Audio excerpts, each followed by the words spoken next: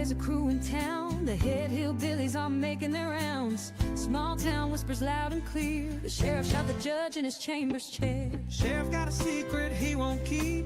Judge shot dead in his disbelief.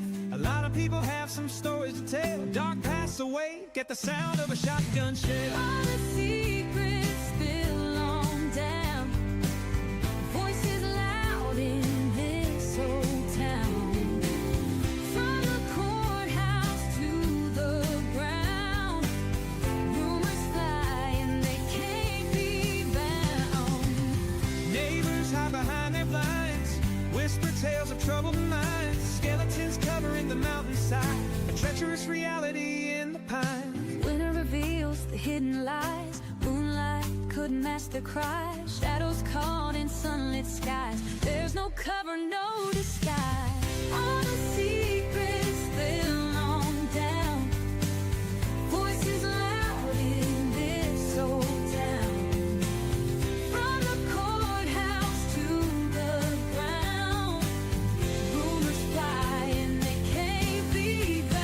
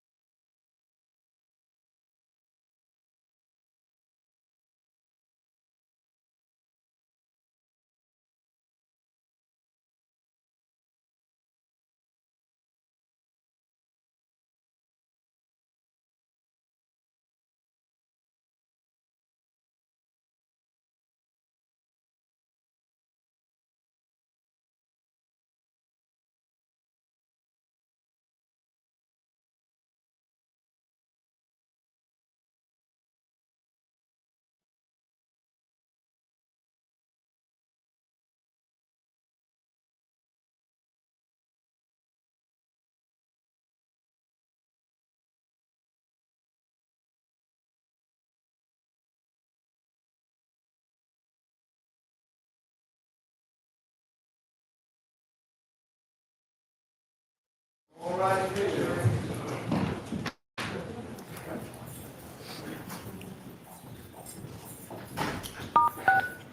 are unmuted.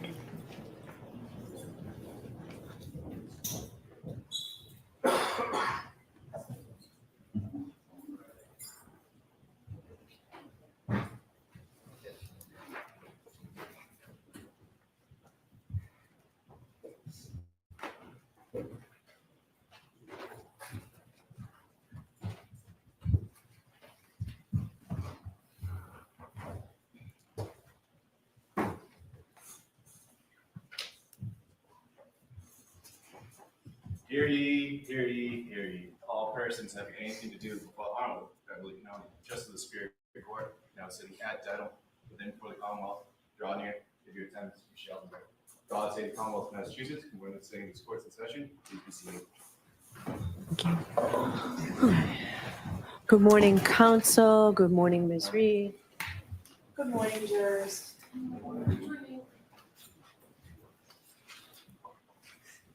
Happy Friday. I do have to ask you those 3 questions. Were you all able to follow my instructions and refrain from discussing this case with anyone since we left yesterday? Yes. Everyone said yes or nodded affirmatively. Were you also able to follow the instructions and refrain from doing any independent research or investigation into this case? Everyone said yes or nodded affirmatively. Did anyone happen to see, hear, or read any case since we left yesterday? Everyone said no or shook their hands. Thank you. Could we bring Sergeant Buchanan in, please? And Mr. Jackson, are you ready? I'm ready, Your Honor. Okay.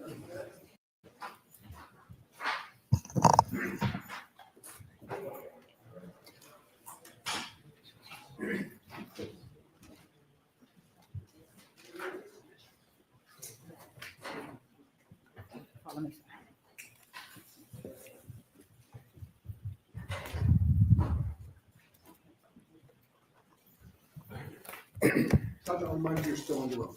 Thank you. Good morning, Your Honor. Good morning, ladies and gentlemen.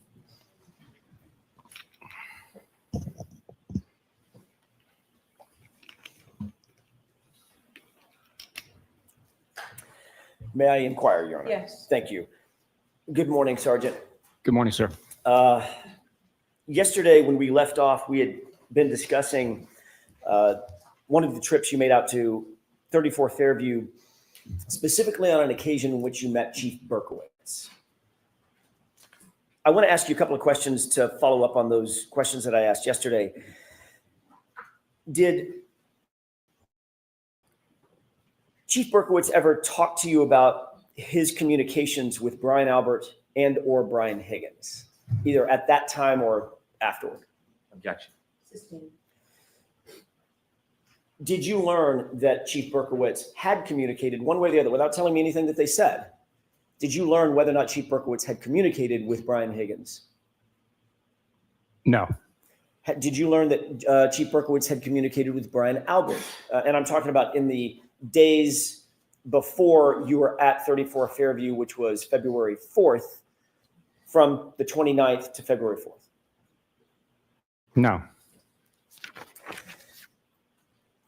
You returned to the scene, you indicated on direct examination, on or about February 10th, 2022, to conduct yet another search, correct? Yes. And on that particular occasion, you recovered some 6 pieces of red and or clear and or black plastic. Is that how you testified? There was numerous pieces. The exact number, I don't know. You'd have to refresh my memory with a report. Okay. There were several pieces. The exact number, I'm not really worried about. There were several. There's more than one. Yes. Okay. There were also some clear glass pieces, correct?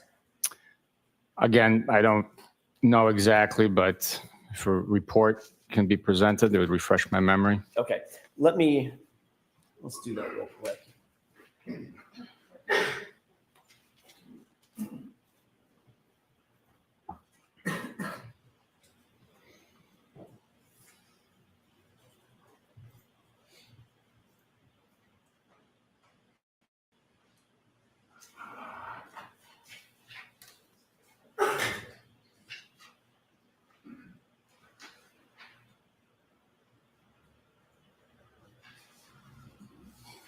May I approach your honor? Yes.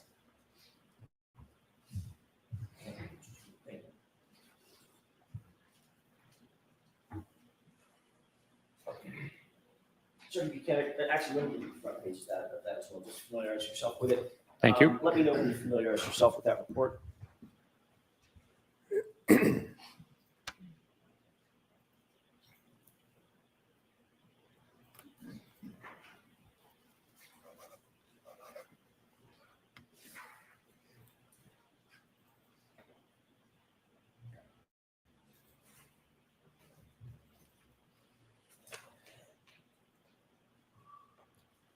May I approach, Your Honor? Yes. Thank you.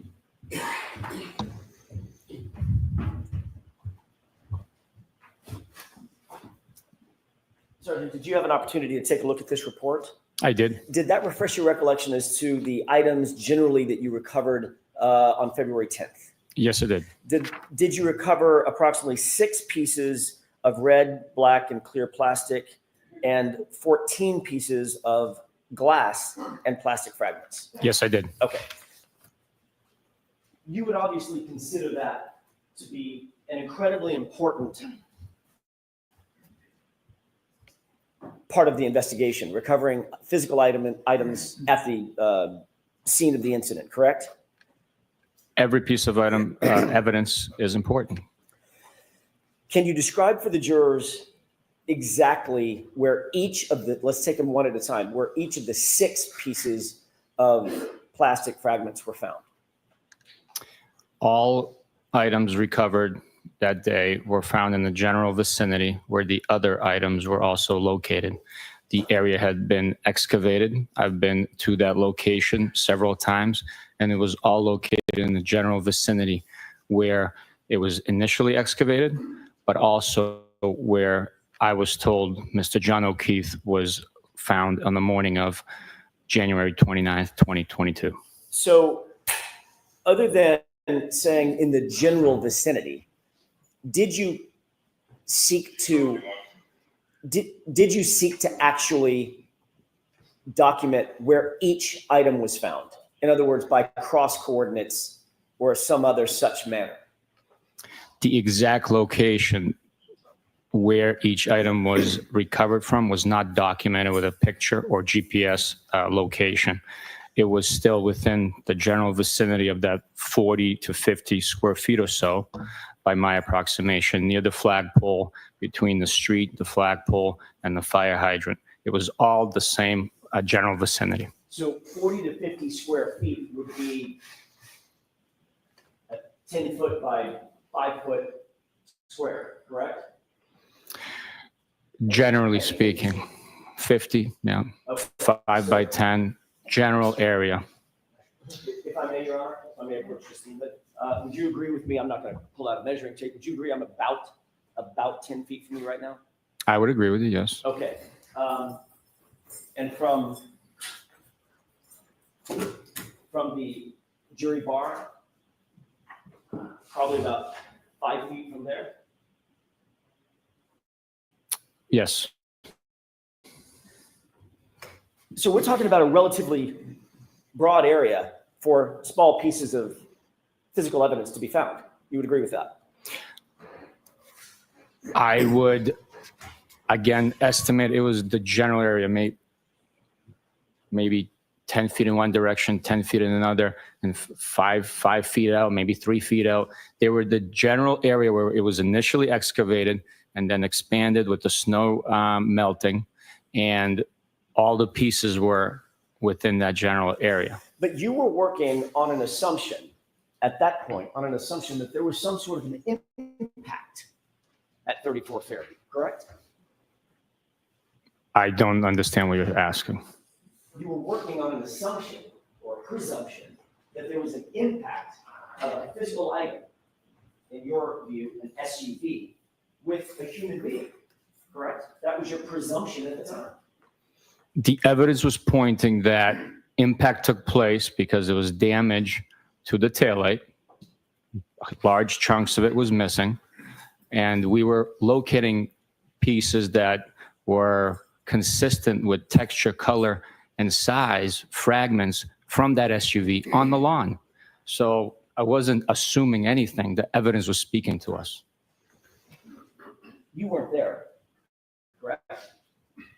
I was there recovering the evidence, yes. You weren't there at the time of the incident. No, of course not. So you were utilizing assumptions and presumptions based on information that was provided to you. Yes or no?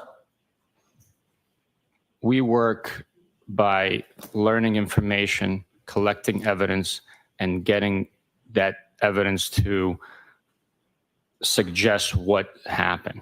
That evidence is tested, and then it's all put together into the case. You use the word to suggest what happened, correct? Yes. Another word for a suggestion is if something is suggested to you, you then receive it and assume certain things based on that suggestion. What we do with suggestions, we corroborate them. A witness statement is, I guess you can say, a suggestion, and then we corroborate it through evidence. And of course, you make assumptions based on those suggestions, correct? Yes or no? We have theories. Another term for a theory is an assumption or presumption, correct? I guess in some respect you can say that, Okay. but I'm So the answer is not yes. I'm not going to argue about semantics here. Well, you'll agree that words matter, right? I mean, you're testifying, so words do matter. Words do matter. That's important. So working off of your, as you put it, your theory, you theorized that there was an impact spot at 34 Fairview, correct? Based on the statement I hit him, I assumed that Mr. O'Keefe was impacted with something. Initial hours of the investigation, we had those statements, I hit him. We had the statements that, oh my God, did I hit him? So utilizing that information with the evidence at that point that we had was a broken cocktail glass. So a theory would be, why is the cocktail glass broken? Because it came into contact with the victim. So that's why my information communicated to the ME's office was a possible domestic involving a glass strike to the victim. As a result, we had to go and see the victim's body and the injuries. So Mr. O'Keefe's injuries presented a certain way, and we learned more information. So the more information that comes in, the more information that we are able to corroborate statements and collect evidence that further corroborates other information is helpful in the investigation. That's how investigations develop. If we knew everything we knew from day one, there wouldn't be a process of developing investigation. So the answer to my question, Sergeant, is you were working off of a theory, correct? Yes or no? We were working off a report of an injured male party, and then we developed the information, collected the evidence, and developed the investigation. Do you know what the word theory means? I'm sorry, English is like a third language for me. So if you can bring up the Webster's Dictionary, I can read it out. You want me to pull up the Webster's Dictionary? You want to take a break real quick and pull up the Webster's Dictionary to define a word that you used in an answer about 40 seconds ago? We're working off of a theory, quote unquote. You said it, not me. You want me to go get a dictionary so we can figure out for the jurors what that word means? Objection. All right, sustained. Let's move on, please. You would agree with me, Sergeant Buchanan, that if your theory was that there was an impact, the site of that impact would be incredibly important, correct? Very important, yes. And on February 10th, you went out to the scene and you indicate that you found 6 pieces of black, clear, and red plastic material and 14 pieces of glass material and some other plastic material as well, correct? Yes. You didn't photograph it? Is that No, right? I did not. You didn't do any plotting of cross coordinates, which would have been easy to do to determine exactly where each piece was found, correct? It would not be easy for me. I don't know how to do that. You've never learned how to plot cross coordinates? I don't have the tools to GPS coordinate an item. You take 2 points that are stable. You know what cross coordinates are? Take 2 points that are stable, like for instance, I don't know, let's pick something, like a flagpole that doesn't move. And you draw a line, pull a string directly over the item that you find. Then you take another item, another stable item that's perpendicular to that, pull that straight, put it down. That's exactly, you measure the distance between the two. That's exactly where that item, where those two strings cross, that's exactly where that item's found. That's cross coordinates, isn't it? Objection. Sustained, You ever heard of that? Objection. sustained. Do you know what cross coordinates are? No, Do you know how to plot cross coordinates? you just demonstrated to me. Does that sound reasonable and easy? What you explained sounds easy, yes. And you didn't do that. I did not. You also didn't, by the way, you had your cell phone when you went out there on February 10th, correct? I would assume so, yes. Your cell phone has a camera built into it, correct?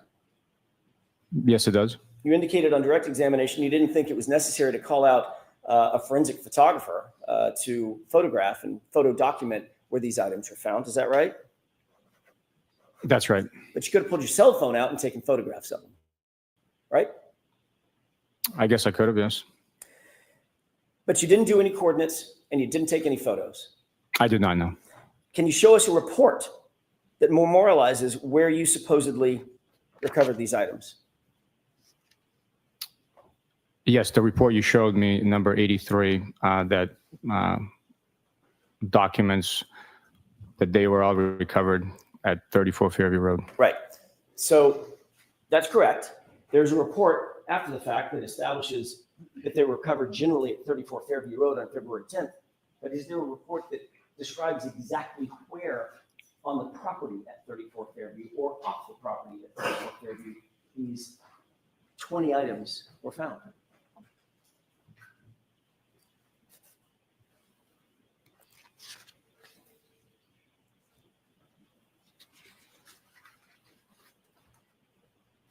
That's a question I'm waiting. Oh, I didn't realize. Do you need me to repeat the question? Was there a question? Go ahead, please. Sure. Is there a report that documents exactly where at 34 Fairview on the property these 20 odd items were found exactly? The report documenting where they were recovered from is number 83 that you just presented. Exact location is the same general vicinity. If it was something different, if we located these items across the street, different section of the yard, that would have been documented. What's documented in the report that you just referenced says bullet point 2/10/22, meaning February 10/22 at 9:15 a.m. Sergeant Buchanan secured 6 pieces of red, black, and clear plastic, period. That's what it says, right? Same general vicinity. If there was a different That's location. what the report says, isn't it? That's all I'm asking. That's what the report says. What I just quoted. That's the description of. Yes. That's what the report says. That is part of the report. That is the description of the items recovered on that date. And the bullet point beneath that says February 10th, 2022 at 9:15 a.m. Sergeant Buchanan secured 14 pieces of glass and plastic fragments. Correct? That's correct. There is no further description of where those items were found, is there?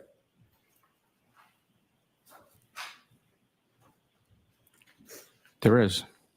Where's the report with the further description of exactly where they were found? It might not be in the report. It might be on the description of the bag, describing that it was 34 Fairview Road. The report indicates and encompasses itself where those items were recovered from. Clearly, the same general vicinity the initial items were recovered from. If there was a need to document a different location, it would have happened. But you didn't see the need to document the exact coordinates where those items were found, did you? You didn't see the need. It did not happen.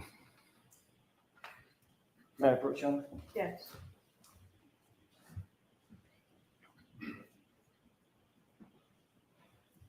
Take a look at that photograph. Tell me if you recognize it. What's depicted in it?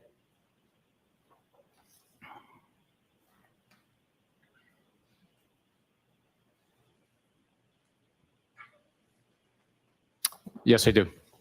What's depicted in that photograph, just generally? It's the side of evidence bag that items were secured in. It documents the case number, the date, time, who recovered it, and general description of the 6 pieces of red, black, and clear plastic recovered from 34 Fairview Road in Canton. I'd like to have that marked and look at that, John. Is there any objection? No objection. Exhibit 111.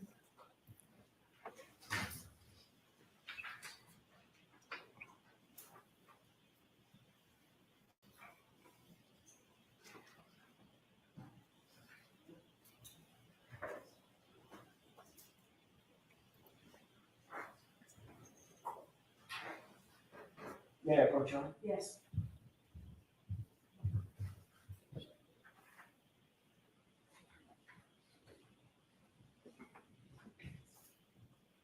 You indicated that the evidence bag would help determine where the exact location was that these items were found, correct?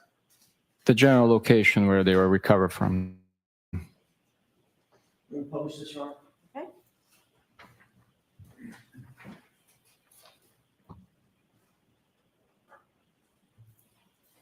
Does this look like the photograph that you were just reviewing? Yes, it does. That's just been marked as evidence? Yes, sir. And can, Mr. Wool, can we make that a little larger so it's more legible? Can you read that from where you are? I can. Moving past the dates, moving on to the date. What date is that? Date collected is 2/10/22. So that's the date that we've been talking about, correct? That is correct. And this indicates collected by, and who's that? That's myself, Sergeant Buchanan. Description of evidence. This is where the description of the evidence is located on this evidence bag, correct? General description identifying what's inside. And what does that description read? 6 pieces of red, black, and clear plastic. And that's all it says about the description, correct? Yes. And it indicates location where collected. And there's several lines that are available to fill in, correct? Correct. On that first line, what does that read? 34 Fairview Road, Canton, MA. And that's it, correct? That's all that was put, yes.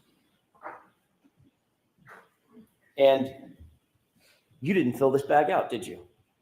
No, I did not. Who did? I do not know. Who did? I don't know. You don't recognize the handwriting? No, I do not. You don't recognize the handwriting of your partner and subordinate, Michael Proctor? Objection. Sustained. Are you aware that Michael Proctor filled this out? Objection. Sustained. Were you with Michael Proctor when this was bagged? No, I was not. I was by myself. Did you give the items of evidence to Michael Proctor to bag? No, I did not. Who did you give it to bag? I bagged it myself. Whose handwriting is that? I do not know. If you bagged it yourself, why didn't you fill out the evidence envelope? I bagged it and turned it over, and I told him exactly where it was and what time. So someone else wrote the information. You just said, I bagged it and told him. Turned it over. No, sir. No, sir. What you just said was, I bagged it and turned it over to him. And you don't know who it is that you turned it over to? Who's the him? Turned it over to them. Who's Them. Okay. Whoever wrote it. Whoever wrote it. So we're just in a circle here. We can turn the lights Objection up. to the commentary. So, Mr. Jackson, no comments, okay? Just Understood. questions. I apologize. Ignore my last comment.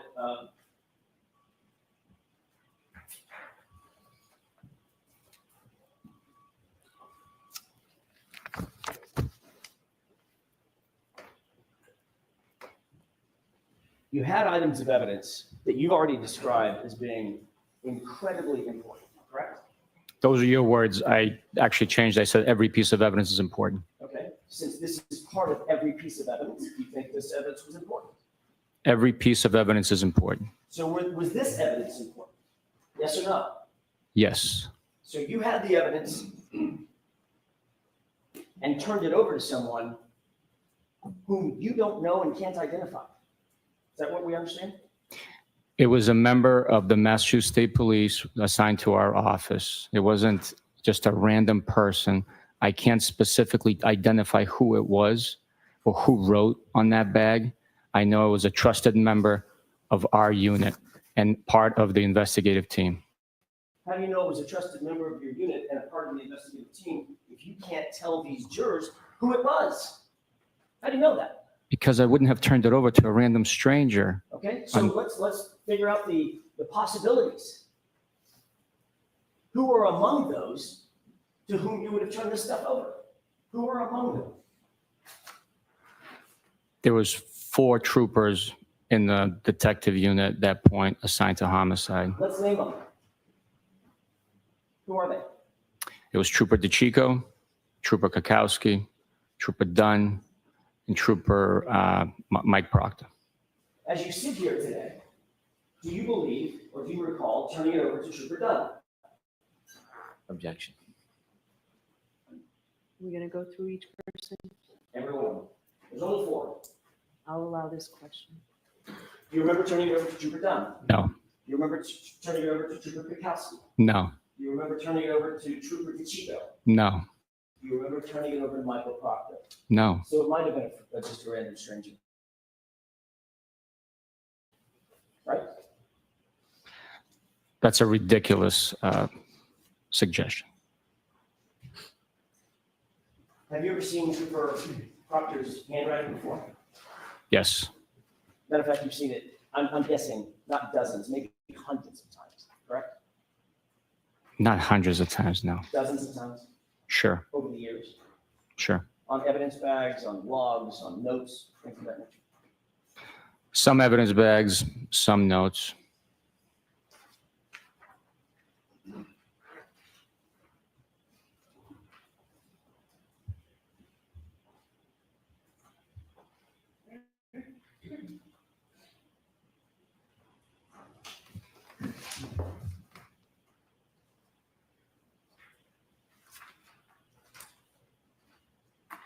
May I approach you on that? Yes.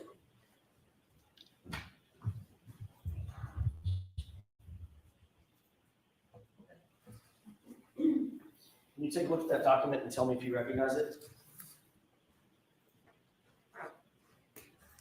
The whole thing or just the front page? No, just flip through and tell me if you recognize generally what that is.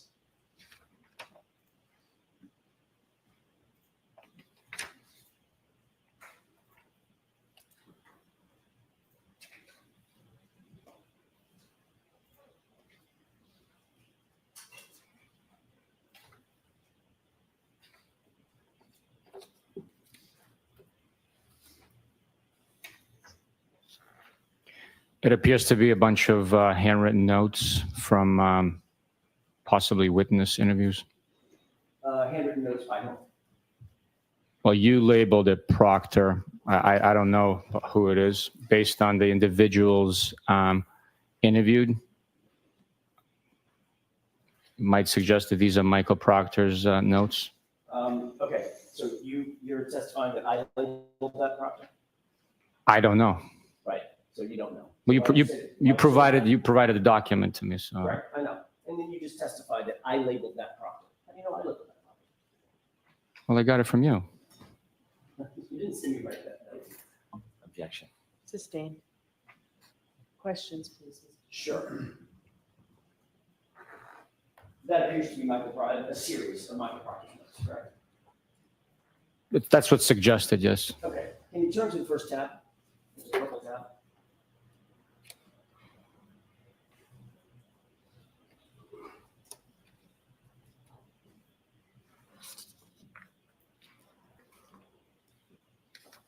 Some of these came off.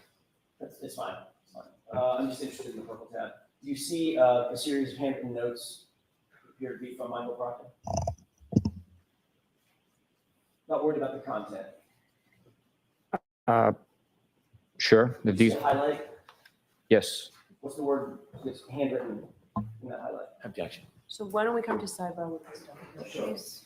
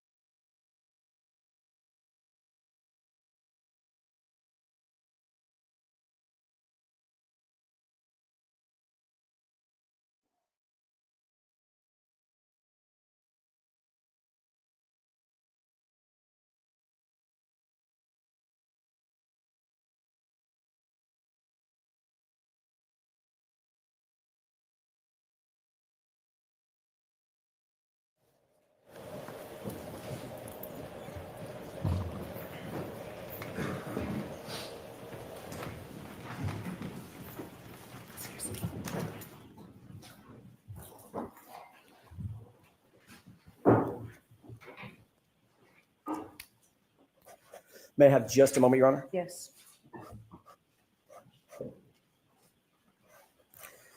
In the ordinary course of business, is it normal standard operating procedure that the person who recovers items of evidence fills out the evidence bag contemporaneous to the recovery of the item? It's possible you can do that. If there's a reason that you have to leave, an emergency or weather conditions, you can't write on the bag, you can fill it out later if you have the time and you know where you recovered it from, which is like, in this instance, if it was a general vicinity where all the other fragments of evidence was collected from. It's known that it was within the general area of that section of the lawn near the flagpole between the street and the flagpole and the fire hydrant. So it's, The person that filled out that evidence envelope wasn't with you. well, I passed that information along to them. I see. So now it's hearsay information that's being passed along to someone else to fill out the envelope. Objection. Sustained. It's secondhand, let's use that word, secondhand information to the person that's filling out the evidence envelope, correct? No, it's firsthand information. I passed that along to them.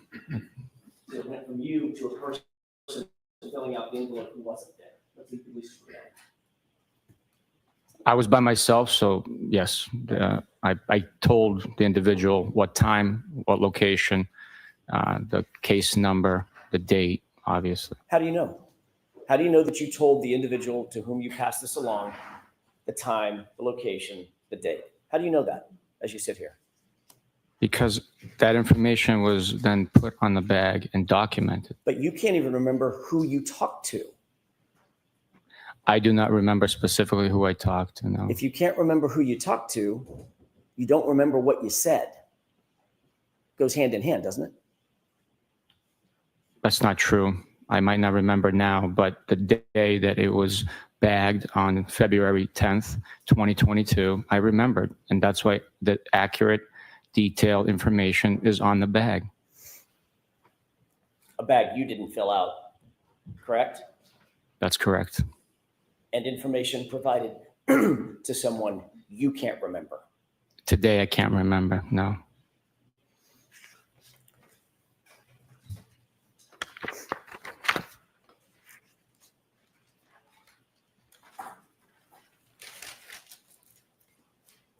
You're aware that that particular bag, that evidence bag, was not booked until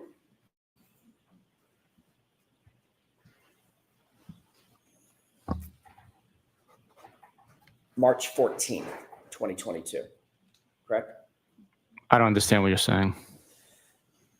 Those pieces of evidence were never booked into evidence until March 14th, 2022. Those particular pieces of evidence were collected on February 10th, 2022. Sergeant Buchanan, do you know the difference between collecting a piece of evidence and booking it into evidence, creating a booking label, creating an evidence log, things of that nature? Do you know the difference? I understand the difference, yes, Okay. but you claiming that it wasn't booked into something doesn't mean that it wasn't properly handled in custody and under our control. Sir, I'm not claiming anything. You're testifying. I'm asking questions. Was it booked into evidence on February 10th? If you show me a document, I can tell you what Sure. it might be suggesting. By the way, the evidence, they have the actual piece of evidence. I'm sorry, which one? The photo. Oh, I'm sorry. Yeah. I may have just a moment, Your Honor. Okay.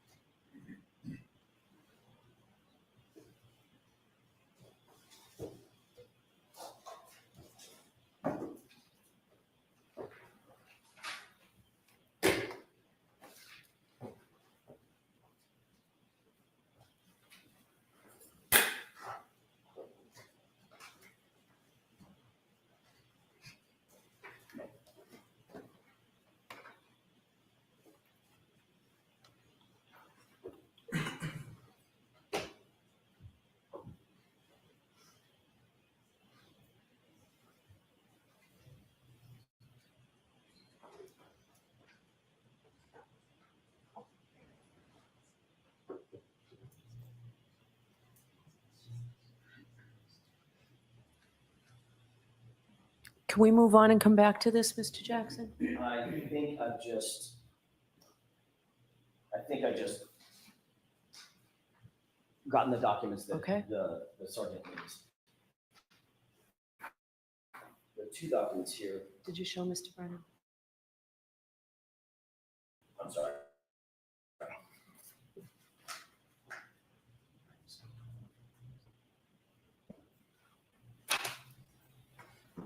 You can take a look at those two documents and tell me whether or not you recognize them.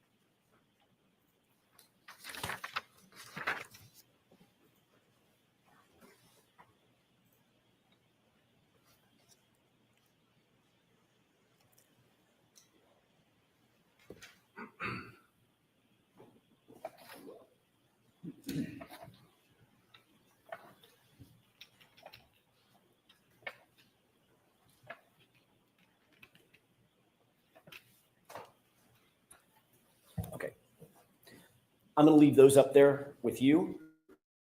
Does one of those appear to be the log sheet for the crime lab? One is a chain of custody report for the crime lab of all the evidence that was processed, received, processed, and returned. Yes. And the other document? The other document is simply a receipt of evidence being submitted on a certain day to the lab. And both of those documents indicate that the first time the evidence was submitted to the crime lab was March 14th, 2022, correct? Objection. I'm going to allow that. I will have to take a look. It's going to be some time, please. Well, you can look at the top. Well, let me ask you, ask it in a question form. If you look through the log, it's in chronological order, the chain of custody log, correct?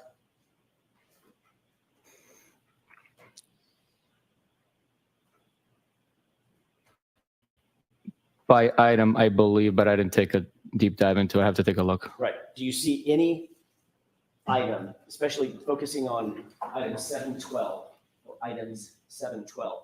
You see any item being booked into the crime lab before March 14th, 2022? All right, I'll take a look.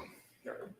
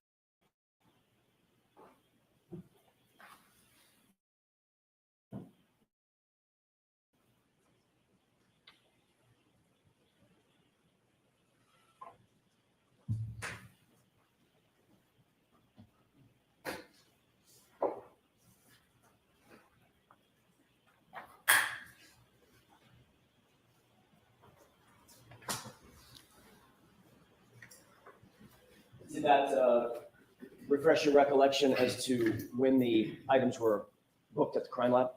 According to this document, yes, there were items booked at the crime lab prior to March 14th. In particular, to answer your question, completeness here, in particular, that one item does indicate that the first time the lab received it for processing was March 14th.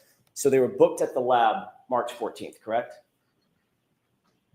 The first time the lab received these items for processing, according to this document, is March 14th. And there's no indication on any document as to where those items were before March 14th. There is. We displayed the bag, me collecting them on February 10th, and they were in our possession at the Norfolk District Attorney's Office. Whose possession? The Norfolk District Attorney's Office. Your possession? Specifically? At one point, they were in my possession, and I turned it over. Right. After you turned it over on February 10th, it was the day that you claimed to have found these items. After February 10th, they were not in your possession anymore, were they? No, once I turned them over, they're not in my possession. When No. you say turn them over, you're talking about turning them over to someone who we don't know, correct? As we sit here. Right now, I don't have a memory of who I turned it over to, but it was a member of our homicide team. So the next time, Sergeant Buchanan, the next time there's any documentation about those items is March 14th, nearly 6 weeks later, 5 weeks later, correct? I don't know that to be correct, no. But you can't point to any documentation. You're looking at the logs. You can't point to any documentation indicating the chain of custody of these items between February 10th and March 14th. Is that right? This is simply a log from the lab. Yes or no? Can you point to any documentation? Ask the question. Can you point to any documentation indicating where those items went, whose possession they were in what circumstance between February 10th and March 14th? Can you point to any document? I know that it was collected on February 10th. Right. It's documented that it was collected. It was at the Norfolk District Attorney's Office before it was logged into the lab for processing. You keep answering the same question that I'm not asking, sir. Objection. Sustained. No comments, Mr. Jackson. Sergeant Buchanan, do you understand my question? I'm asking, can you point to a single document for these jurors as to where those items went and in whose possession they remained, specifically between February 10th, when you lost sight of them, and March 14th, when the crime lab received them? Objection. Sustained. May I approach? Yes. No, I'm just sorry, to- I'm sorry. Mr. Just for Brennan, the evidence. Just for the evidence. False start.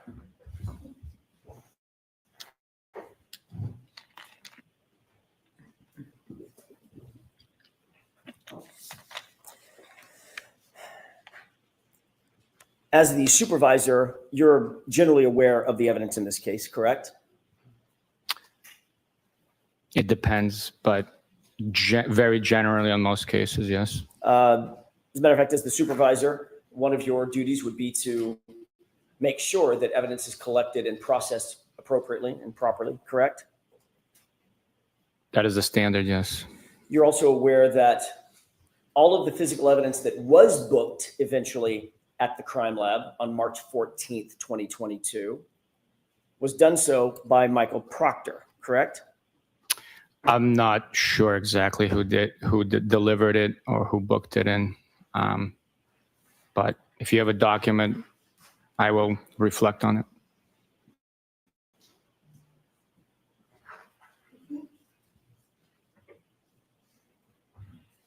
May I approach you on it? Yes.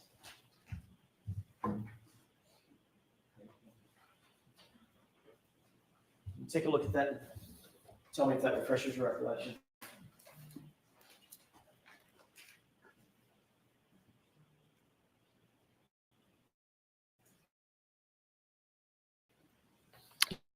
Yes, it does. May I approach? Yes. What is that? It's the receipt of evidence submission to the crime. And who submitted, based on that document, who submitted all of that evidence to the crime lab? Michael Proctor. You're also aware that Michael Proctor eventually submitted a total of some 46 or so pieces of taillight material that was claimed to have been recovered at 34 Fairview on since January 29th, 2022, correct? I don't know the total pieces, but we didn't claim to recover it there. We recovered it there. You're testifying that they were recovered, but you didn't recover all of them, did you? I did not recover all of them, no. Matter of fact, Michael Proctor, according to you, recovered some of those items, correct? Some of those items were recovered by Michael Proctor, yes.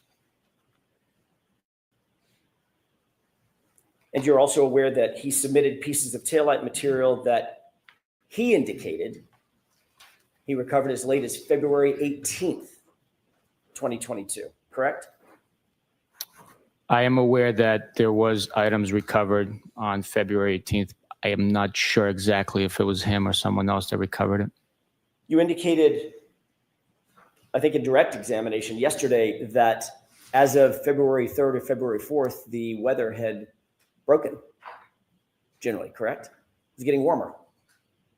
Yes, the weather was warmer. There were rainy days following the 3rd, I believe. No, the 4th. The 4th, it was raining when I picked up that piece of evidence. So, yeah, the weather had warmed up.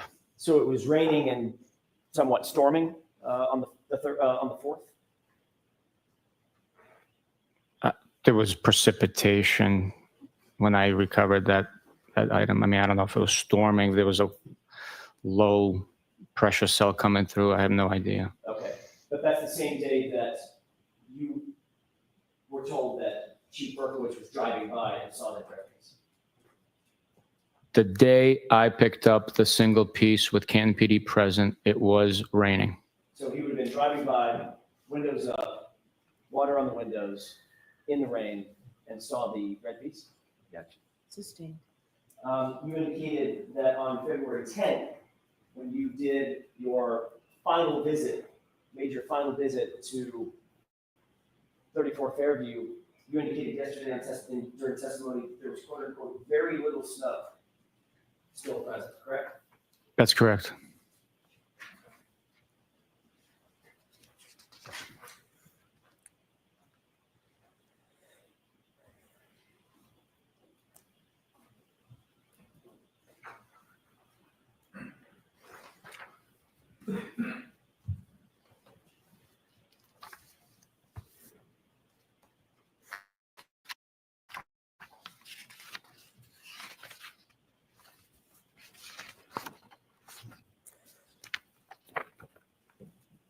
Your Honor, may I approach? Yes.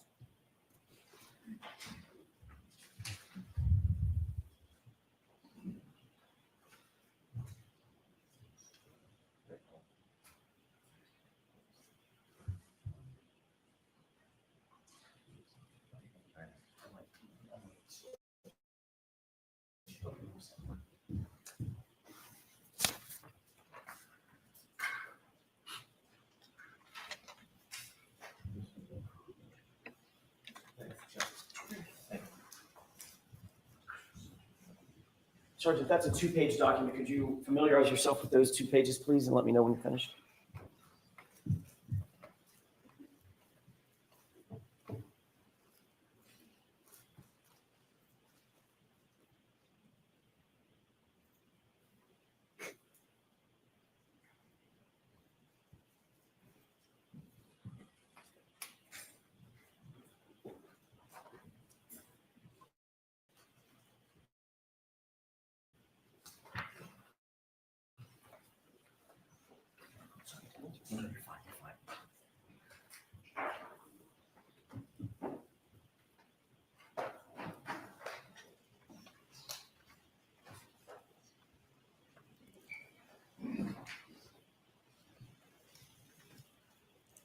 Okay. Thank you. Sir, what do those 2 pages purport to reflect? What are they pictures of?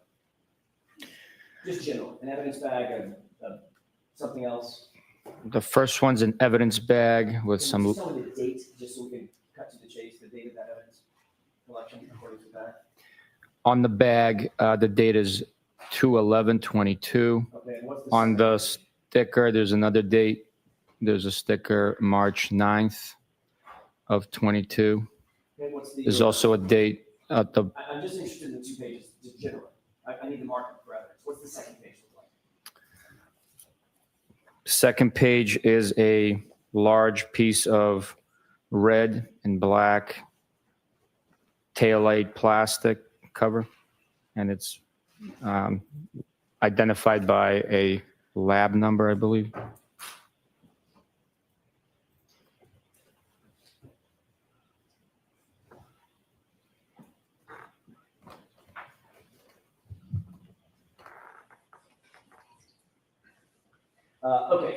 Thank you. I'm sorry about that. So there's 1 page is an evidence bag, the other page purports to be the item that was in the evidence bag, correct?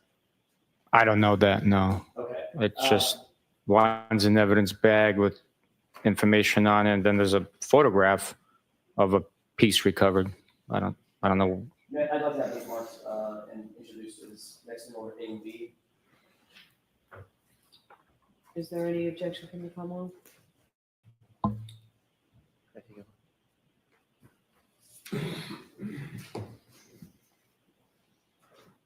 No objection. Okay.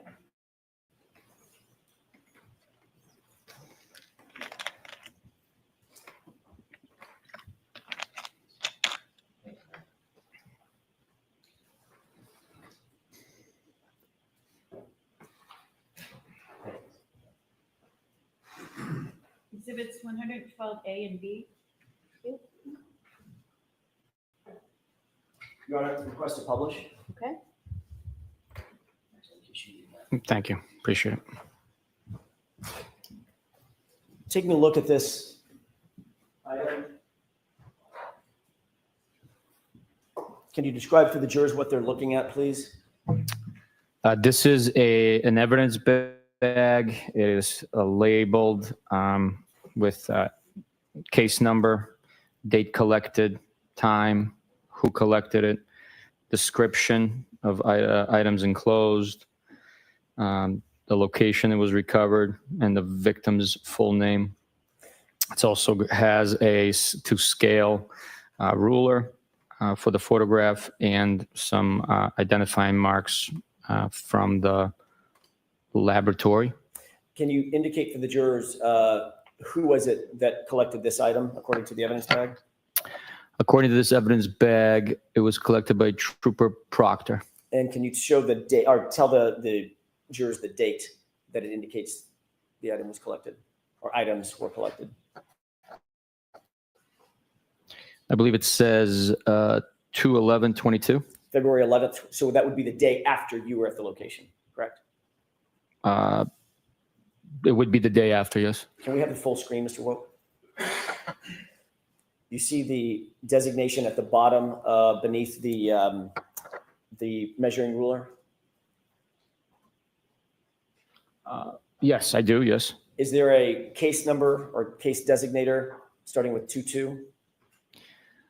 Yes, I believe, I'm not sure, but I believe it's a LIMS number 22-02184. And you see an item number listed right next to that case number? Yes, this indicates it's 7-15. And there's another set of initials beneath that, it appears, correct? That's what, I mean, there's letters. I don't know if there's someone's initials. Okay. I don't know what it is. I'm sorry. Fair enough. This appears to be something that was filled out by the crime lab. The black lettering and numbering, correct? I would assume. I don't know for sure, though. Okay, and obviously there's a date down here, 2/17/23, a year later, correct? Yes, And then it says Canton at the bottom. yes. If we could have the full screen, please.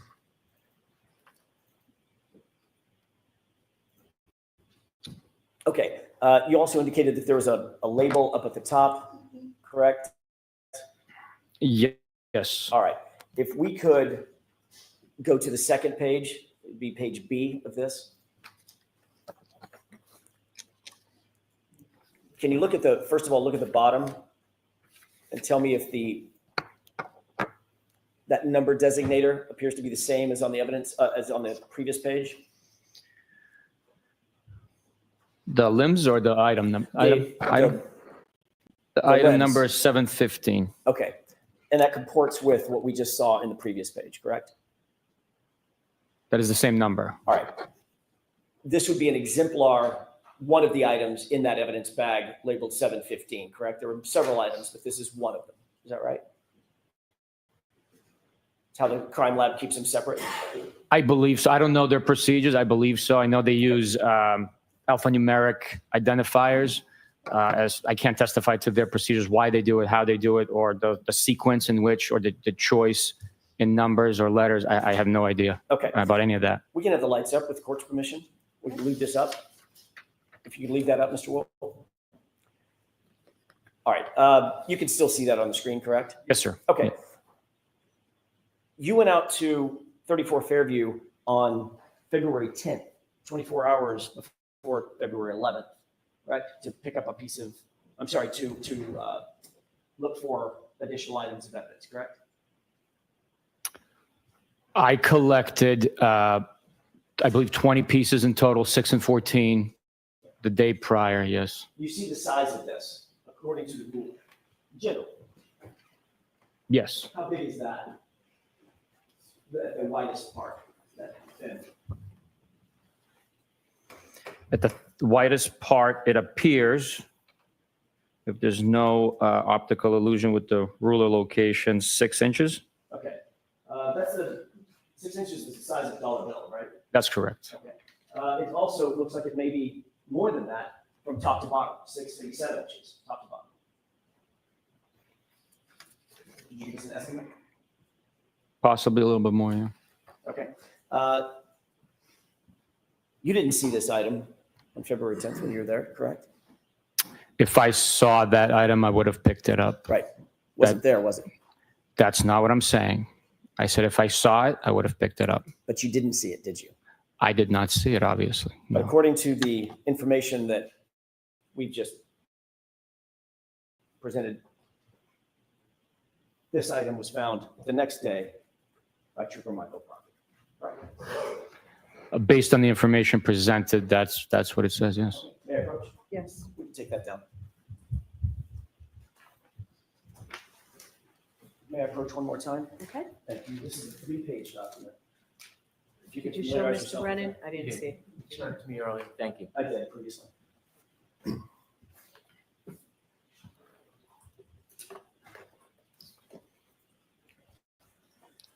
Are you familiar with that document? When I say familiar, that's a bad question. Let me ask it a different way. Do you recognize what's generally in those 3 pages? I got to take a look. Sure. I must have missed your first Sure. request.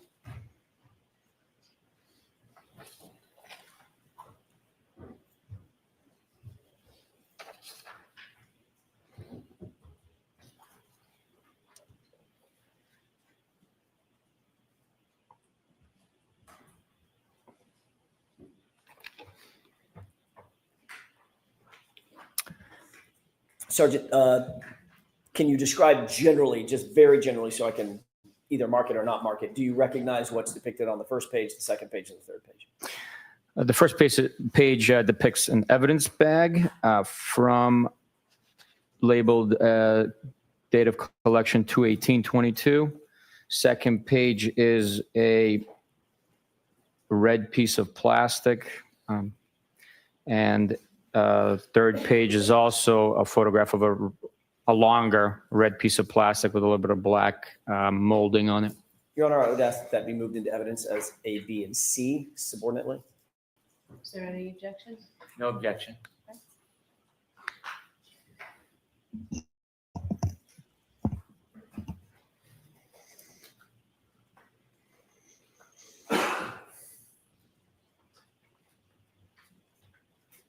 Exhibits 113A, B, and C. Move to publish, Your Honor. Okay. Sergeant, same couple of questions, if we could. Do you see a date of collection on this evidence envelope? Yes, this photograph indicates 2/18/22. And collected by whom? Trooper Proctor. Full view, Mr. Wolk? Thank you, sir. And then if we could highlight the lower portion that appears to be by the ruler. Do you see the same, I think you called it a lens number? Limbs, LIM. Okay. The LIM number is the same number, the 22-02184, correct? Yes. And the item number in this one is handwritten as what? 7/16. Okay. If we can go to the second page, please.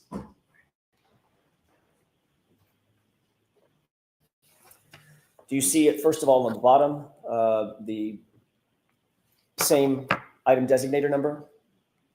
Yes, 7/16. And what is depicted in this photograph? A red Piece of plastic. That would be a piece of plastic according to the item number that would be contained in that evidence envelope, one of the pieces at least. I would assume. Yes. Okay. Is that a similar 6-inch ruler that's being photographed with that red piece? Yes, it is. And how long at its longest point would you estimate that piece of plastic to be? It's more than 6 inches. I mean, probably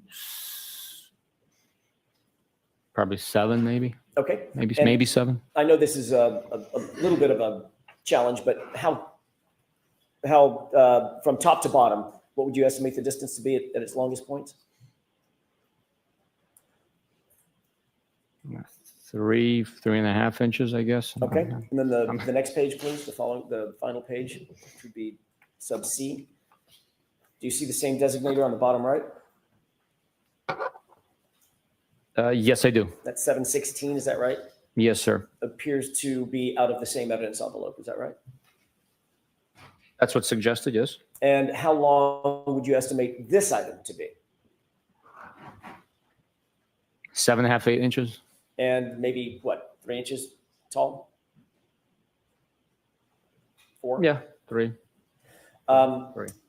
Okay, we can have the lights up, Your Honor, with the court's permission. Again, the last time you were out at the location with very little snow on the ground, you collected certain items of evidence on February 10th, correct? February 10th was the last time I collected. I said there was still snow on the ground, maybe in piles where it was excavated. There was very little, but there was still snow on the ground. You indicated that you obviously looked around the area. You talked about the general area. I think you used the word general vicinity, right? When Yes. you collected your items. Yes. You didn't see this, and you didn't see the one before it either, did you? If I saw any of these items, they would have been collected. We did not excavate anything. We simply allowed the thawing and natural recession of the snow to reveal additional items. When you were there on the 3rd, February 3rd, there was still some snow on the ground that you did excavate, correct? Yes, there was a lot of snow on the ground.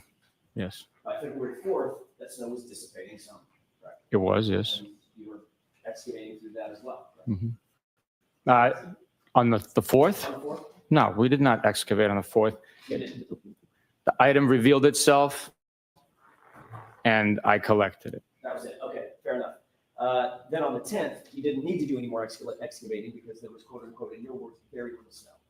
Very little, right? Those were my words. Okay. Compared to the first day, there was very little snow on the ground. And in fact, you did not see any of the items that were collected or claimed to have been collected at 34 Fairview by Michael Proctor on February 11th, the day after you were there, correct?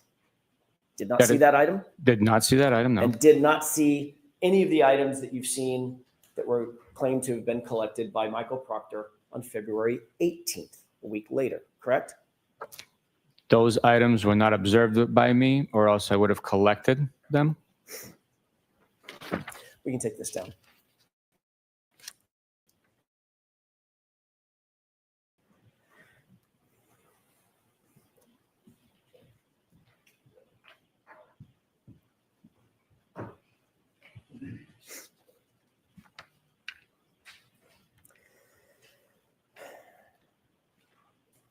I want to change gears for a second, Sergeant, if it's okay with you, and switch to the Waterfall Bar and Grill. You indicated that on direct examination, you reviewed video evidence and you had information that John O'Keefe and Karen Reed arrived at the Waterfall after leaving CF McCarthy's, correct? That is correct. I'd like to ask you about who your investigation revealed was there at the Waterfall when they arrived. What about Brian Higgins? Yes, the investigation revealed Brian Higgins was at the Waterfall at their arrival. And you learned that John O'Keefe and Karen Reed arrived at the Waterfall together, not separately, correct? That is correct. About what time did, according to your investigation, Mr. O'Keefe and Ms. Reed arrive at the waterfall?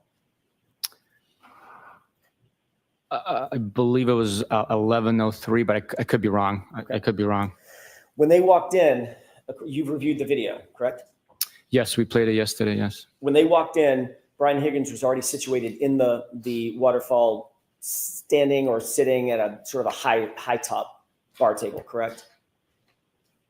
Brian Higgins was present. I don't know his exact location. The video would depict it. You did learn that Brian Higgins, on January 29th, January 28th, going into January 29th, 2022, had what could be generally referred to as a romantic interest in Ms. Reed. Objection. Sustained. Did you receive certain text messages from Brian Higgins during the course of your investigation? I received extraction of his text messages. I did not receive any text messages. Did you actually receive an extraction from his phone, or was it simply text messages that he supplied to you on his own? It was extraction of text messages on a CD and also printed out the same document. Did you perform that extraction, or was that extraction performed at your request by Massachusetts State Police from his phone? It was not performed by me, and it was not performed at my request. Okay. So in fact, when you met with Brian Higgins, he simply provided you something that he said had been extracted from his phone. Objection. Sustained. Did he provide you something? Yes. Did Brian Higgins indicate that he had taken those off of his phone? Objection. Sustained. What was your understanding about what the items were, the pages of text messages that you received? What was your understanding about where they came from? From his device and his communications with the defendant and Mr. John O'Keefe. But you did not have a forensic extraction performed, correct? That's correct. And Brian Higgins never gave you his phone to perform a forensic extraction, correct? That's correct. So the items that you received were directly from him and him alone. Is that right?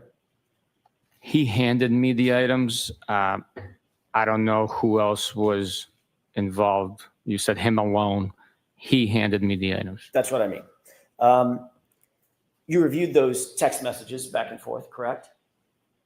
It's been some time, but yes, I had. And those purported to be, I think you already said, those purported to be two strings, I'm going to call them strings of texts. Some string text messages between Brian Higgins and John O'Keefe, correct? Yes. And some string text messages between Brian Higgins and Karen Reed, correct? Yes. Would you describe the text messages between Brian Higgins and Karen Reed that he presented to you as flirtatious in nature? Oh.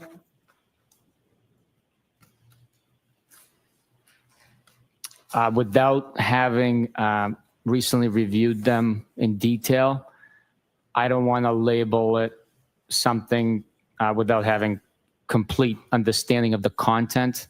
I'm not comfortable putting a label on something. Well, how would you describe them? I mean, were these business texts?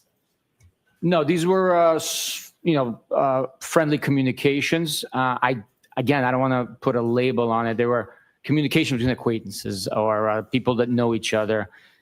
There was text message communication. As far as flirtatious, I would have to take a look at the content of it for certain terms that would support that label.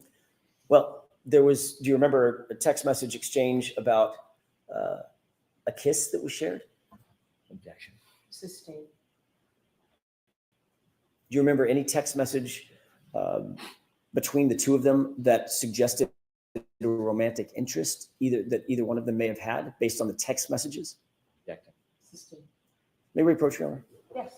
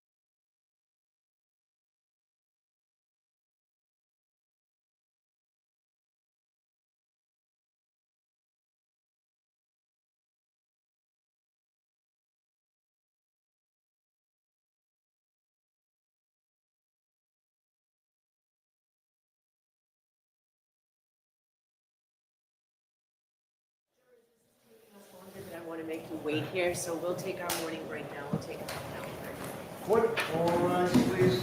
Jury exiting, just fold your notebooks. Legal detail, please. Just step right up. Thank you.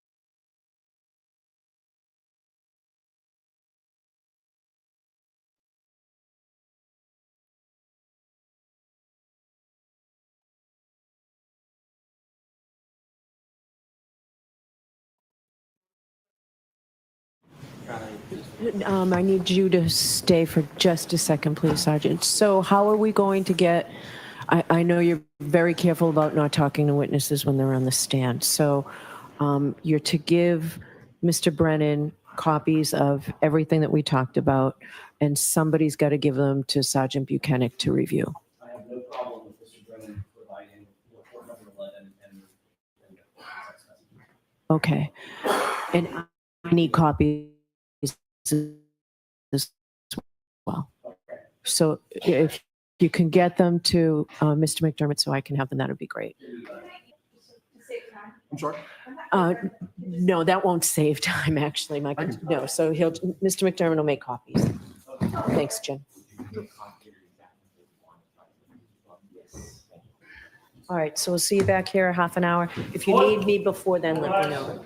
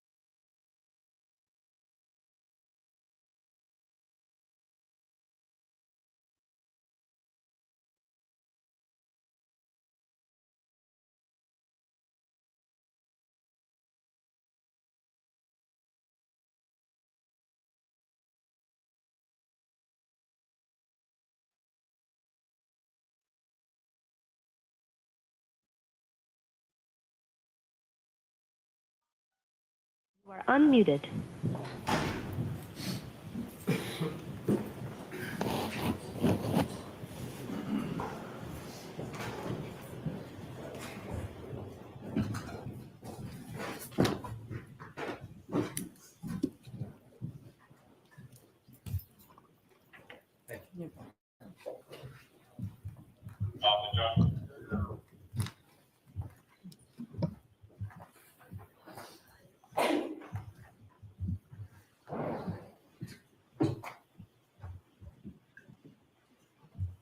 Court's back in session, you may be seated. Jurors, we appreciate the long break. We did it in an effort to make sure things go a little bit more smoothly from here on. All right, Mr. Jackson, whenever you're ready. Thank you, Your Honor. May I approach?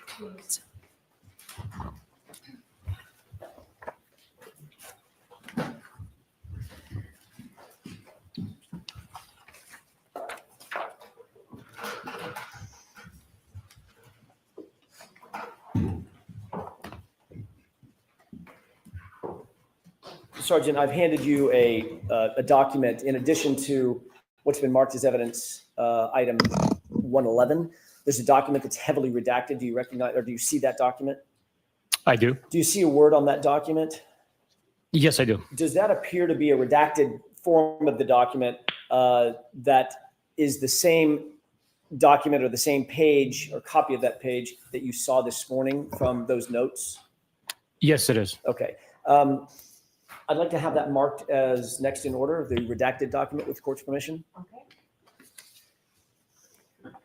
And with the court's permission, Hold on. sure. Exhibit Oh. 114.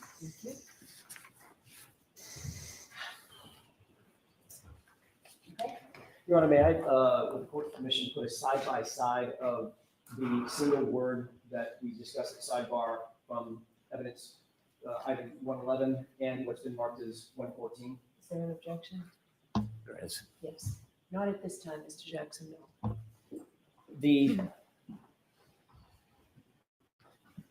In your opinion, having seen those two words next to each other, do they appear to be the same or similar handwriting? In my opinion, they appear very similar, yes. Okay, thank you.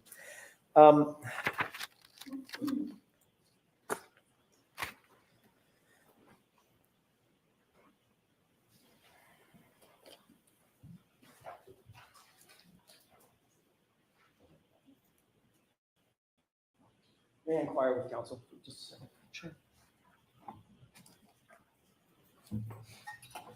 Okay.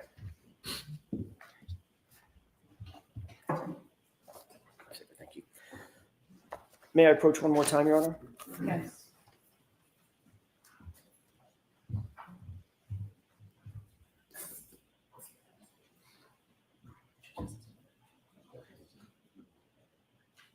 May I approach? Yes. I see it now. Of course. Thank you. Thank you. Sergeant, could you just flip through that briefly and tell me if you generally recognize what that document Absolutely. is?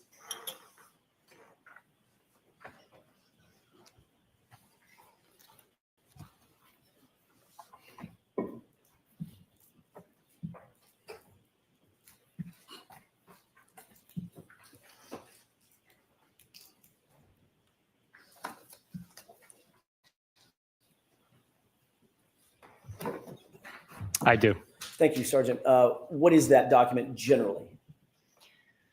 Generally, it appears to be screen captures of text message conversation. Is that the document that you earlier referred to as having received from Brian Higgins? It's a printout of the document, yes. You saw something in electronic format, I take it, Yes.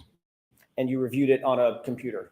Yes. Did you receive the electronic file on a thumb drive or a CD or something like that? I did. Okay. And this appears to be a true and accurate representation of that electronic copy that you received from Brian Higgins. To the best of my understanding, yes. And is that document reflective of the text messages that Mr. Higgins indicated to you were between the string, as I use that word, between Brian Higgins and Karen Reed? This is what was provided, to the best of my understanding, and now has been printed out. Okay.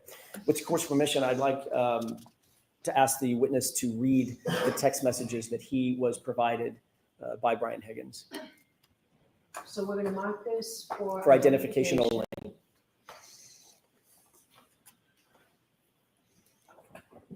The EE for identification.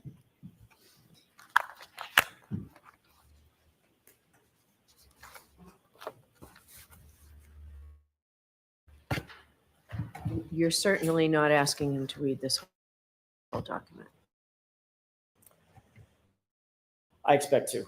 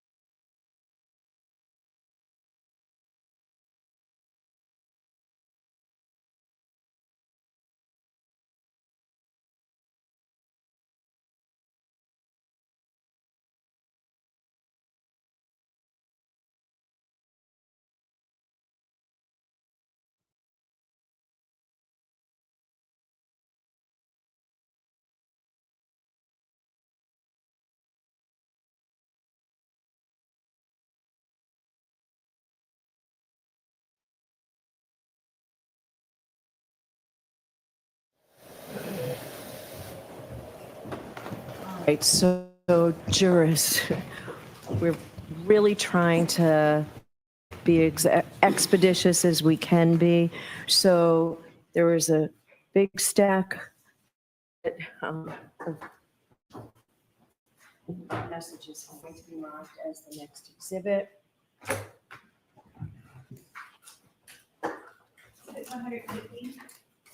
I have two instructions for you folks. First is, as I've told you before you consider any electronic communication in your deliberations, you must first find that it is more likely true than not that the person who authored or sent or created or transmitted the communication was in fact here, the defendant, or Brian Higgins. If you do not find that it is more likely true than not that Ms. Reed was the person who authored or created or transmitted the electronic communication, or Brian Higgins was the person who authored or created or transmitted the communication, then you may not consider that electronic communication at all in deciding your case. Now, if you do, if it gets past that and you do find that that burden has been met, these messages are not being offered to show the truth of the statement. They're simply to show that this information was in fact provided to the Mass State Police for their investigation. Those are the instructions. All right, with that, Mr. Jackson, go right ahead. Thank you, Your Honor. I appreciate that. Yes, I'm going to let the witness have that pack. Oh, he's got one. Oh, you know what, Chrissy, I'll take one back.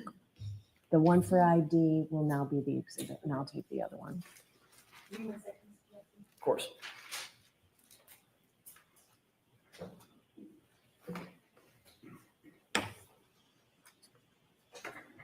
Thank you. Thank you. Thank you. Sergeant Buchanan, do you have the document in front of you that's been marked as Exhibit 115? I do. If you could, starting at the beginning, do those purport to be text messages between Brian Higgins and Karen Reed? Yes, they are. Does that printout accurately reflect what you received in electronic form from Brian Higgins during your interview? Yes. If you could start at the beginning and read the text string indicating the date of the text, if it's dated, who it's from, who it's to, and the content. Yes, sir. The text messages begin Wednesday, January 12th at 8:27 p.m. Incoming text message to Brian Higgins' phone from Karen Reed. Hey, Brian, it's the weed whacker. The response is a question mark, followed by a picture of a six-pack of Smirnoff Ice screwdriver and appears to be a package store cooler, followed by a YO response. And that is it for January 12th, Wednesday. Do you want me to continue, sir? Yes. May I have just a moment, Your Honor?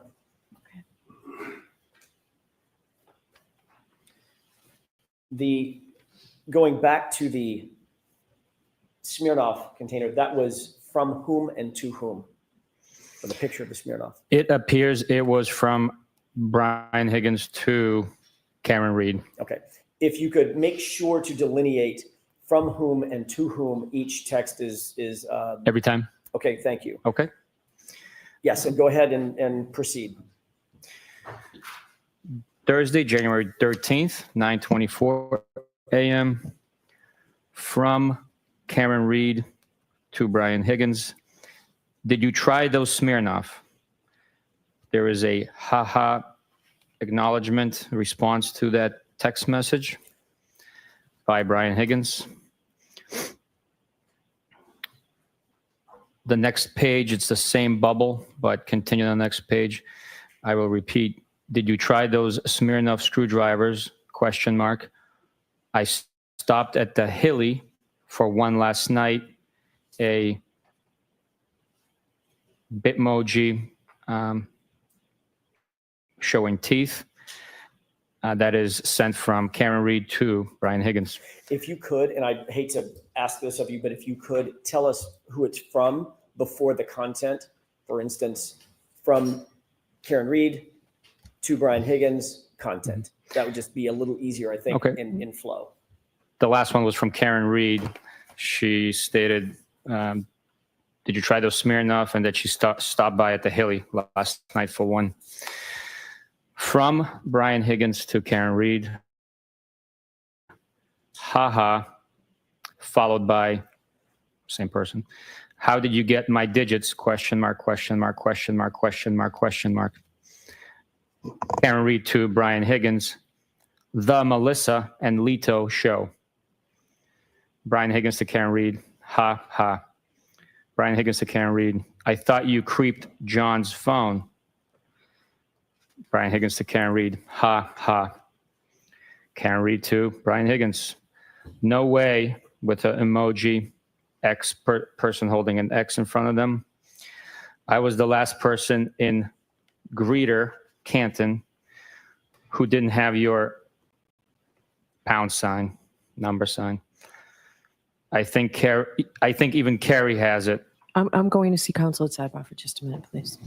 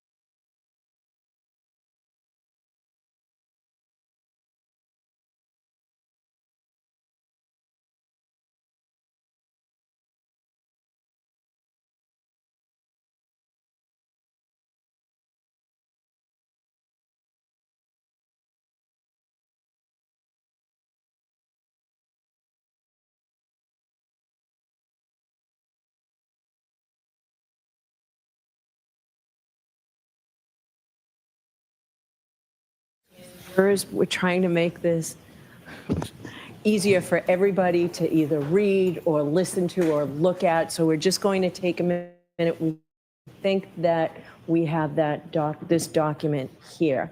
And also to make it a little bit easier for everybody, Sergeant Buchanan, you do not have to describe the emojis. You don't have to say anything about what the pictures are, and you don't have to say the punctuation now that we'll be able to have it. But you are being asked to read which text is from whom. Maybe if we agree upon the color, you won't have to say that. Can there be an agreement with that, counsel? We can do that.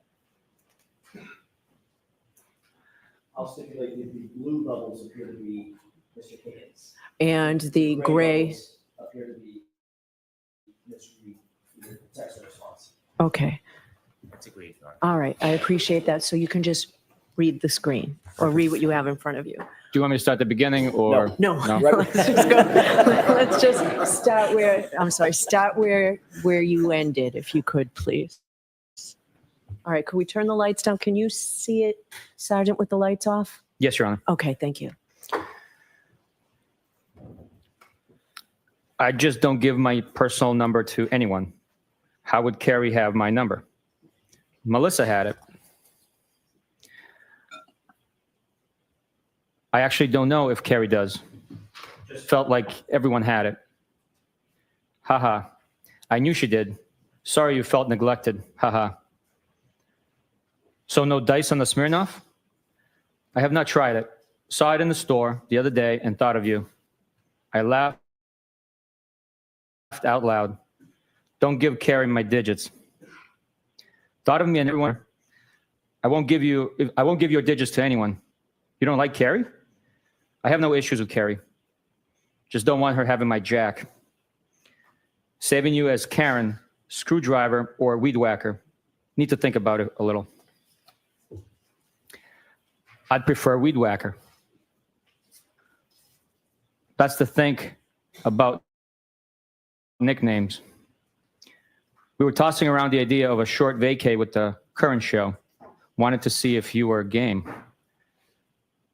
You don't have a say? Vacation? Where?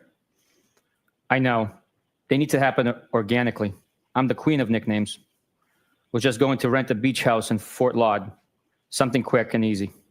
I'm queen of vacays too. Always a good time. I'm going to Nashville next month, 19th through the 21st, for a benefit. One of our guys got shot in the head. You guys should come.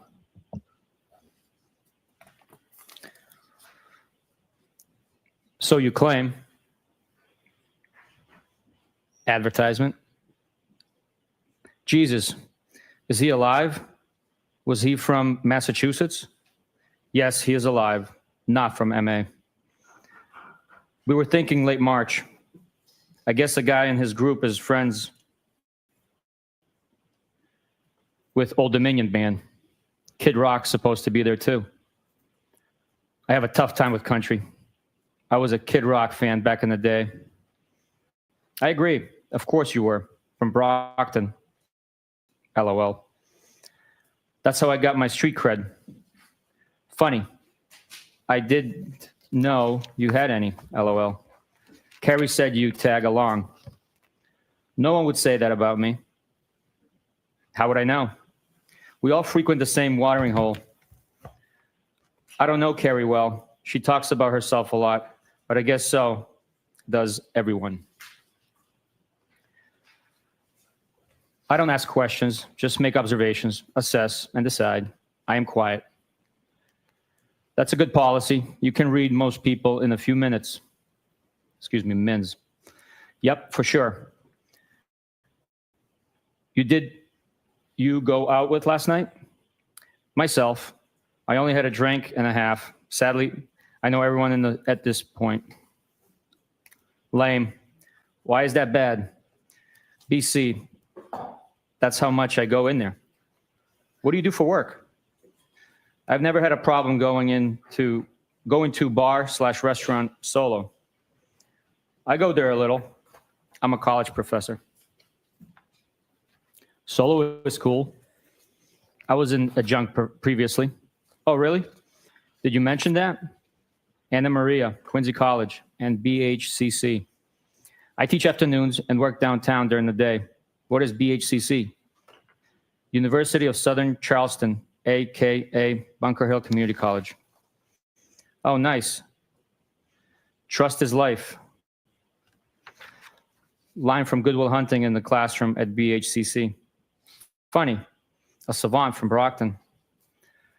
I'm not making fun of BHCC. My parents met at community college. Fall River writes, you're very random.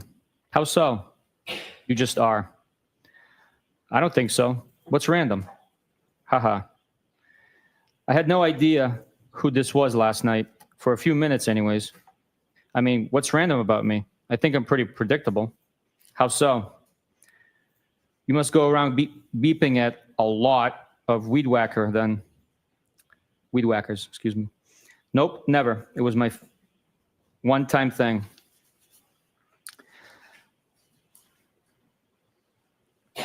it sounds like I'm scattered and all over the place. I learned my lesson. You have your shit together. That was mortifying. I am still really sorry. Not completely, but for the most part, yes. Sure you are. One thing I don't think you was sensitive. When was I sensitive? To the weed whacking incident. I just snapped when I think guys are being creeps. Can't help it. I'm not a creep.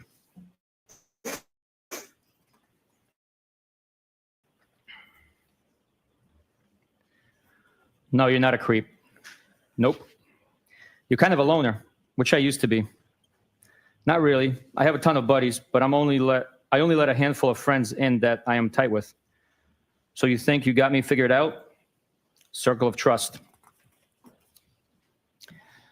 Yeah, I said loner, not loser. I assume you know a lot of people. You never really can figure anyone out completely. Your dad died when you were young? He died in March of 2020. I am so not a loser. You won't figure me out, LOL. No one is a loser. I just didn't mean loner to imply friendless. I'm sorry, that's recent. It wasn't COVID, was it? Cancer. I know you date girls who don't lock the house behind them, and you arrive private and observant. I'm sorry. What kind? Lung, brain, kidney, and pelvis. How do you know all these things? LOL. You're funny. Yikes, wow. That's rough. Jesus. I'm sorry. We chat a lot at the hillside. Don't be sorry. Life is hard sometimes. I always figure it out. Who chats? Life is hard, but losing people is the hardest. So I'm sorry. We chat. That all you got? We chat? Sure, you're from Brockton. Spit it out. You and I chatted about the girl who kept forgetting the door lock. Oh, she has been out of play for like 3 months now. Out of rotation? Nah, just out of play. I am solo, no rotation. I am not a hoe. Solo? Solo, like no rotation, or woman for that matter. Not locked down. Haha. Good for you. That's the best way to be. Yep. Has its benefits for sure. Are you working? Remotely. Oh, tough life. Live like a queen. I just got a Saturday invite. Did you say yes? Not yet, but did respond. What did you say, Mr. Elusive? No, I just don't want to intrude on your couple's night. Haha, I am shy. We prefer to hang out with non-couples.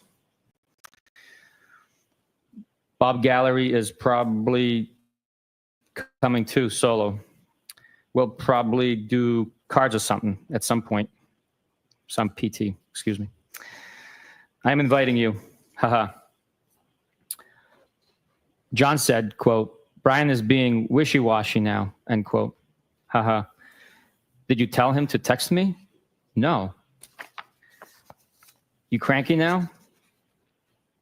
Haha, no. Just stop being so anti-couples. Most couples don't even like each other. Name a few. Name a few? I don't know. All of them? They all want to hang out with single people? I need a drink. I had a blueberry beer. I'm jealous. Hey, I'm trying to menu plan for Saturday, Mr. Elusive. Don't count on me. Boo. Haha. I am sure you will get over it. Just got my first drink. Where? Brick House. You tied one on last night?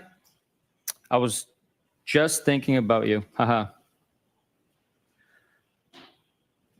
Yes, 4:30 a.m. came early this morning. Eek, that's early. You out late with the Commodores? Solo?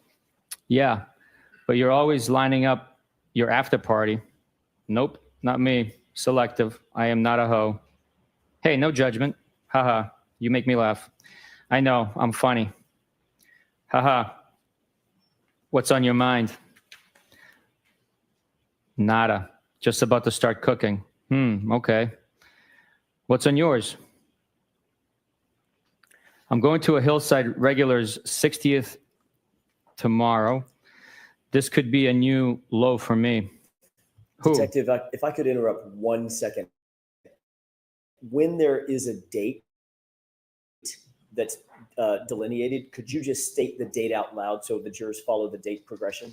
Next, Starting with the next one. I'm saying the next text message date or Yes, sir. date within. Where the Yes, above or absolutely. below the bubbles. Yep. So this screen here is Friday, January 13th at 3:33 p.m. Thank you. I believe I stopped before Bob Clinton. Everybody can't stand him. I detest him. His breath smells like ass. OMG, always. His daughter and I have mutual friends. I actually don't mind him when he's socially distant. I think he's friendly. Why detest? Yeesh. Talks like an ass clown. Maybe I am being too hard. He just says crazy shit. Doesn't know his audience. Geez. Is he different from anyone else in there? Haha. His wife and daughter are cooler than he is. I like his wife. Never met the daughter. A nurse? Yes. Her fiance is a firefighter. By coincidence with people I grew up with. Crazy. Sunday, January 16th, 12:59 a.m. You're nuts.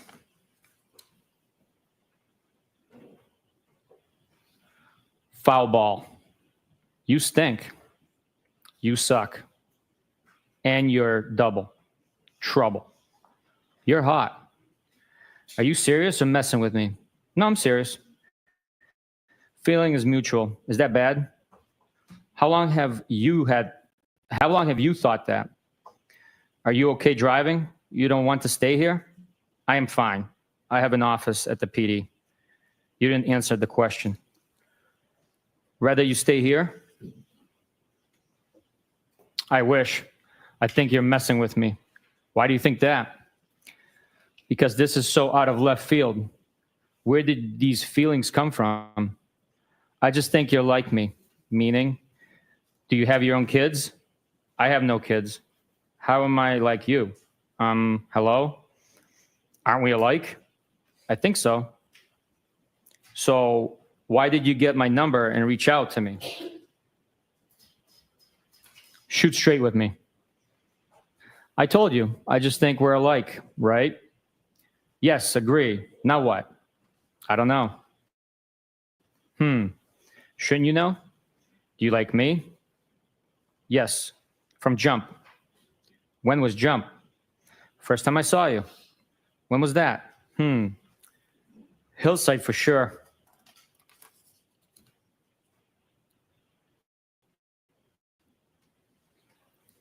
When were you interested? I don't know. You're just my type. You think you can handle me? I thought you were happy. How do you know if I'm happy? I just assumed. Are you to handle? What do you like about me? I just feel like you're from my neighborhood. Yeah, ditto. And I think you're hot. You really think that? I have always thought that about you. What? That you're hot, smart, witty. But I didn't think you were interested. Witty. Yeah, meaning quick with a response. Tell me why you got my number and reached out to me. Just thought we were the same, from the same neighborhood. Are you afraid to say what's in your mind? On? No. Didn't I? I am glad I stopped by. I should have come earlier. Do you really live in Mansfield? Yeah, I was basically begging you. You don't have to beg me. Beg. Huh? I will give you whatever you want. How are you texting right now? Ugh, leaving me hanging. No. Kids? Kinda. How am I texting? Is everyone asleep? I'm just wide awake on my phone. Yes, they are. I should have stayed, LOL. So now what? Yes, you should have. That would have been distracting. So no what? Now. Now what? Ball's in your court. What do you want? Loaded question. What do you want? I asked you. Nope. You initiated this. Spit it out. Hey, we're single and we don't have kids. We can do whatever we want. Don't you have a boyfriend? Where are you? Canton. Where? My office at the PD. Why are you going to Mansfield? Where is that? Canton PD. I have a house there from before I reconnected with John. Oh, I feel like you're not really saying what's on your mind. Do you like me? Yes, clearly. Come over to my house. When?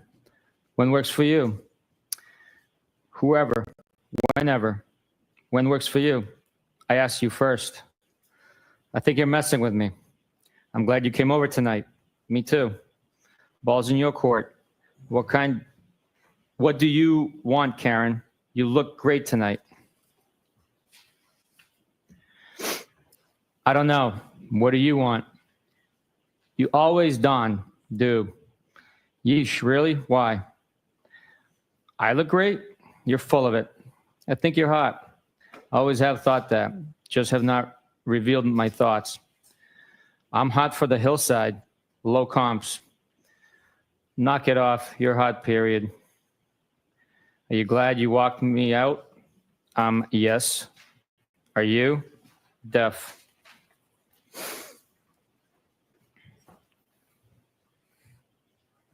Yes. Are you going home tonight or tomorrow AM? We kissed, right? Is this a trick question? I don't know when I'm going home. I am selling my house. What a trick question. Are you moving to Canton? I am following your lead with this. I live here, but I have a property in Enfield. Why my lead? I don't want any responsibility. You started this, right? Why did you get my number and each out of me and each out to me? Still have not told me.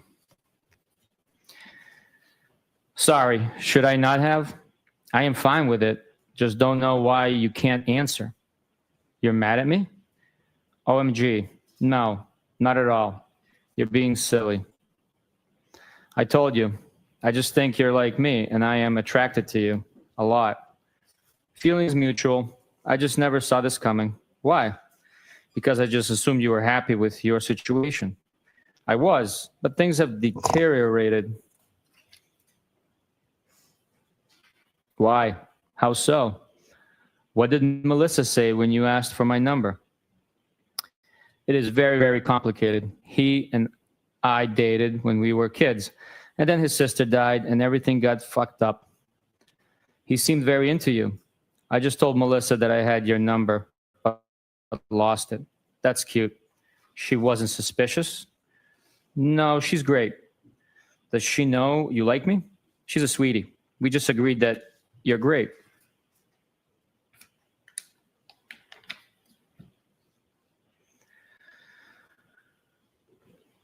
What does that mean? I was jealous that she had your number. Look, like you're either all in or you're out. Why would you be jealous? I am not attracted to her at all. I have always been attracted to you. Really? Yes. Since the first time I saw you, we would have fun. Where are you? I told you, Canton PD, my office. So are you selling your place and moving to Meadows? Yeah, but where is that? I have had all my shit here for a couple of years, and my house has been vacant, but I'd like to get closer to the water. Are you breaking up or staying together? I don't know. He hooked up with another girl on vacation. I am very close to his niece. It is a very fucked up situation. When was that? And how did you find out? He hooked up. I don't want to complicate your situation. We went away for New Year's, the four of us. I put the kids to bed and found him in the lobby of our hotel, all over one of our friends. Whatever. It doesn't matter. It does matter.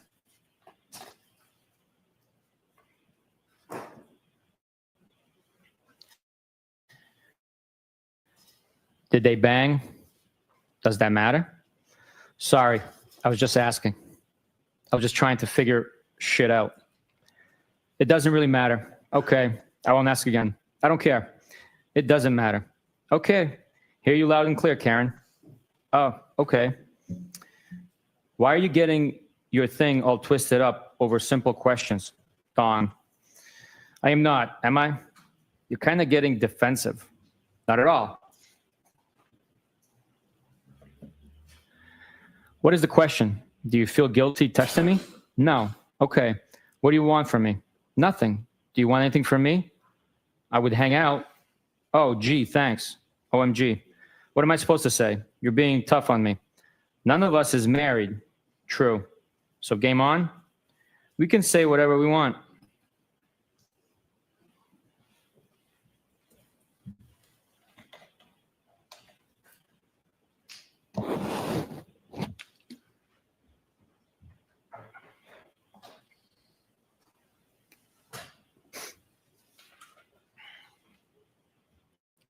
Game on?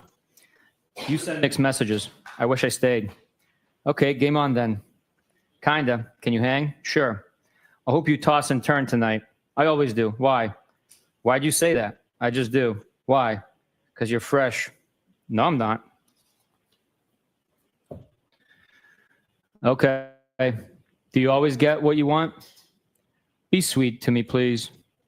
I could be so sweet. I've been very sick. I had colon cancer and 10 surgeries in 18 months. I'm a wreck. I had no idea. Are you okay now? I never get what I want, just what I need. I am okay. What do you need? What need to be content? What can I do to make you happy? Haha, don't worry. I've always been very happy. You talk in riddles. Just tell me why you contacted me, huh? What's the big deal? I told you. Just think you're like me. What does that mean? Like you want to hang with me? You asked why I contacted you. Yes. Excuse me. Yeah, I did ask. We are attracted to each other, right? Reasonable question. Yes, 100%. Okay. We did kiss earlier.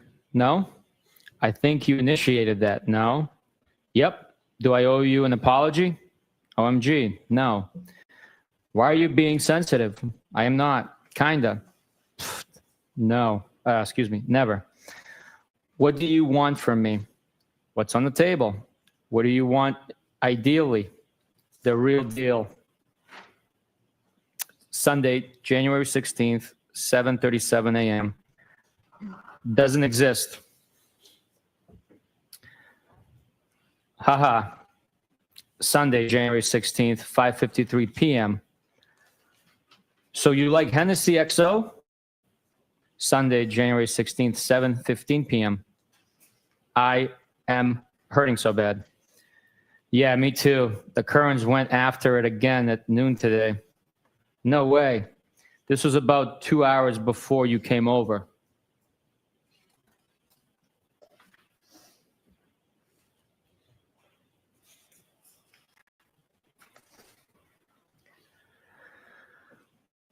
Haha, I am heading for drinks soon. Really? Yeah. Tuesday, January 18th, 5:09 p.m.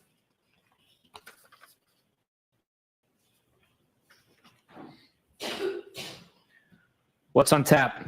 Haha. What does that mean? Usually means, what are you up to? Cute. I just wrapped work. Unpacking some groceries. You?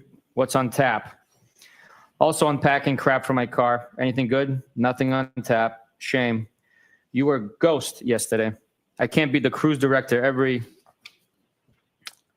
day. Shame. Julie McCoy. Wish I was at my cave house in front of the fire sipping a drink. Wish I knew how to use my fireplace. From Love Boat. How old is your bad self? Haha, that was my guess. 42 next month. I know the Love Boat. I was more Brady Bunch. Haha, what day? 6. Nice. You're just a tad poke. Pole. Got ya. When is the next party? Pole. Oops. It's all relative. What pole and poke? I'd have a party every weekend if it were up to me. No. 42 equals Ted pole. Oh. I keep reminding myself that aging is a privilege. The better parties are at my house. No kids. Why are they better? Well, first, BC, there's no kids. You were a ghost yesterday. Thought I heard the last of you. Phones work both ways. I don't want to disturb you, or you could be otherwise engaged. I don't know your routine. I didn't use the word engaged, did I? Huh? Engaged? As like doing something with someone? Yes, that's what I thought you meant. Are you being fresh today? No. Now that you sobered up. Haha. I felt sober next to everyone else on Saturday. Good point. You're still T trouble. Haha. Why am I?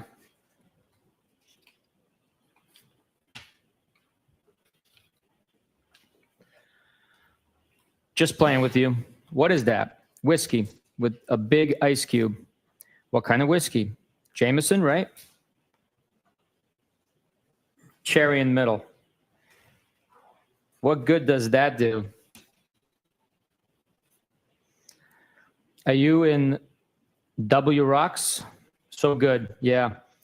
Do you have a 4:30 a.m. bell tomorrow? Why do you ask? Trying to figure out how many whiskeys you're going to have? Depends. I don't restrict myself from having fun. How many Hennessy XOs you having? None. I have none at my house. Haha.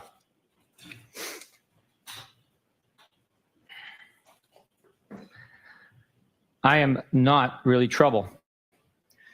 Want me to pick you up next time I go to the base? Usually cheaper and tax-free. Just a little based on your conduct. The base?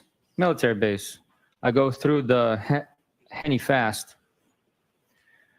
I shop there a lot. I can as a veteran. My conduct? I'm not married. I'm the only one who does everything right. What kind of veteran? Where is the base? Dude, chillax. Teasing you. Are you serious? Veteran from Iraq. I can go to any base, but usually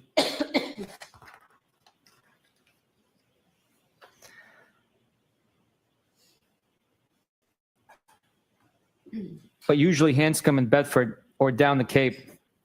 Which base down the Cape? Which branch?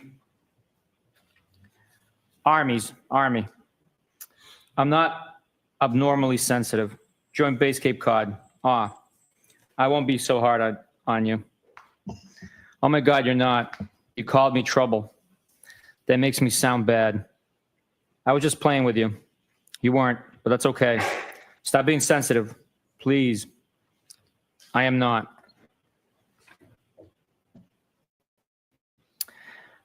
Okay, so what's up? Did you figure out how many whiskeys? You mean tonight? Yes. Not sure. I am flexible and adaptable. Why are you so curious? Are you drinking? I haven't had a drink yet. Just want to see what you're up. Looking for an influencer. My day was long. Influenced? How? Are you in Canton or Mansfield tonight?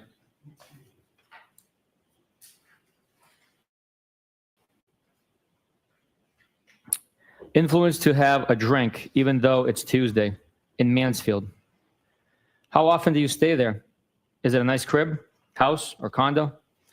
I stay here once or twice a week. House. I guess it's nice. I like it. How long have you owned it? How many beds, rooms? 2017 or 18? 5 bedrooms. What? Why so big? Big. I don't know. It's an old colonial. It has a lot of bedrooms. More than you clearly need. Are you moving to Canton? I know, seriously. Some rooms I only go into dust. Not anytime soon. I'm there for most of the time, but sometimes it's a lot. A lot, why? Do you even know what you want or who? Because I went from being solo to trying to give attention to kids who aren't mine. And I never wanted kids. I thought you were in this happy relationship. Everyone is happy at Hillside. Oh, God. You avoid things. It's just a very, very complicated dynamic with the 4 of us. He isn't cut out for what he's doing, and the kids present constant issues. I think he believes he is doing the right thing. Well, of course he is, but his heart isn't in it. It's only because he was very, very close to his sister.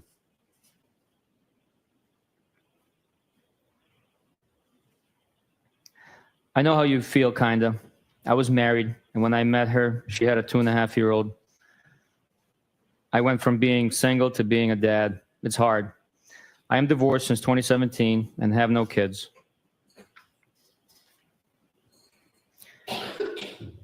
I try very hard, but they are very spoiled, and they're not my family. My parents keep telling me I'd feel different if they were mine or my own sisters. Then I told you he got drunk and sloppy on New Year's Eve while we were away, and that has really affected me. What did he exactly do? I never got married, and now somehow I'm arguing with someone about raising kids. Why won't you tell me? He was a puddle all day and then disappeared. Then I found him all over friend's sister in the lobby of our hotel, and she's gross, which I think may actually be worse. Not sure. Oh God, did they bang?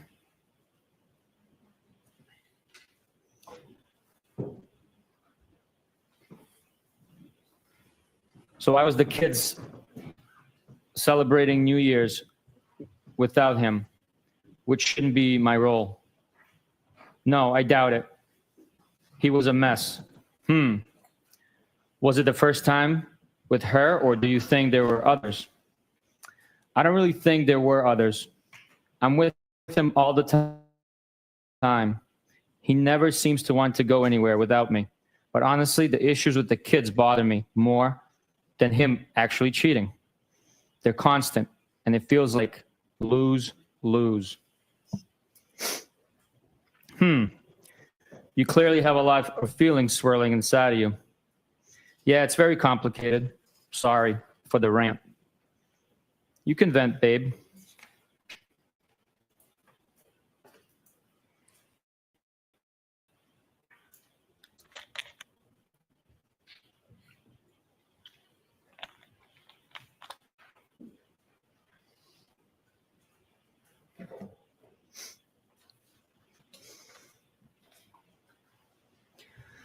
Basically, I just feel like I spread myself too thin, and sometimes it's thankless. You probably felt that way too.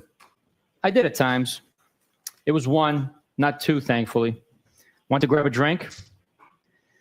If you gave me some notice, I could have. You said you were adaptable. I am, but I have my work truck with me and not my personal. Do you get angry when you don't get your way?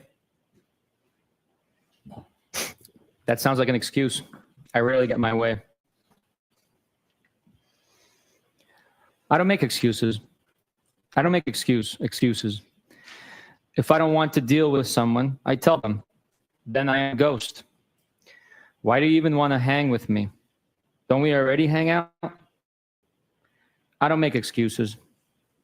Work truck, personal truck. What does that doesn't sound like a massive problem. I end up drinking with you at least once a week, I'd say. I can't use my work truck for transportation to go drink.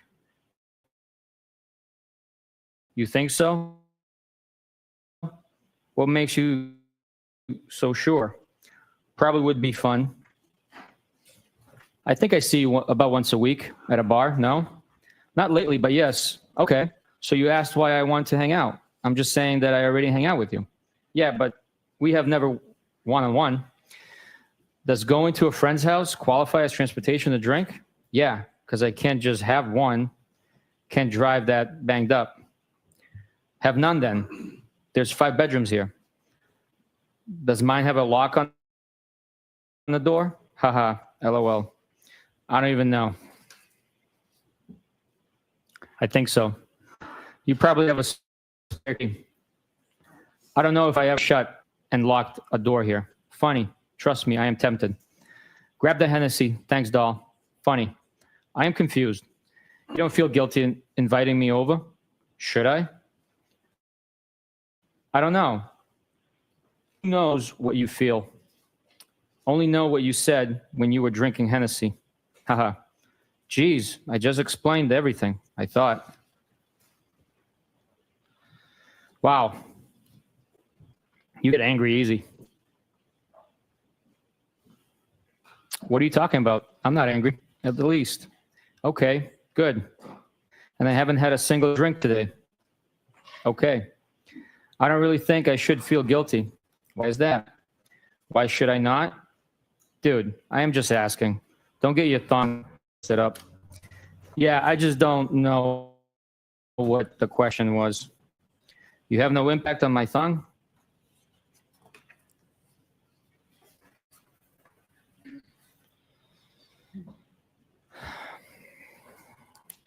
I think I try my best to do the right by people, and sometimes people suck. And I'm not married, nor do I have kids. I agree, but you kind of have a live-in boyfriend. You act like you act like I ask dumb questions. Yeah, kind of, but it's been a long time, and there's ups and downs. So at some point, you have to think more rationally. Do you plan on leaving him? I'm sorry, I don't think they're dumb. It's just hard back and forth on text to understand the question. When you ask what day, earlier, read my birthday, I thought for a full minute that you meant what day did I use to watch the Brady Bunch. And I had typed a text every school day at 4 and 4:30. I meant what day was your B-day. I don't have any plans at the moment in either direction. Sometimes I go back and forth. Yeah, I figured that out. What's your interest in me? I assume people have been interested in you before. True. First, I think you're fun to talk to. I like sizing other people up. And you seem to be private, which I also like, and probably pretty independent too. So like. I am a ton of fun. I am super private and do not talk out of school. I am safe. Does that make sense? I am all of that and more. Safe? Like I am private. Don't talk out of school with what I do or who I hang with. Do I aggravate you? Haha. No. According to John, you may. But that's none of my business. With respect to what exactly? None of my biz. Why invite me to your house party? Now I am aggravated.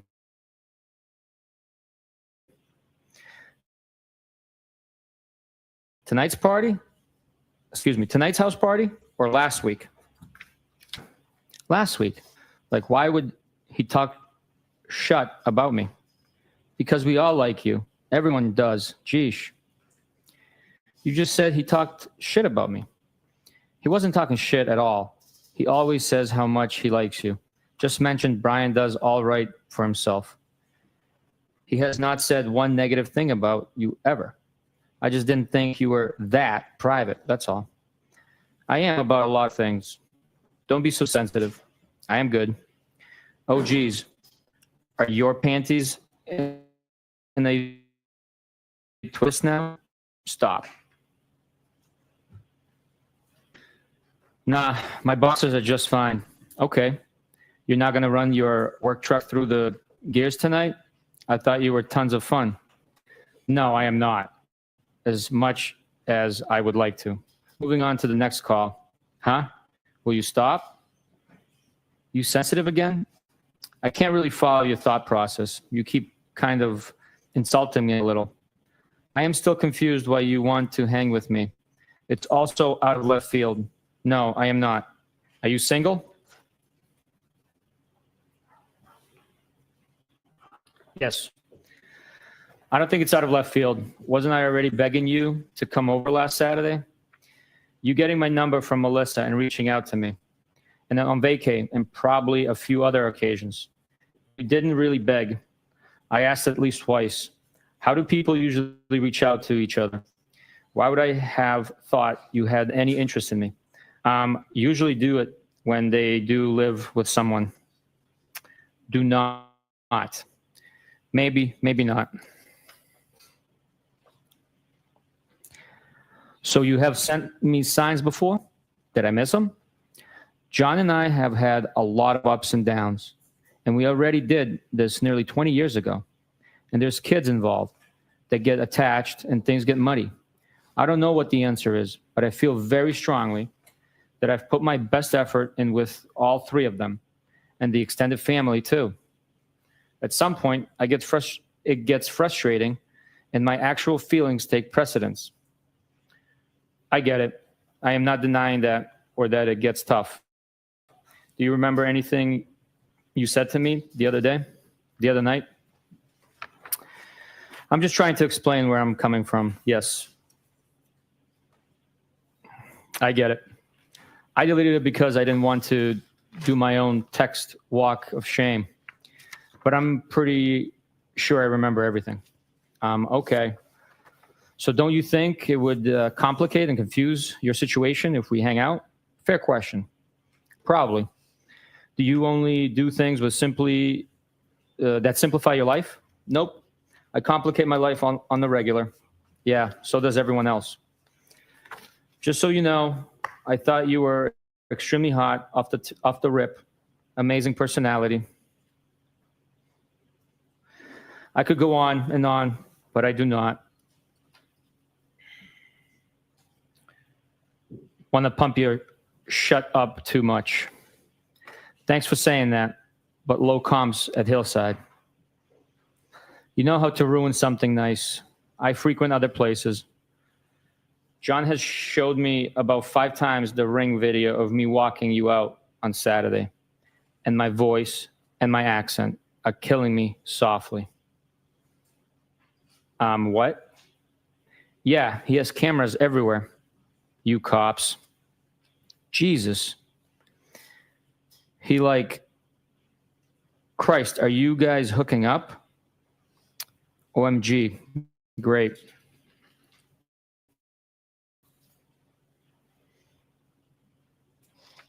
I don't need your drama, dude. No, it's fine. Seriously? I am serious. You legit planted one on me. I know where the cameras are anyway, duh. Oh my God, Bruins. So your slick move isn't on there? Of course not. OMG, it was a peck anyway. I kissed Carrie and gay Jeff too. Yeah, weak, I agree.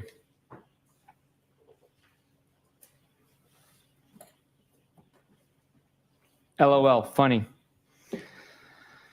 So now he is jealous of me?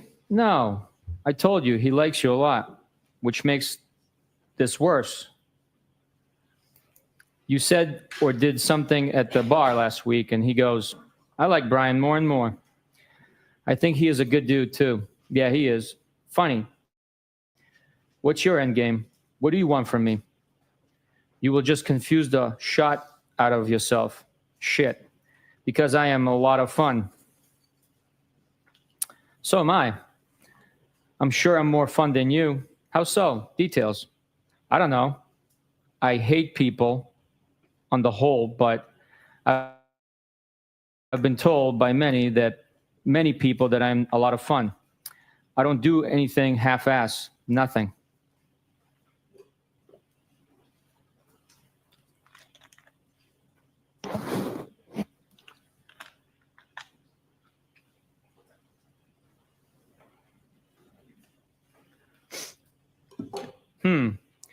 So what do you want from me?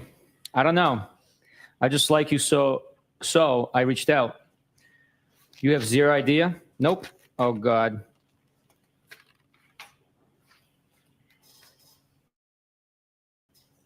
What now? Why, oh, God? Because I need some direction. Well, I'm not an FG oracle, sorry. That's actually funny. Do you eventually get what you want? I told you, rarely. So you're a quitter, a realist. So you reached out to me? A ballsy move. Now what? The things I worked the hardest for have meant the most. Does Melissa know you dig me? Ballsy? Not really. I already know you. True. But you have a man. I figured if you text with Melissa, you'd definitely text with me. She isn't trying to hang with me. Of course she is. Plus, I never really texted with her other than to see if they were headed out. I asked you over. Is what? You made excuses. That's fine. But I'm not asking again. She doesn't like me like that. I'm sure she does. What makes you so sure? BC, she said, I'd love to set Brian up with my sister. She deserves such a good guy like him. That doesn't mean she wants to. Bang me, himself. And I think Lito is kind of a dink, so I'm sure Melissa likes you a wee bit. Herself. Yeah, he is interesting. Have you always had trouble accepting compliments? Yeesh. No. It at all. All yours came to me after a day of drinking. You were way more all over me that day. So what? Don't most compliments come that way? Like all over me with compliments and how you felt. It was 3:30 a.m.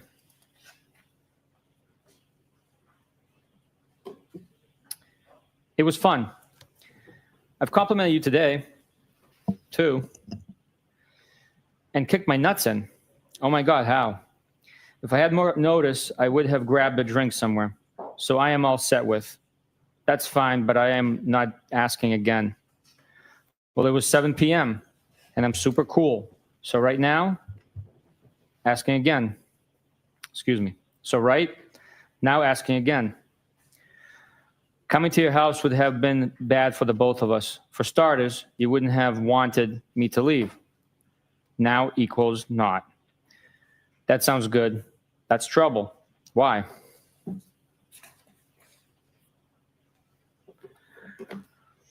Because you would have made me stay, locked me in your room. No, I wouldn't have. Haha, you wish. I don't share a bed with anyone ever. I have my own room in Canton. What?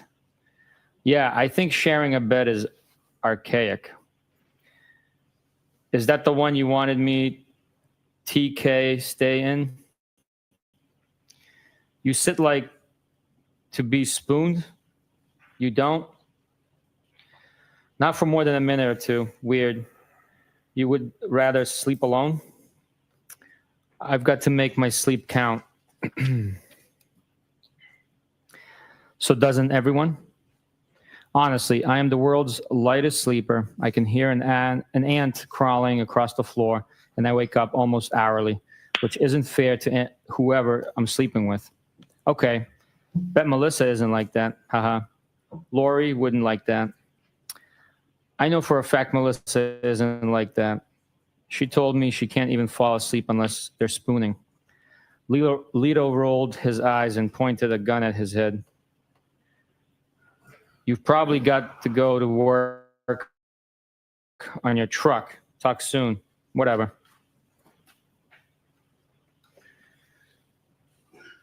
Lighten up, Francis. Let me know when you figured you're shut out. That's a joke for an Army vet. No one else has it figured out. Why do I? Combat vet. I didn't say non-combat. I told Sat, I think you're hot, and since told you how cool I think you are. Maybe you're actually a jerk. What do you want me to say / do? I'm pretty sure you're seeing people too. I am not a jerk. Don't change the narrative to suit yourself. Own your words.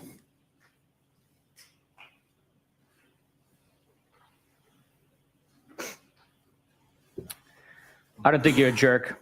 I don't have simple answers to your questions. It's actually simple. What do you want from me? What do you desire? To start, I would just like to hang out because I like to talk to you and hear what you have to say. If that's it, I'd be happy. Okay, I will lock you into that statement. That's fine. I suspect you will give up eventually. Just so you know, I will still be your friend. Clearly, you're trying to give me a Heisman. No, not at all. Why would you say that? Because I've tried and I am failing. Tried what? Failing what? Hot and personality and what else? What's the I could go on and on part? BC, it feels like a Heisman, sugar-coated with a few compliments. That's okay. I asked you over on a seemingly uneventful Tuesday. Yeah, with 0 heads up. I have to get up at 4:30 a.m. Didn't hear from you yesterday at all, so I should have been a mind reader that you were going to extend an offer to your crib for a drink. If you want to give up, that's on you. You're being silly, for the record.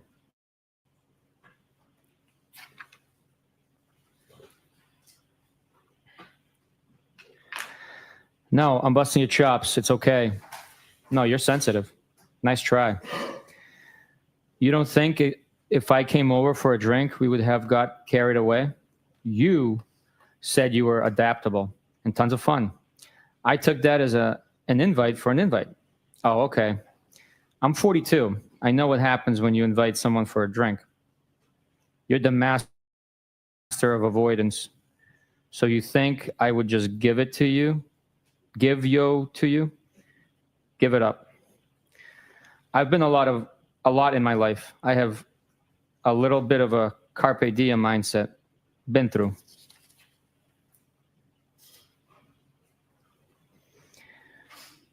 What am I avoiding? I'm not afraid to be direct. Some of my questions. Okay, which? Ask again. Tricks are not for kids. I'm pretty sure we would have hooked up. Okay, I can't say that. Of course you can. Did I miss any other questions, sir? Probably. Are you having a drink right now? Yeah, on my second. Show me what you got. I went for some wine and downgraded to a mudslide. The taunting in me.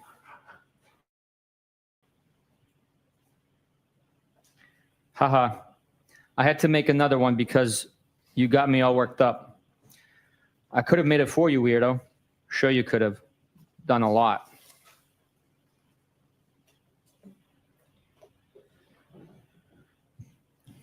And you got yourself worked up, buddy?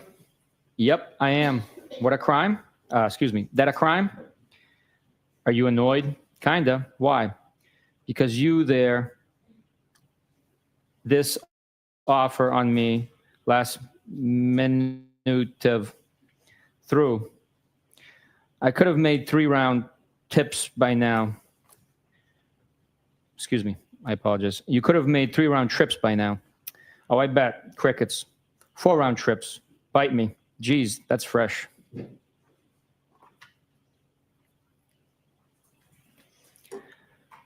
So you only say like one nice thing per day? Tough. You're impossible. Let me know when you figured this out. You're impossible. I've been pretty straightforward. You're wishy-washy. What do you want from me? Doesn't matter.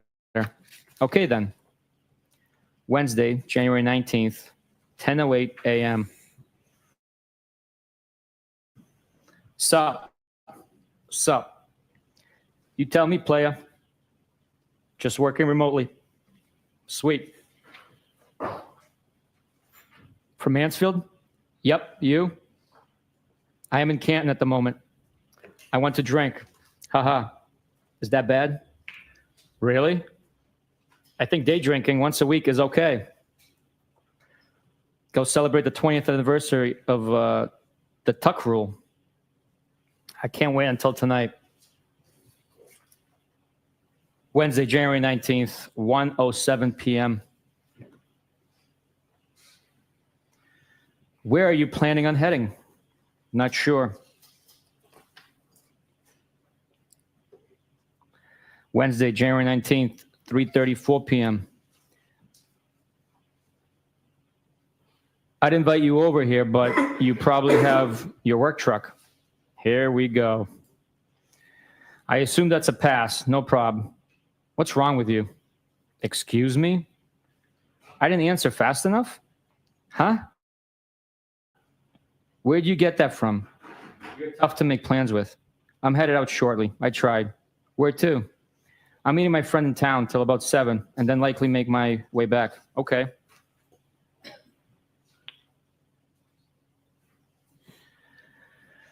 Where are you headed back to, Shady?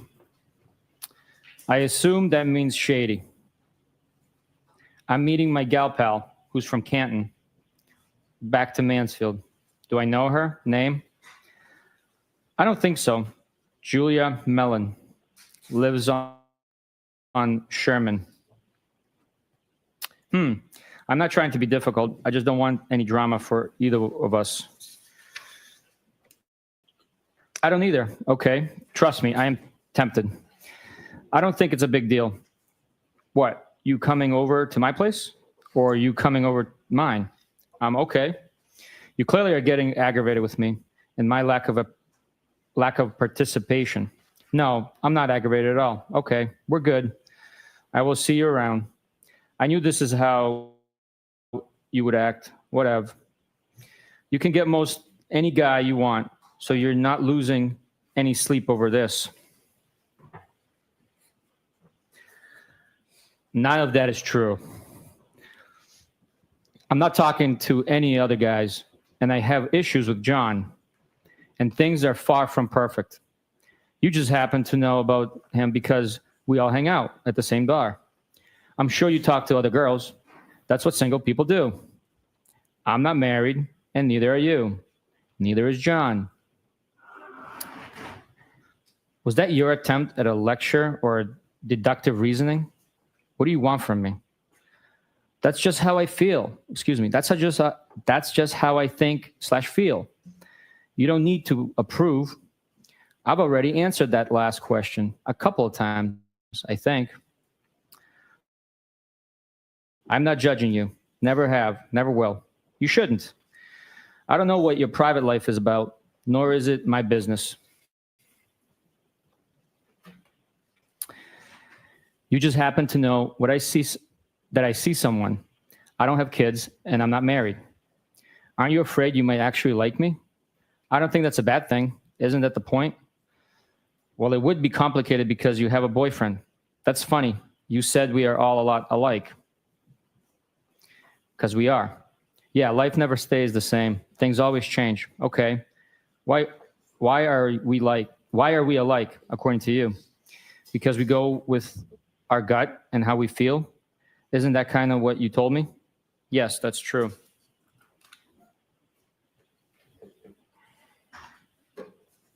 Have a good night. You're clearly irritated. Sorry to bother, you. Either texting is bad or you're sensitive. I'm not irritated at all, I swear. I had been going out with someone for a few years when I reconnected with John. And John and I got on very well at the same time, so I broke it off the other guy. He was probably starting to see other people, if I was completely honest with myself. I don't feel bad about any of that. I think it was meant to work out that way. So what's your point? Are you legitimately interested? Unhappy in your relationship? Mad because you... My only PT is that there's a difference between being married or someone and dating someone. And we have no intention of ever getting married.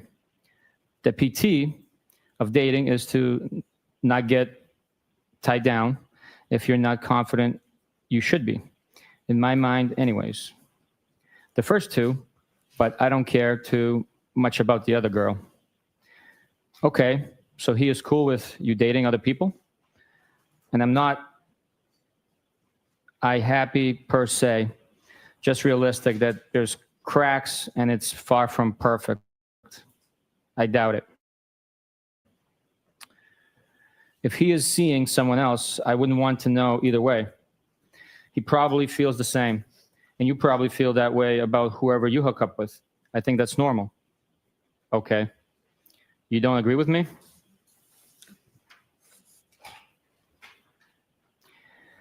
You make some valid points. No shit, Sherlock. Come on, I'm funny. Sit on that and spin. See? Now you have to go below the belt. Love it there. Do you wear belts? Only once in a while. Okay. When I go into the office. Okay. Rando. Haha.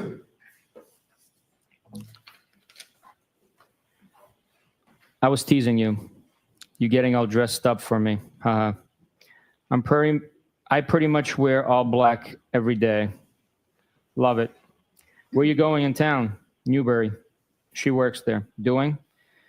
She works for my friend who's a plastic surgeon. That's how I know her. Coincidence? She lives around the corner. So funny. Around the corner from your second home? Haha.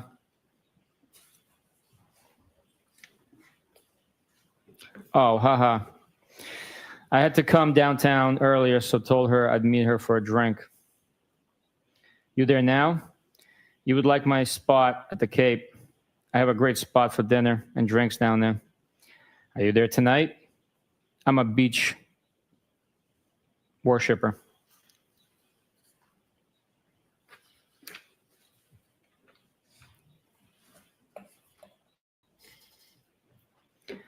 Where's that? I'm in West Roxbury, a spot in West Rocks Dedham line. I have a pass to drive my Jeep on the beach. Lots of fun to be had. I heard. I used to rent with my friends on the beach for 7 straight years. I miss it. I've been thinking about moving to Tiverton. I can give you all the beach life you can handle. Stopping for a drink later? By where? My spot in West Rocks. Probably not for a bit. Okay.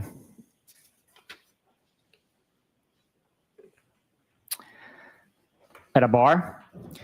I wasn't suggesting anytime soon. I know you're with your friend. I meant my house. Probably after 8. Okay. If you don't want to, that's fine. No pressure. I will. A drink? What do you drink? Are you out now? Sorry. I'll drink whiskey if that's what you're having. Haha. Send me a pic of you two.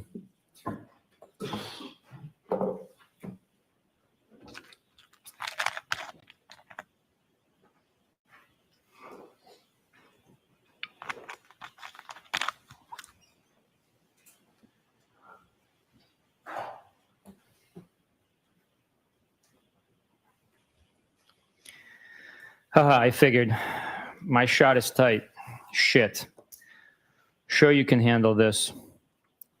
Please. Bite me.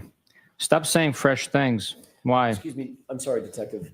There may have been a page that is missing in that document, or it's not comporting with the, Oh, you're right. I did accidentally turn the page. no problem. I apologize. I think starting at, I usually drink whatever the person with me is having. Yep. I usually drink whatever the person with me is having. Oh, okay. I don't take selfies either. I don't really even know how. Whatever. I wanted to see your smile. Ugh, I hate having my photo taken. Weak. Sorry. I am a very particular person. What time? Go enjoy your friend. Go clean your house, will ya? My shit is spotless. Haha, I figured. My shot is tight. Shit. Sure you can handle this. Please, bite me. Stop saying fresh things. Why? Are those statements tempting? Nope. Oh, which statements? Perhaps you should drive directly to Mansfield. You said bite me like 3 times. Okay. 8:30ish is too late? For what? Drink. No, why? Are we not meeting up? You can stop over for a drink. Balls in your court. Are you gonna give me the address? Yeah. We don't have to meet up if you don't want to, but I'm leaving town now. I am up for a drink. Okay. Should I drive around?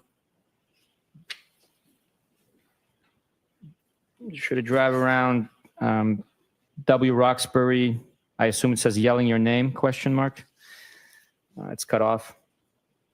Are you going to give me the address? Yeah.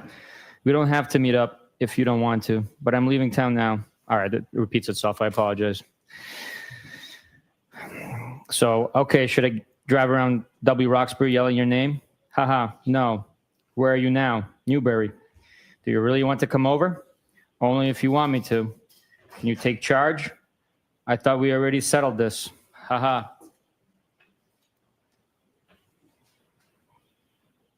Okay, well, I am in my car and now getting on the highway. This feels like I am forcing you.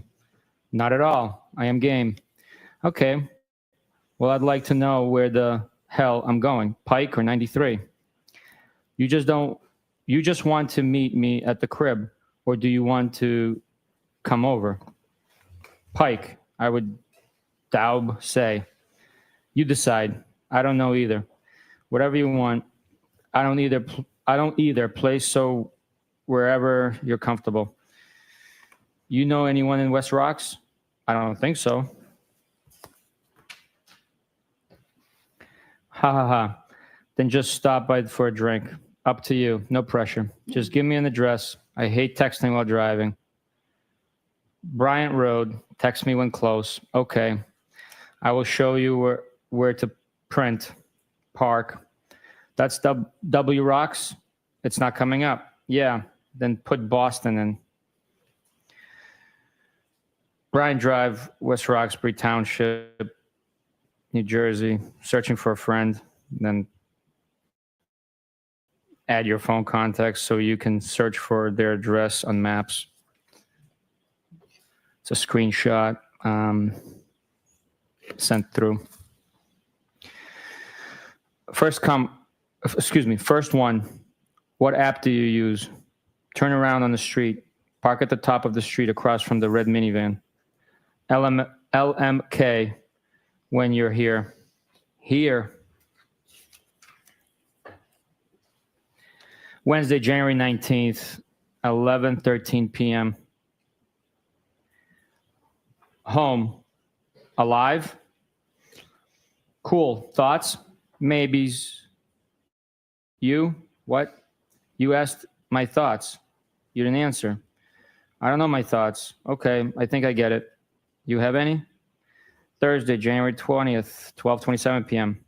Hi. How was your day? Good. Yours? I am exhausted. Yeah, that makes 2 of us. But I want a drink. Really? I'll give you Hardy's digits. Who? Hardy from 98.5 Midday Show. He hangs out at the Currents sometime. He's a spokesperson for Recovery Center of America. Haha, I don't have a problem. Kidding. I know.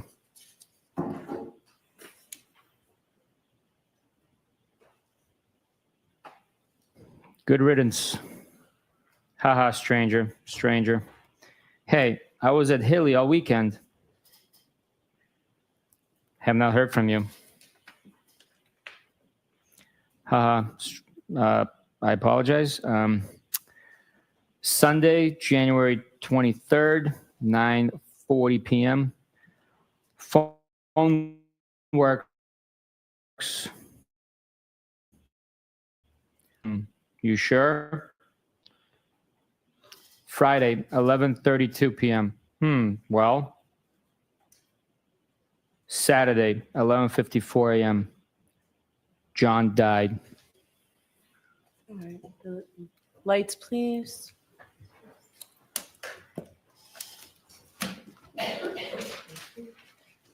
Our jurors were right at 1 o'clock. So we can go. Court, all rise for the jury.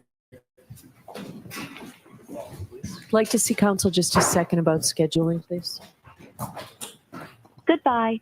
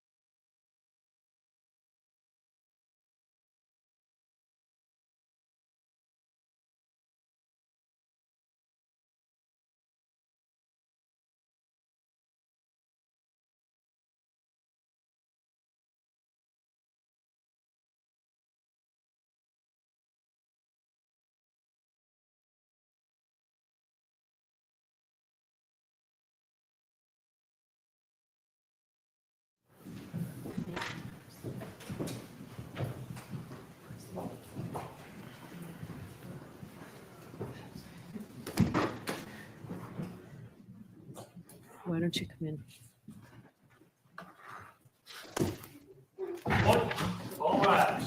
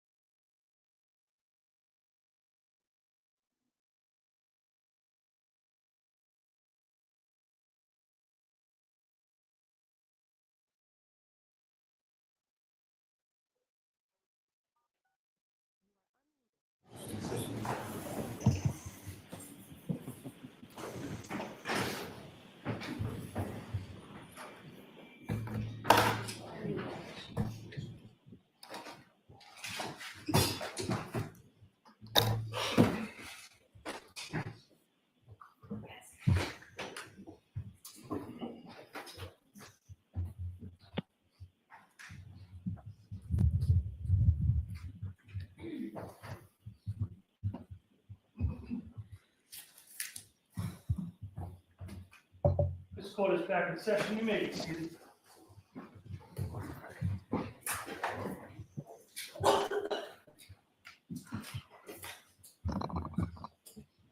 All right, Mr. Jackson, whenever you're ready. Thank you, Your Honor. Sergeant, you had an opportunity, obviously, you read them, so now you've familiarized yourself with that series of text messages that you received from Brian Higgins, correct? Yes. Would you, let me ask, I'm going to ask you the same question again. Would you consider those text messages as you reviewed them when you received them from Brian Higgins as being flirtatious or romantic in nature? I would not categorize them to that extent. Certain parts of it might be, but the total conversation, if you want my opinion, I can provide you with it. Was there some flirtation in the text messages that you noted? There are terms that I used. You're hot, witty, stuff like that. You know, talking about banging and hooking up. What word would you use to describe them if not flirtatious? The totality of the conversation? Sure. Let's start there. My opinion is that it's a angry girlfriend trying to set up a hookup to her John. To her jump? To her John. To her John. Yeah. Would you consider the responses from Brian Higgins to be flirtatious in nature? There are conversation parts that are enticing, maybe a little of advances, but the totality of, to put a label on the whole thing, my opinion is that she's trying to get revenge. Get revenge Yes, get revenge. on John Yeah. for what happened on New Year's Eve. Yes. Okay. When you say revenge, you don't mean physical revenge. Well, emotional revenge. She's trying to hook up with Higgins and then hurt John by cheating on him.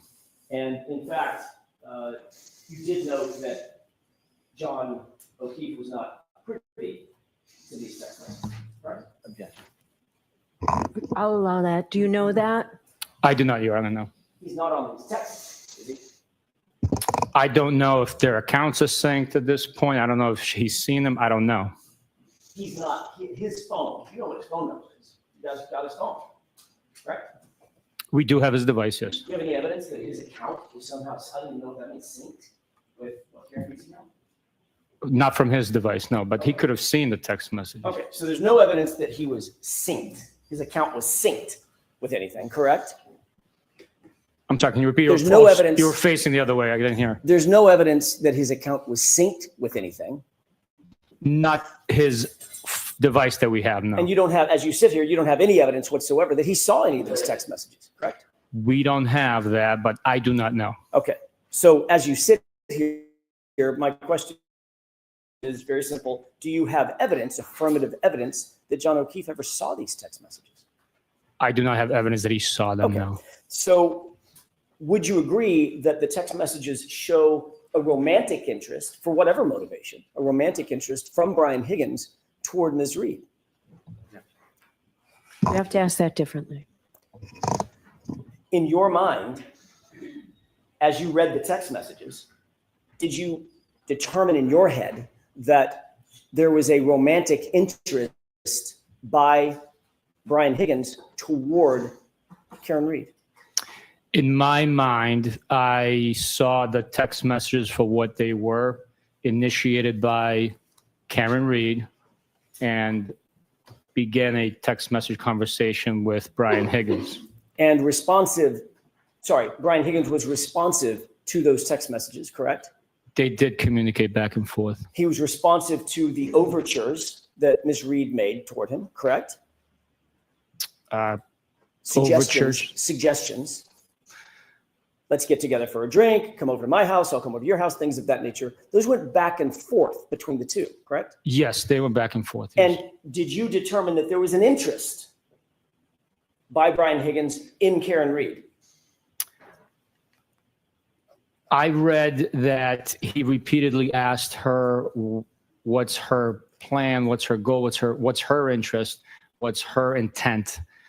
Did that show you an interest on his part in her? I think at one point he said he was confused, I believe, if I'm not mistaken, or what's the term he used? He was unsure what she wanted. He called her hot. He did, yes. He called her witty. Right from the rip, yes. He said he wanted to spend time with her. Spend time, yes, yeah. He was interested in going over to her house. Yes, He was interested in her possibly coming over to his house. yes, He told her that he thought she was hot, his words, from the jump, correct? from the jump, yep. How did you interpret that? From the jump, I would interpret it as right from the beginning, maybe the first time they saw each other, laid eyes on each other. I mean, As a matter of fact, he basically said that, didn't he, in the text message? From the first time I saw you, I thought you were hot. yes. He constantly was using phrases, to use your words, phrases interested in knowing how she felt about him, correct? Objection. Sustained. You have to ask it differently, Mr. Jones. Did you interpret any of his text messages as Brian Higgins being interested in knowing how she felt, what she was thinking about him? Objection. Ask it again. When you first saw these text messages and you reviewed them, did you interpret those text messages in your mind? That's what I'm interested in your mind, as Brian Higgins being interested in knowing how Karen Reed felt about him. I believe his statement indicates that he was interested in seeing what her interest was, what her intention were, and questioning the fact that she's dating live-in boyfriend with his buddy.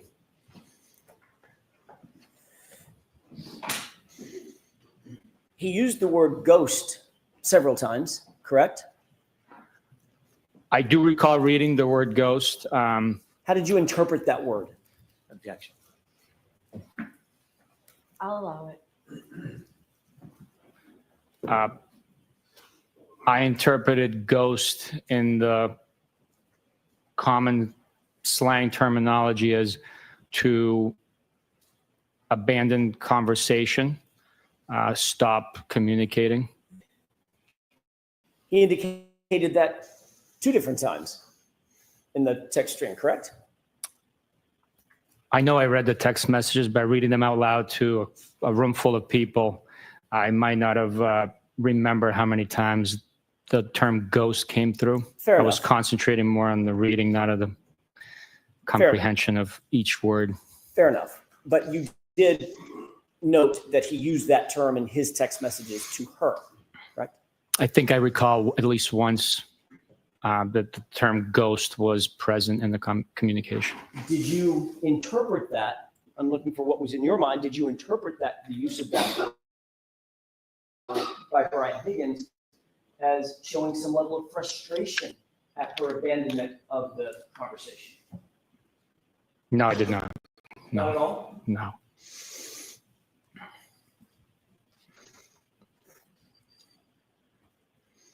Have you ever heard the phrase, "you ghosted me"? Yes. How do you interpret that phrase, just in general? I've heard it communicated between other people. I've never used the term ghosted. I think it's a little after my time in communicating with others, but I take it as you stopped responding to my text messages. Do you take that, do you interpret that, or did you interpret that as a positive or a negative comment? You ghosted me. I interpret it as a matter of fact, like you stopped talking to me. I never thought about it in a positive or negative connotation. I never gave it any thought. As you sit here now, if you do give it thought, would you put a positive or a negative connotation on the phrase, "you ghosted me"? Objection. Sustained. You're aware that based on the text messages that we just saw, there was a series of text messages that went back and forth starting in mid-January and basically ending around January 23rd, correct? This chain of text messages began in January 12th and ended January 29th. Right. I'm going to get to the 29th, but the back and forth ended on January 23rd. Did it not? I don't recall as specifically. I can leaf through it and tell you what it is. I know I read the dates out loud, and again, I was concentrating on reading. Do you have the document in front of you? I do. Could you turn to the last page? Yes, sir. I believe it's the last page. It may be the second to the last page or something.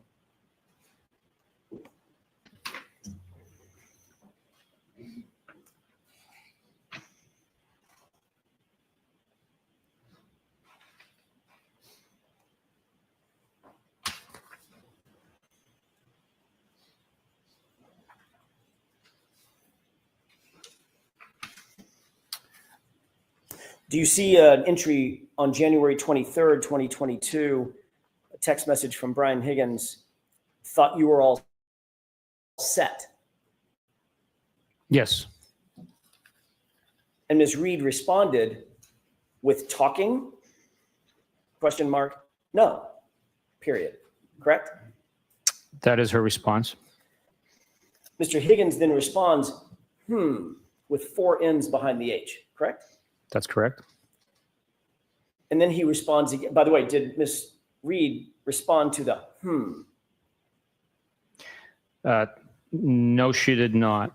And then he follows up with, you sure, with no punctuation. Correct? That's correct. Did Ms. Reed respond to you're sure? She did not. The next text is on January 29th at 11:32 p.m., correct? I'm sorry, January 28th at 11:32 p.m. Is that right? Yes, it is. Is that from Ms. Reed or from Mr. Higgins? At 11:32 p.m. on Friday, January 28th, it is from Mr. Higgins. That's all I ask. It is.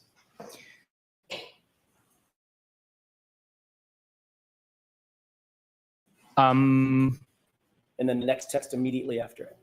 Well, So between January 23rd and January 28th, would you describe Ms. Reed's side of the conversation as having ghosted Mr. Higgins? no, she initiates the conversation. You had me read the second text message in the chain. Between January 29th, January 23rd, when that last text message was sent by Brian Higgins, until January 28th at 11:32, would you describe that as Ms. Reed having ghosted Mr. Higgins for those 5 days? Strictly looking at the text message communications and not knowing whether they. Correct. I'm not asking you to speculate. I know there's other stuff you want to say. I'm asking you just to read, just to answer the question I'm asking. Based on the text that in front of you, Sergeant Buchanan, does it appear that Ms. Reed ghosted, as you define the term, Mr. Higgins, from January 23rd until January 28th? One could read into that in that manner, yeah. And then on January 28th, Sergeant Buchanan, when Brian Higgins sends, well, Ms. Reed responds. No, she did not. They were together at the same location. Did she respond to the text? On that day? Correct. Not on a text message, no. You said they were together. That means that Brian Higgins was together in the same room with Ms. Reed when he sent his text, correct? Yes. And she ignored it, didn't she? Okay. Sustained.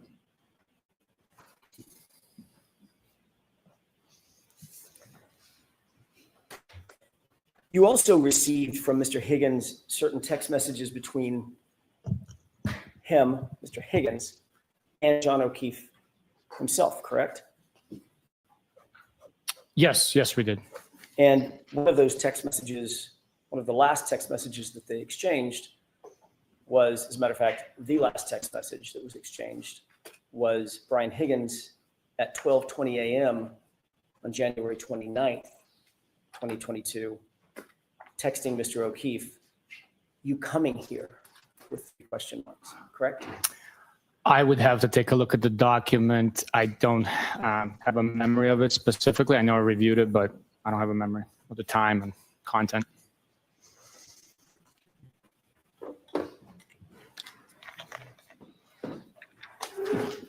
May I approach you on? Yes. Thank you very much. Yes, sir. No, no worries.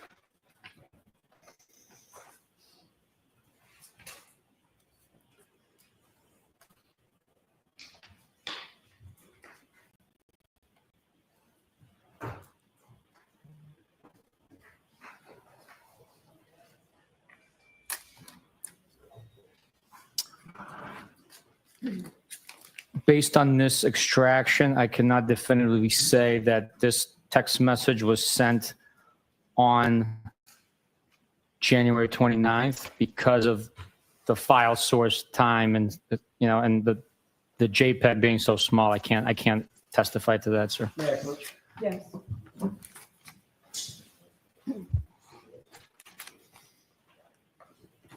Your Honor, Mr. Brennan has kindly offered to stipulate that the "you coming here" text was sent. I would offer the following stipulation: that "you coming here" text was sent on January 29th at 12:20 a.m. from Brian Higgins to John O'Keefe's phone. Quote, "You coming here," 3 question marks following it. What was the time? 12:20 a.m.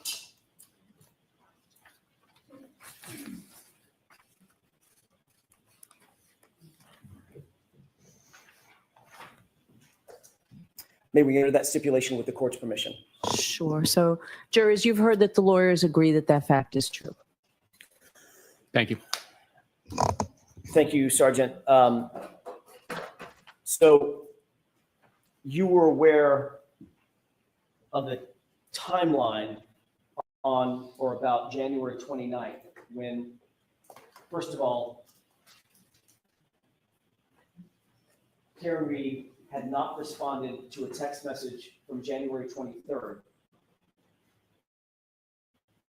throughout January 28th and into January 29th. Sorry, throughout January 28th by 11:32 p.m. or so. She just not responded, correct? So the text message that she sent to Brian Higgins, the last time she sent a text message was on the 23rd. And he responded with several text messages to which she responded on January 23rd, correct? I believe she sent 2 and he said 3, I believe. So the answer is yes. There was a text message that she sent, I'm sorry, that he sent to which she did not respond. Is that right? On the 23rd. He was the last one to send a text message on the 23rd. That was following multiple text messages back and forth between the two of them, spanning a couple of weeks, correct? Yes. Then, on January 28th, 2022, Brian Higgins is at the Waterfall Bar and Grill after 11:30 p.m. He was. Karen Reed then walks into that same Waterfall Bar and Grill, accompanied by her boyfriend, John O'Keefe, correct? They did. Brian Higgins then texted Karen Reed, who's standing in the room. Well, correct? Correct. Karen Reed ignored that text, correct? Objection. Sustained. Karen Reed did not respond to that text. There's no text. Brian Higgins then, a little less than an hour later, texts John directly, "You coming here?" with 3 question marks, correct? Correct. It's been stipulated. That is an accurate timeline of the events that we've just talked about, correct? Yes, sir.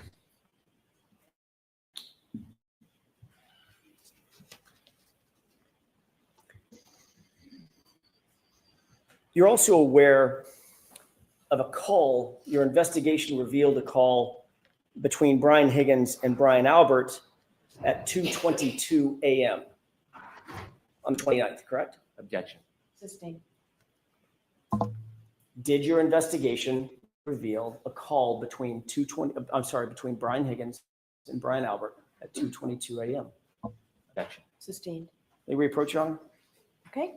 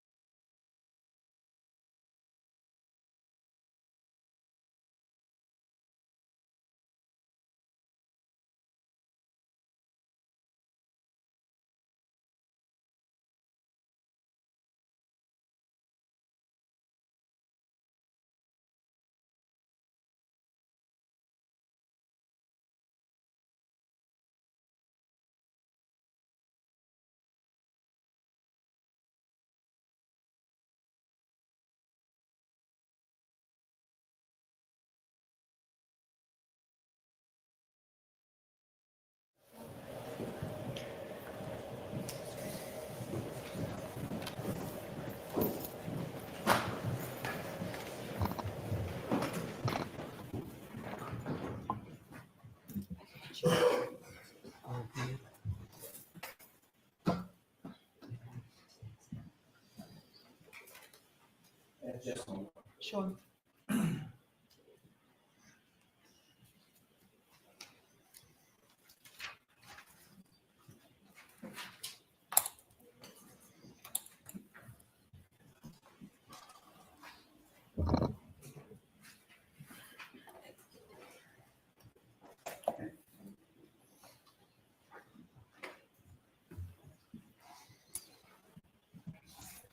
Sergeant Buchanan, did you become aware during the course of your investigation, then I'll narrow the time frame, during the course of your investigation, that there were calls between Brian Higgins and Brian Albert at approximately 2:22 a.m. on the 29th? During the course of my investigation, I was not aware of that. If you document that I can see, I can tell you if I've ever seen it before. Did you seek to secure Brian Albert's cell phone to determine what calls he did and didn't make on No. January 29th or January 28th? No, we did not. Would, in your experience, would a phone extraction, a cell phone extraction of Brian Albert's phone have revealed calls made and received in the time frame that we're talking about, the 28th and the 29th of January 2022? If a phone is extracted, the records of phone calls being made and received would show those records. You did receive information from Brian Higgins' phone, specifically the texts that he claimed he pulled off of his phone and gave to you, correct? We received the text messages that I read today that Brian Higgins provided from his phone. Did you seek to secure his actual phone for a forensic download or a forensic mirror image to get the actual calls made and received or text messages made and received from his phone? No, we did not.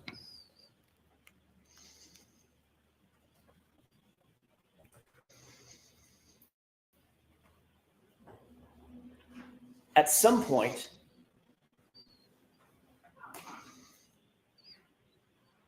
this is just yes or no, at some point, did you become aware of a call between Brian Higgins and Brian Albert at 2:22 a.m.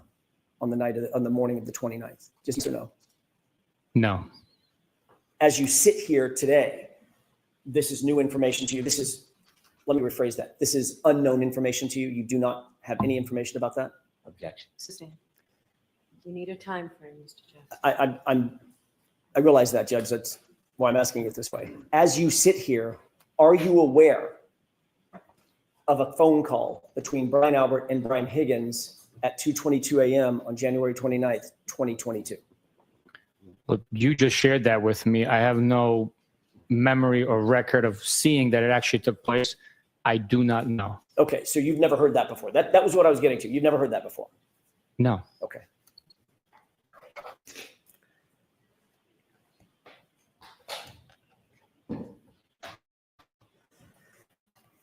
You indicated that you did not seek to secure Brian Albert's phone to do a phone extraction at any time, correct? We did not try to get Brian Albert's phone for any reason whatsoever. Did you become aware during the course of your investigation that Brian Albert destroyed his phone? I'd like to be seen. Objection. Jurors, disregard that question. Go over to sidebar, please.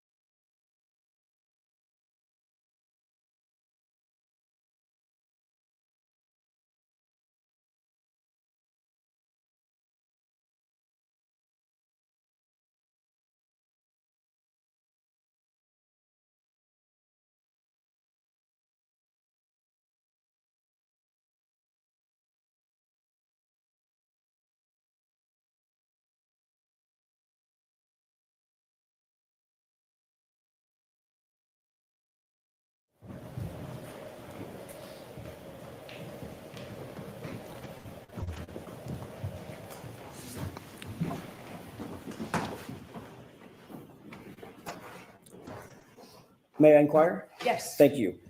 Did you become aware of a call that was made by Brian Higgins at 1:35 a.m. while at Canton Police Department? I am not aware of that, no. So you did nothing in terms of investigating any phone call that Brian Higgins did or didn't make while at Canton PD on the night or the early morning hours of January 29th, 2022? We never sought to get Brian Higgins' phone. He was not looked at as a individual that we would need to get his information for any reason at that point. Even after you received and read all of those text messages between him and Karen Reed. Correct. And even after you became aware of the timeline that you just walked through, starting on January 23rd, going all the way into January 28th and into January 29th. You did nothing to investigate that. We had the information that we had. We did not need to get his phone. And the information that you had came from Brian Higgins himself, not from a forensic extraction, correct? The extraction that Brian Higgins provided was a forensics extraction of his communications with Mr. O'Keefe and Karen Reed. We had Mr. O'Keefe's phone and we had Karen Reed's phone, so we can verify and confirm that those text message communications were accurate, unredacted, not deleted, and were true representation of what their communications consisted of. And that was a representation made by whom? The totality of it. That was a representation made by whom? A person made that representation to you that it was fair and accurate. Who made that representation? It wasn't a person, it was the extractions between the three devices. Well, an extraction that you were handed on a device by someone, correct? No, I said that we had all three devices. And as I told Mr. Higgins in our interview together, I said, Brian, we have those two devices. Meaning If you, John's and Karen's. correct. Okay. If there's anything deleted or altered in any way, we will have proof of it. So please make sure that you understand the magnitude of this situation. We're investigating a homicide. It needs to be accurate, and it was. And you trusted that coming from Brian Higgins rather than simply getting an extraction from his phone, correct? Yes. I trusted him, yes, because we trust and verify. And after verifying, the extractions were correct. And following that verification of the text messages, did that suspicion in your about any possible motives Brian Higgins may have relative to John O'Keefe?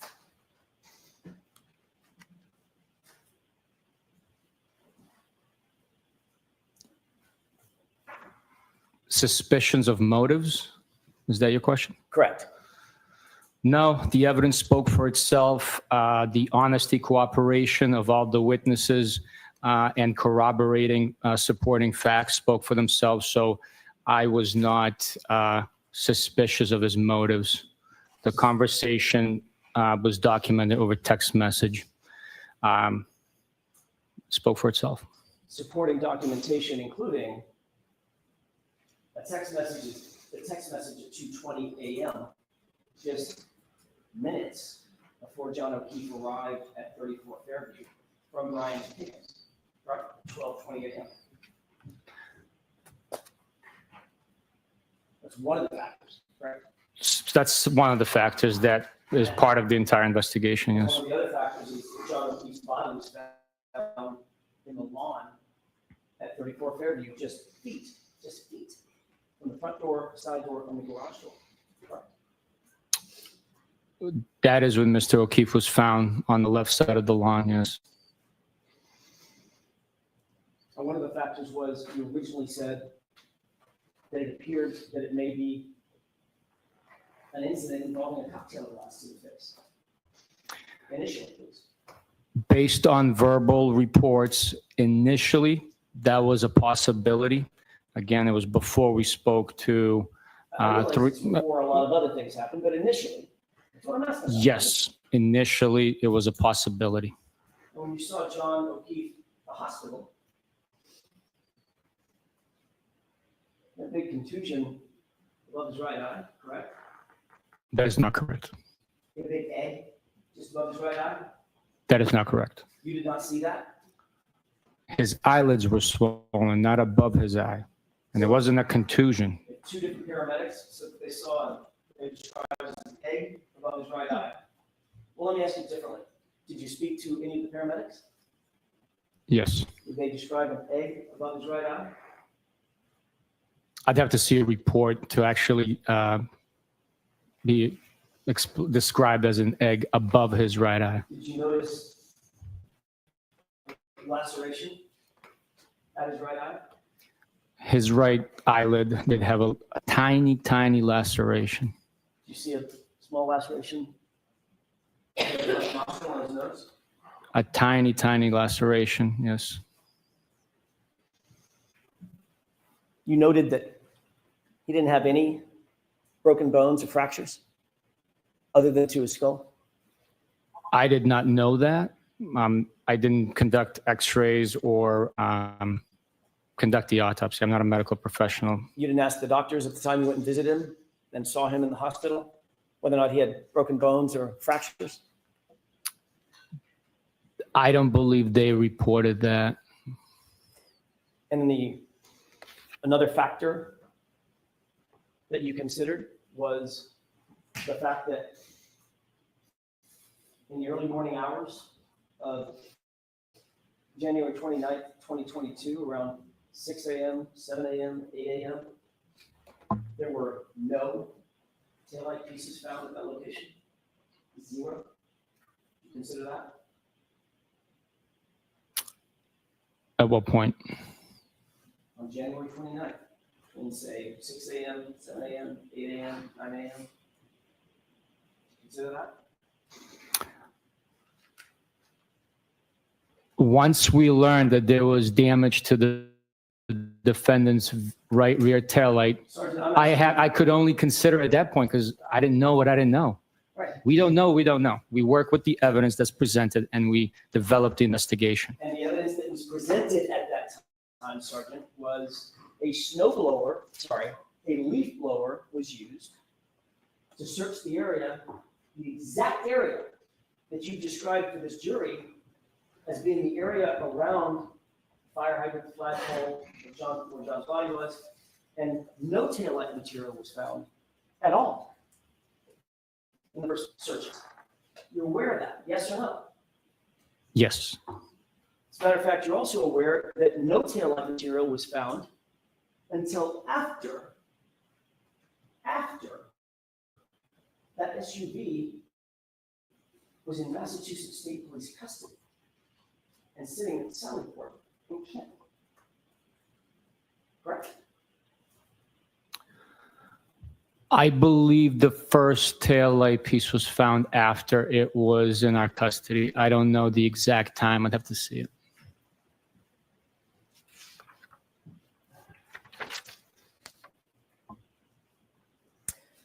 When you talked to Brian Higgins, did you ask Brian Higgins about potentially seeing John's body when he left 34 Fairview and headed over to Canton PD? Yes, I did. You knew that at that time, say 1 o'clock, 1:30 in the morning, there was about 0.2 of an inch of dusting of snow, correct? Very light. At that point in time, there was a coating. I cannot speak to the amount of snow that was on the ground. But Brian Higgins told you in that interview that he didn't see the body because it was hidden by a snowbank. Objection. Did he say that to you? I don't have a memory of that, Your Honor.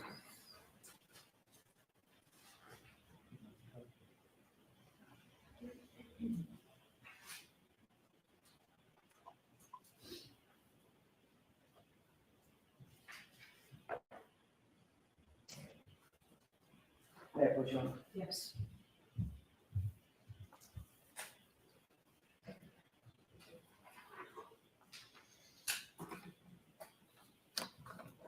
Take a look at page 3 of the highlighted portion, if you wouldn't mind.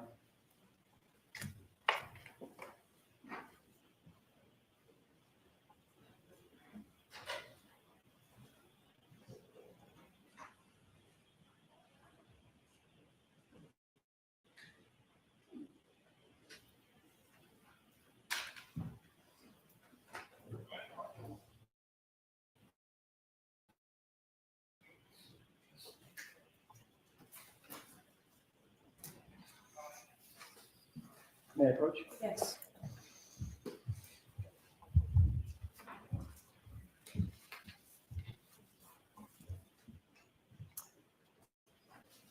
Does that refresh recollection that Brian Higgins said something about a snow at the time he left 34 Fairview?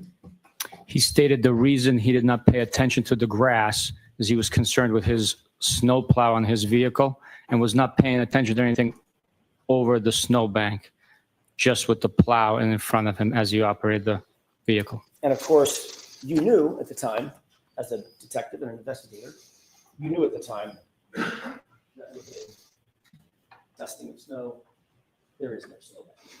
Right.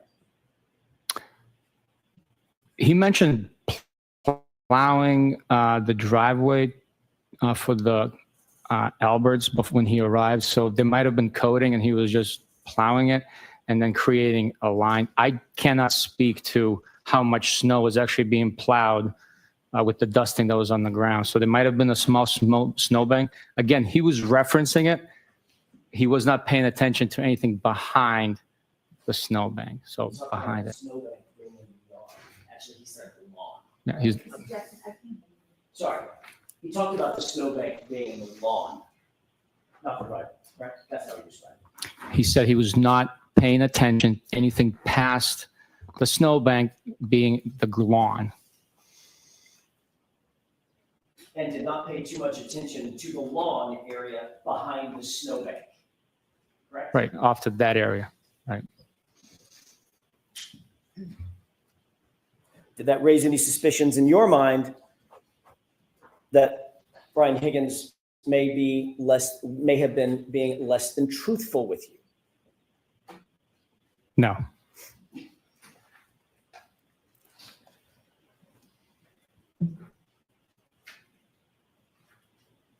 Getting back to the Waterfall Bar and Grill, you were also aware that Brian Albert was at the Waterfall, correct? At one point, yes, we learned that.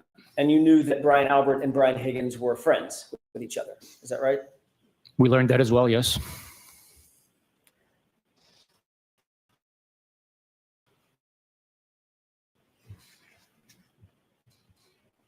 You've already indicated that you did not seek Higgins's phone records. I may have asked you this, and if I did, I apologize. Did you seek Brian Albert's phone records or an extraction from his phone? No, we did not.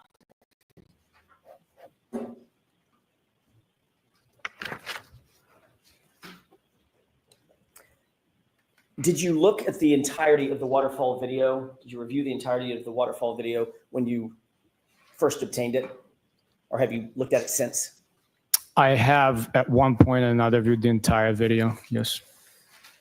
Your Honor, with the court's permission, this has already been marked as evidence, but I cannot write it. It's not my notes. Exhibit 22, I'm told. Okay. May we exhibit that for the, or present that for the jurors? Yes.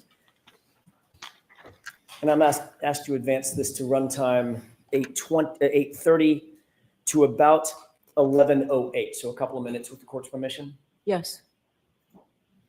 Let's go ahead and play that. Can we pause it briefly, Mr. Wolk? Yes. Thank you, sir. Can you please, if you can, point for the jurors whether or not you see Brian Higgins in that video? I'll use the screen in front of me for initial indication. I believe I believe that is Brian Higgins right there. Can you do me a favor, just so everybody has a perspective? Can you also point to him there? Okay. There you go, right there. I believe that is Brian Higgins. Okay. Do you see Brian Albert in that video? I can't tell you exactly. Maybe if you run it a little bit longer, or zoom it in, I could possibly tell you. But from right here, right now, I cannot. Sergeant, why don't we play this for a couple of seconds? And if you don't mind, if you get to a point where you recognize the person that you know as Brian Albert, could you just tell me to stop and I'll pause it? Absolutely. Let's go ahead and play it with the court's permission. Sure.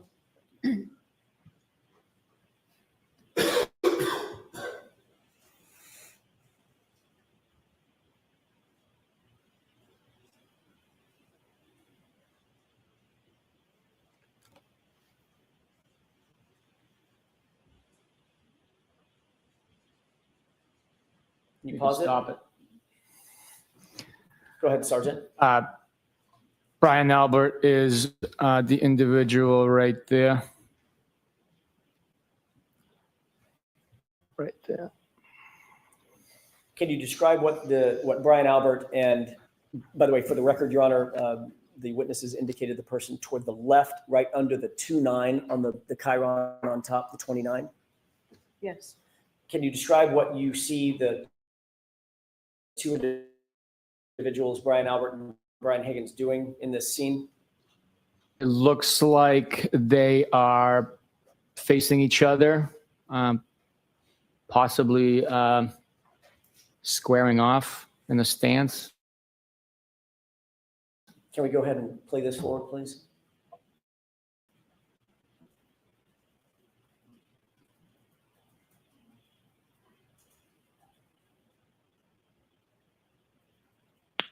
Can we pause it? Sergeant, did you see either of the two men or both of them squaring off in what you would consider to be a fighting stance? I guess it could be considered that. I would look more like rough housing. It's a couple of buddies messing around. Not suggesting they were actually fighting, but a fighting stance. Yeah, no, they were not fighting, no. Go ahead and play it.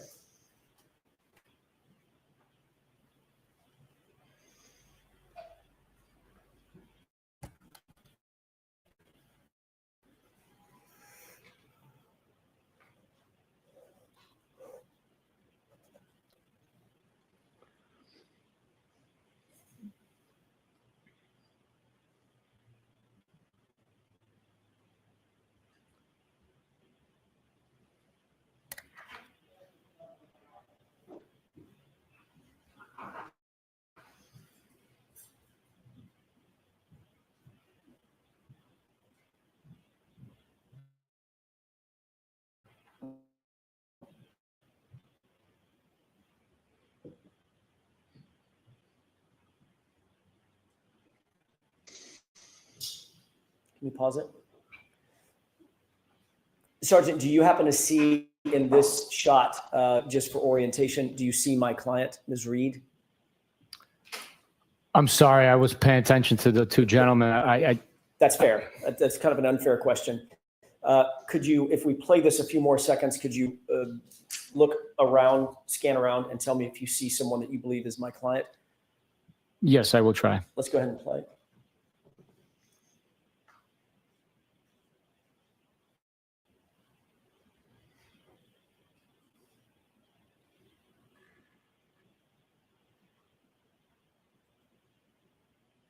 And pause it.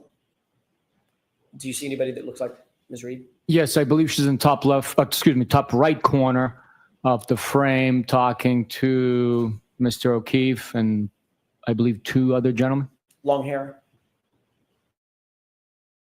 On your client? Correct. Yes. Okay, let's go ahead and play this up to 11:08, please.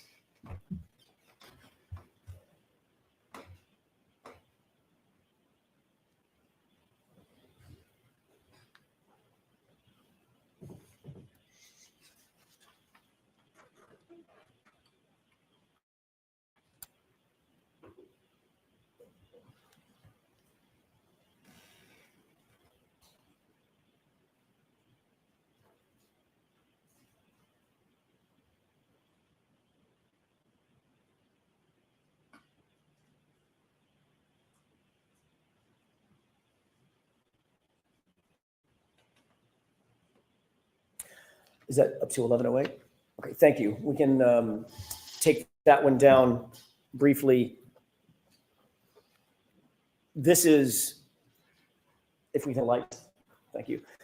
Sergeant, this is at the waterfall just before midnight on January 29th, 2022, correct?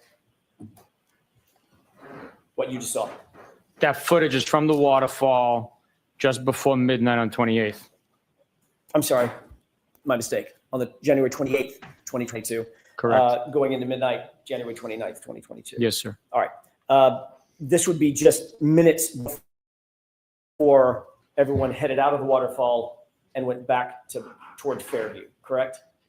Not everyone. The band didn't go to the Fairview. Well, obviously, I'm not talking about the band or the bartenders. I'm talking about Brian Albert, Brian Higgins, Jim McCabe, Matt McCabe, John O'Keefe, Karen Reed, those folks. Correct? It's before some of those individuals left the bar and headed to 34 Fairview. If we could push to runtime 16:35, 17:22, while you're queuing that up, did you see, after I asked you the initial time about the stance that the two men were taking, Brian Albert and Brian Higgins, did you see them continue to take what could be reasonably described as a fighting stance toward each other, even in jest? They were squaring off and roughhousing, yeah. Okay, what does squaring off mean? Facing an opponent in like wrestling or a martial art, I guess. Hands up? Yes, squaring off, yeah.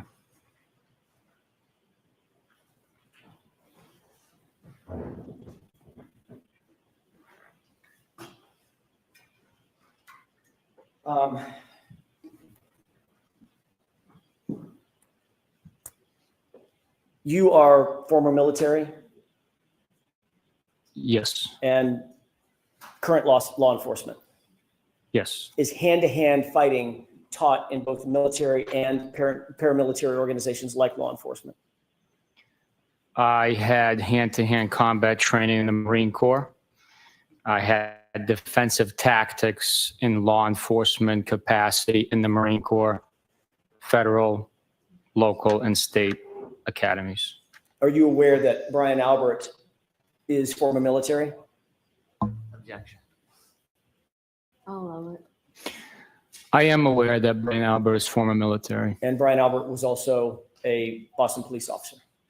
I am aware of that as well, yes. Are you aware that Brian Higgins was former military and a combat veteran? Now I am, yes. And are you aware that Brian Higgins, at the time this was taken, this video was taken, was also a federal law enforcement agent? I was aware, yes, I was, Okay. yeah. If we can go ahead and run at 16:35 to 17:22 with the court's permission. Okay.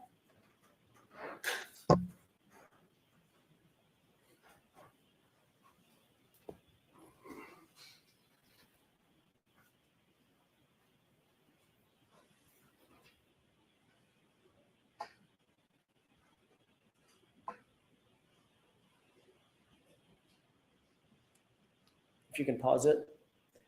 Can you describe for the jurors what you see Brian Albert and Brian Higgins doing in this footage?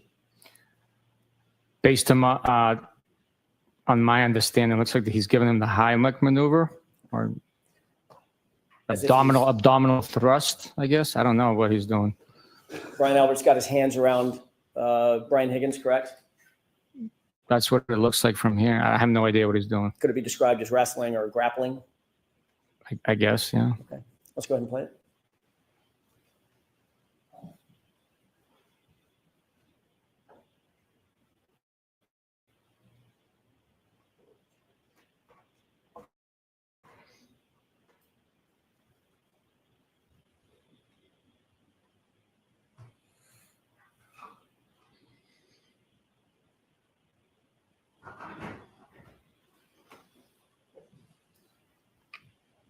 Thank you. If we could take that down.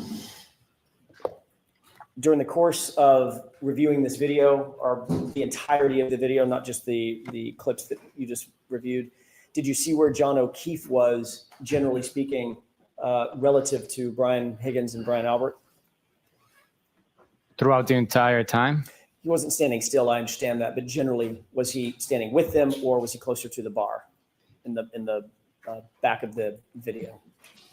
I believe after Mr. O'Keefe arrived and embraced a few people with hugs, I guess if I had to estimate, most of the time he was on the other side of the table, which would be closest to the bar area. And after you saw Mr. O'Keefe walk in and greet everybody with salutations, did you ever see him interacting with Brian Higgins and Brian Albert throughout the evening again?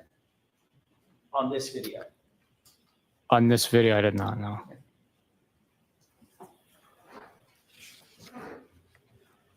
I'd like to play runtime, one more clip, Your Honor, runtime 1915 to 1957, about 45 or 50 seconds.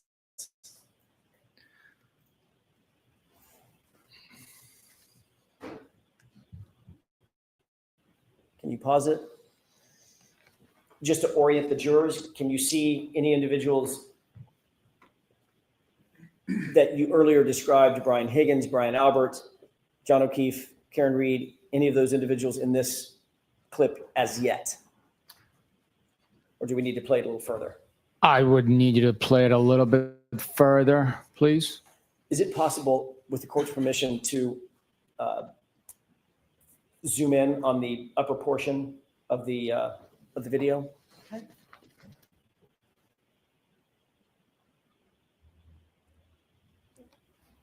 You could center that just a little bit toward the right. Other way. There we go. Thank you. And if we could go ahead and play that from 1915 to about 1957.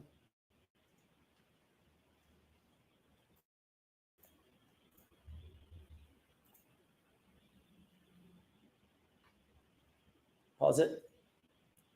Do you recognize the three people center screen now?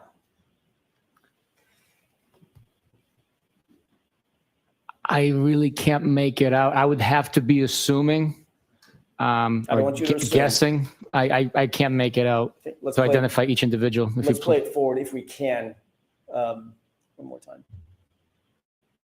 At this point, go ahead and pause it. At this point, can you make out any individuals? Yes. Okay. At this point, I can say that that looks like Brian Higgins in the middle of the three gentlemen. What is he wearing? It looks like a hooded sweatshirt. Okay. And the person to his, sorry, let's do it from your perspective or the juror's perspective. The person to the left of Brian Higgins.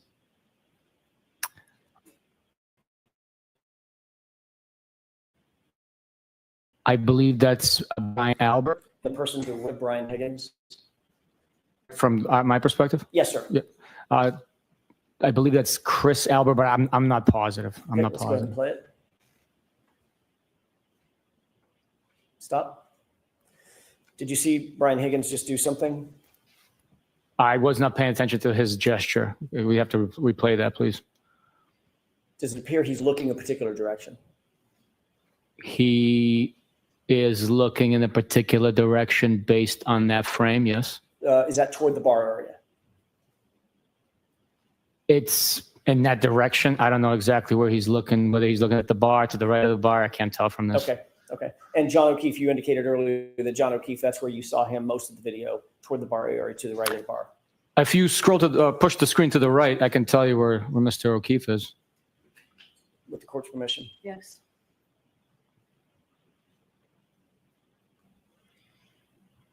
Do you see Mr. O'Keefe in that group of people?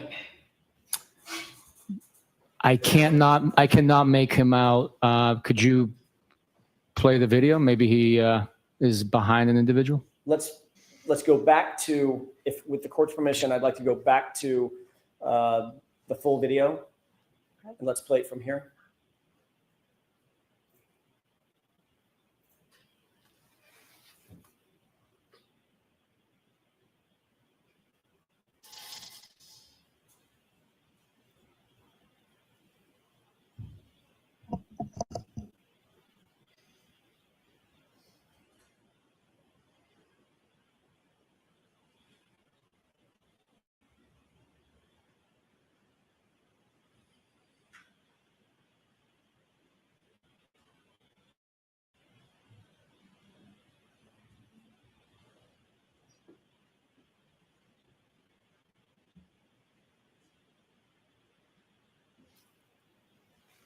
Pause it.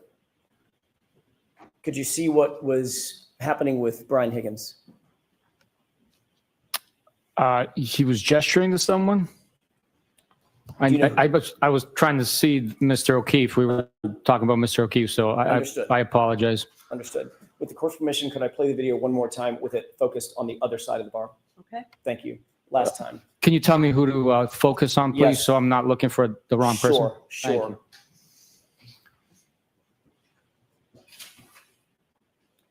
Pause it. Do you see John O'Keefe there? Yes, I do. Okay. Sweatshirt, multi-tone gray sweatshirt with the hood on it and his hat. And And on the this other TV? right Okay. there. Appears to be at the bar paying the bill. Okay. With this perspective, could we just go ahead and play that, the 30 or 45 seconds one more time? And then please focus on Mr. O'Keefe.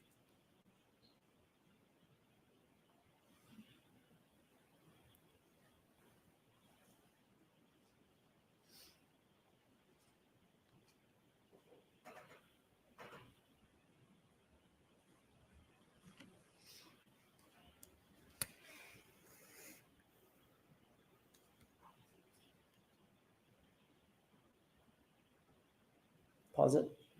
Do you see where Mr. O'Keefe is looking at this point? Yes. Where is he looking? What direction? Well, from this vantage point, it looks like he's looking to the left on the screen at the individual he's appears to be conversing with. Okay, go ahead and play it. Pause it. And what about now? Same individual. Okay. He's still engaged in conversation. Pause it. And what about now? He's taking a sip of beer Right. Which direction is he looking? in the same direction. Okay. Go ahead and play.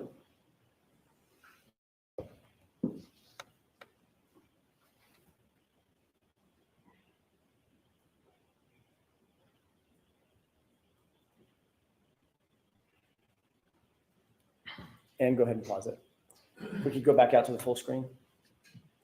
At this point, does it appear in the video that Brian Higgins, Brian Albert, Chris Albert have all left the bar? There's someone standing across the table from Mr. O'Keefe to his rear. I don't know who that is, so I can't testify to that. The others have left. Given this perspective, now that we've seen both of them zoomed, do you have an opinion as to whether or not it appeared that Mr. Higgins was gesturing toward John O'Keefe just before he left the bar? Given this perspective, he might have been. I don't know who he was gesturing at. Okay. We can have the lights up. Take that down.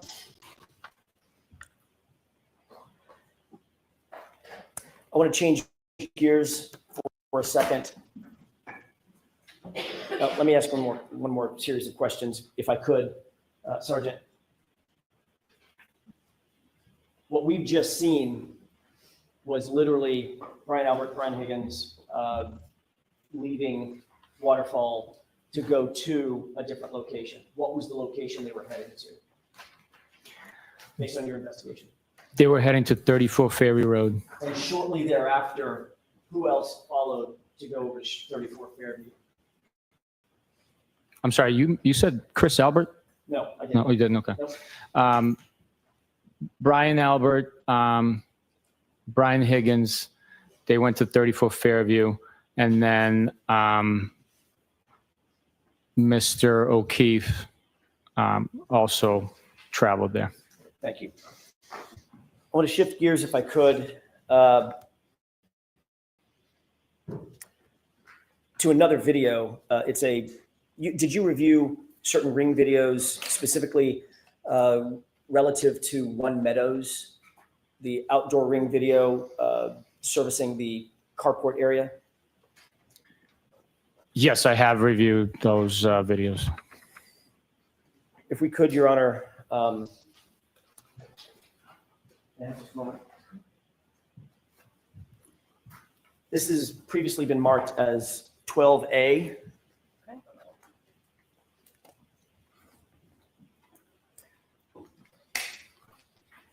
If we could, with the court's permission, zoom in on the Chevy Traverse in the upper left-hand, the vehicle in the upper left-hand corner of the video? Okay.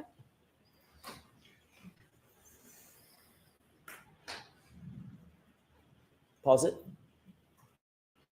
Let's go ahead and zoom in on the upper left-hand corner. Okay, go ahead and play.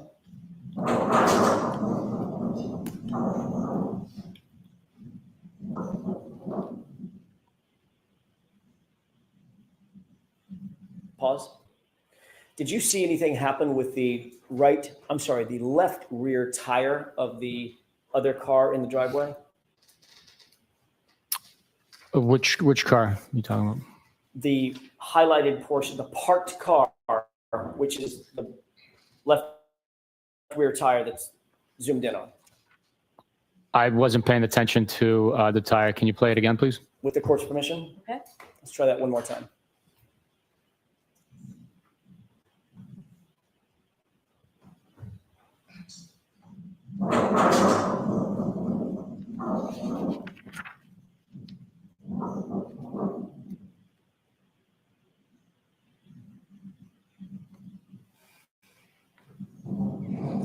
Pause it. Okay, you can take that down. Did you see anything happen with that left rear tire of the Chevy Traverse? Based on that video, it appears there might have been movement there. Last year, and you've seen this video several times, correct? I have. You saw it during the course of your investigation, not just in the course of proceedings, correct? Right. Last year, you indicated that you observed the vehicle, Miss Reed's vehicle, come near Mr. O'Keefe's car. Which one in that video was Mr. O'Keefe's car? The Chevy Traverse. And that would be the car that was parked and static, not moving, correct? Correct. Having seen this, do you still believe that the SUV came near the Chevy Traverse, or do you believe it struck the Chevy Traverse? With the clarity of that video, there is a lot of movement in the shot. Not with great certainty. It appeared that there was movement of the tire, but I cannot say with 100% certainty that there was movement. You can't say with 100% certainty that that tire literally shifted and wiggled upon some sort of an impact. Based on the video, there appeared to have been movement. Okay. You had this video for the first 3 years of your investigation. You had this video very early on, correct? That's correct. And did you either deny, well, let me ask it this way. Was it your assessment that the SUV did not contact that Chevy Traverse?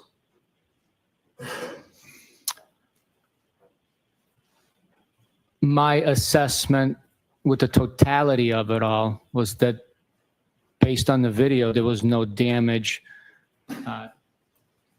that occurred to either vehicle at that point in time. That wasn't my question, Sergeant. My question was your assessment that there was no contact between the two vehicles? Is that what you assessed during the course of your investigation?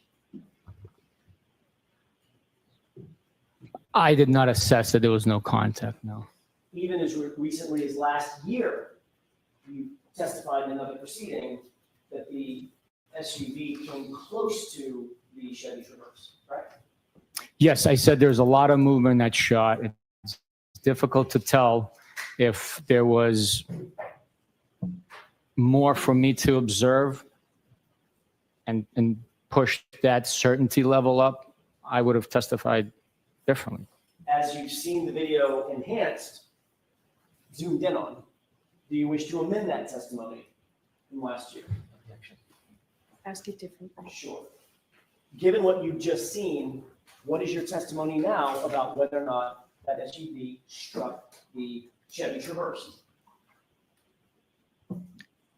There is movement of the tire. There is There's movement. movement of the tire. Could be an earthquake, could be someone standing there and pushing the car.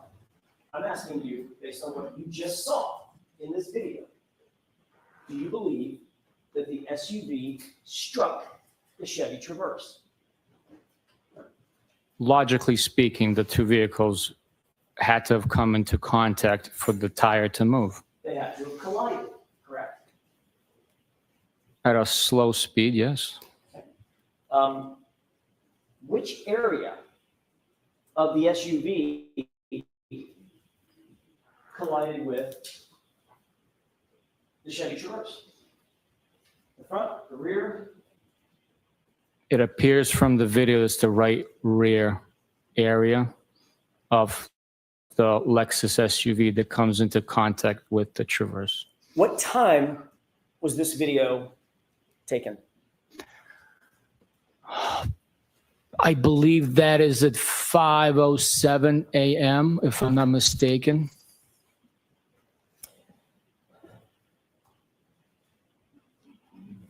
Thank you, Sergeant. I want to change gears again, if I could, and ask you about a dog. You're aware that the Alberts, Nicole Albert, Brian Albert, had a dog that they named Chloe on on January 28th, 29th of 2022, correct? Objection. I'll allow the question. Were you aware of that? At what point in time, sir? January 28th, 29th, that area.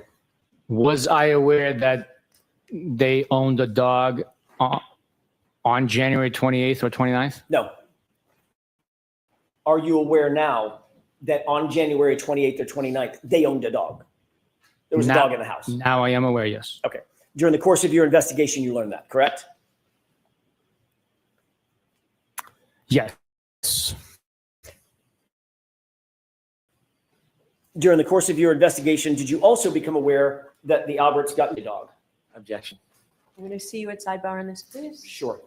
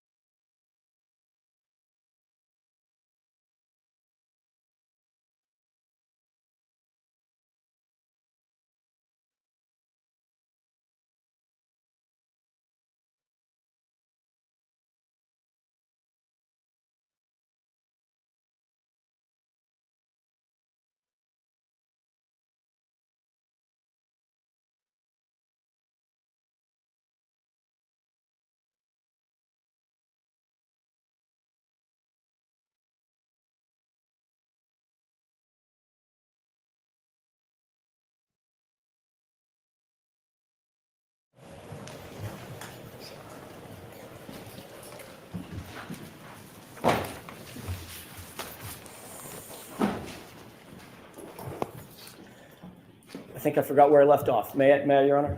Thank you. Sergeant, at some point during the course of your investigation, did you learn that the Albert family had gotten rid of the dog named Chloe? We learned that they no longer care for the dog. I don't know if get rid of is accurate. Well, they don't have it anymore, right? Yes. Okay, so what would you call it? Giving it up for adoption, I guess. I don't know. I'm not a pet owner. Or what if they didn't give it up for adoption? I'm sorry? What if they didn't give it up for adoption? Rehomed, I guess. Okay, so it's no longer with them, right? Correct. They no longer own the dog. Okay, so they got rid of it. It's like you get rid of a car, right? Right? You can get rid of a car, yeah.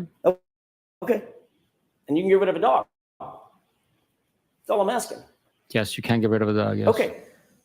At some point during the course of your investigation, did you find out that the Albert family got rid of Chloe? We learned that they no longer owned Chloe, yes. Okay. When did you learn that?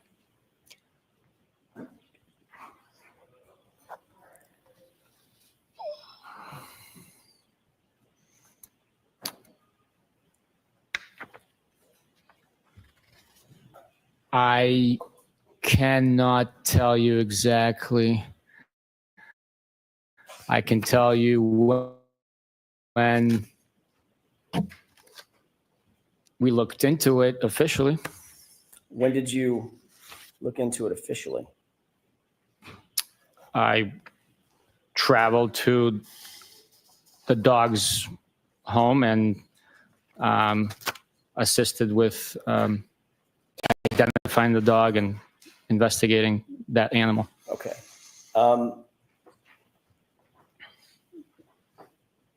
What documentation did you use to identify that animal?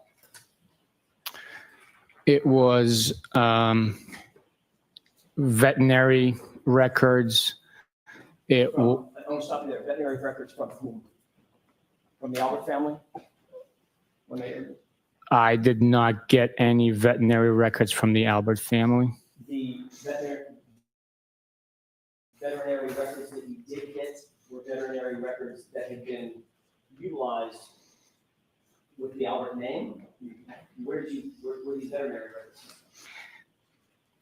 The veterinary records were with the vet that's caring for the dog and also owns the dog now. Okay. And those records also had been dated prior to when the dog was owned by the Alberts. Okay. So other than some veterinary records that, and by the way, the dog's not even named Chloe, correct? The new owners renamed the dog, yes. Cora?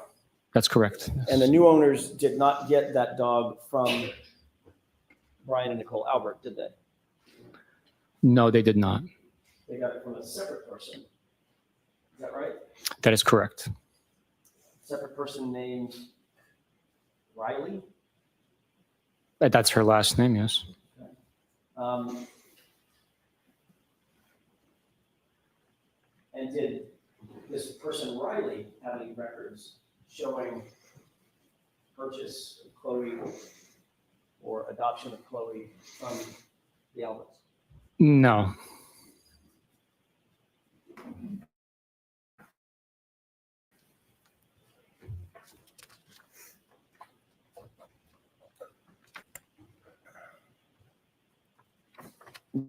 You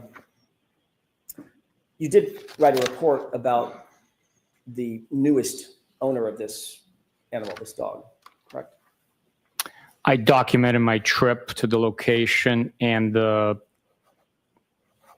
steps I took and services I provided in the investigation. And in that report, you omitted the name of the new owner? I'm not sure. Did you omit the location of where you actually came in contact with this animal? You're going to have to show me my report. I don't remember.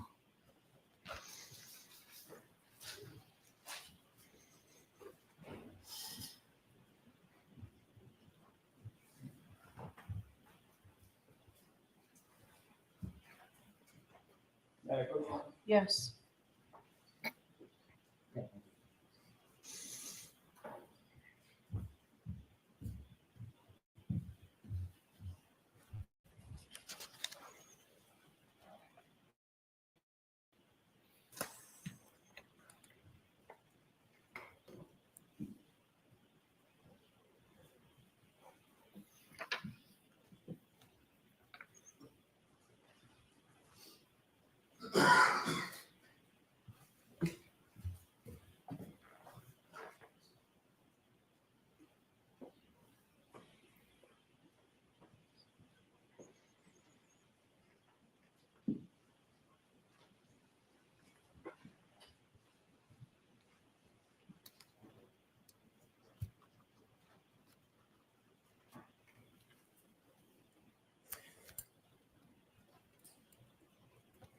Okay, I apologize about that. No problem. I'm the one slowing us down just a little bit. May I approach? Yes. Did this, reviewing your report, refresh your recollection as to whether or not the new owner's identifying information is in this report? It did. And is that information in the report? No, it is not. You've got, there are some veterinary records that you supplied along with your report, correct? Yes. That you gathered? I'm sorry, what was That it? you gathered along while you were doing? Yes, yes. May I approach? Yes.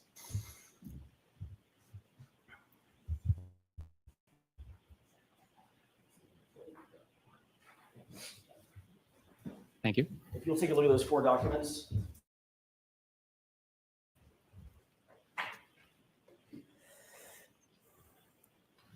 Do those appear to be the veterinary records that you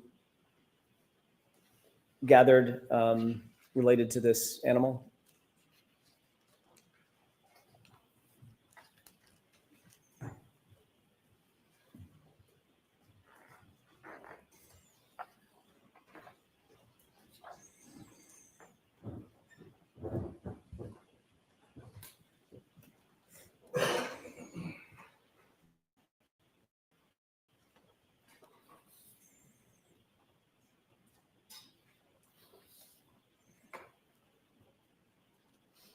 Yes, it does. Do any of those records, any of the veterinary records, the 4 pages that you're holding, even include the name Cora or the name of the new owner?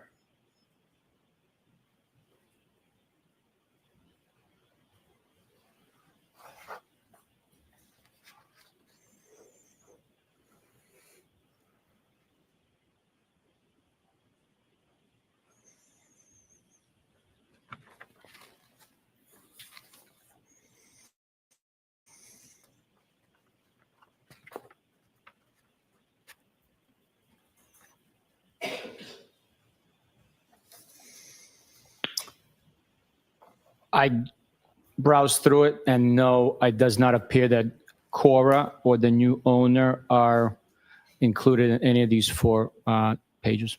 May I approach? Yes.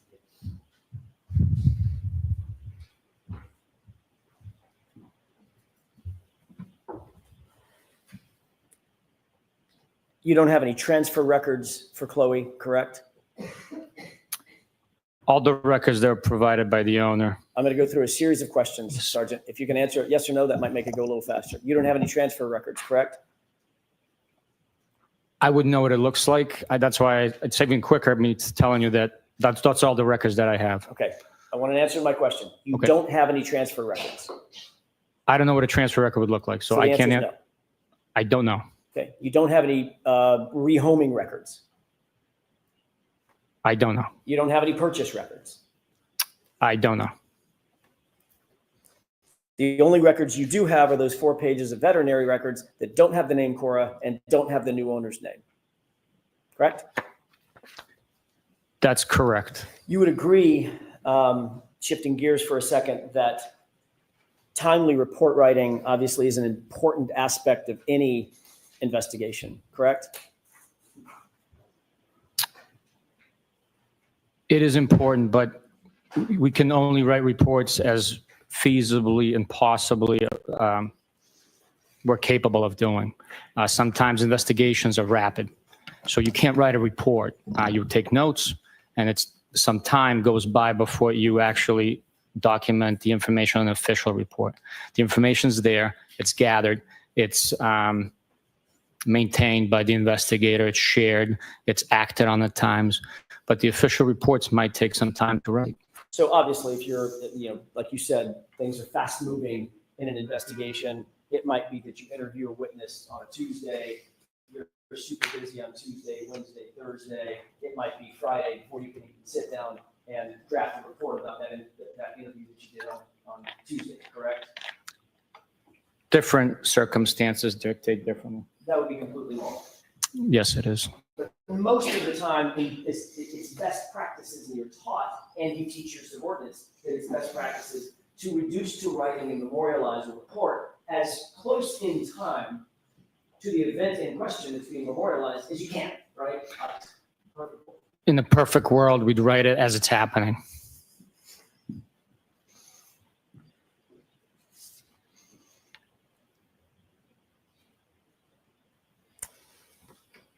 Are you aware that more than 20 official police reports in this case were not recorded for more than 100 days from the time that the event in question was done, was being memorialized? I did not know the exact date in delay. Are you aware that there are 11 reports that are more than 300 days from the time of the event that was being memorialized? I was not aware, no. Are you aware that there are 3 reports that are more than 400 days from the time of the event that was being memorialized? I am not aware, no.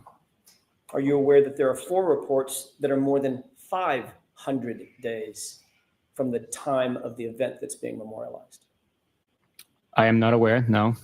Are you aware that the longest delay of any report in this investigation was 581 days?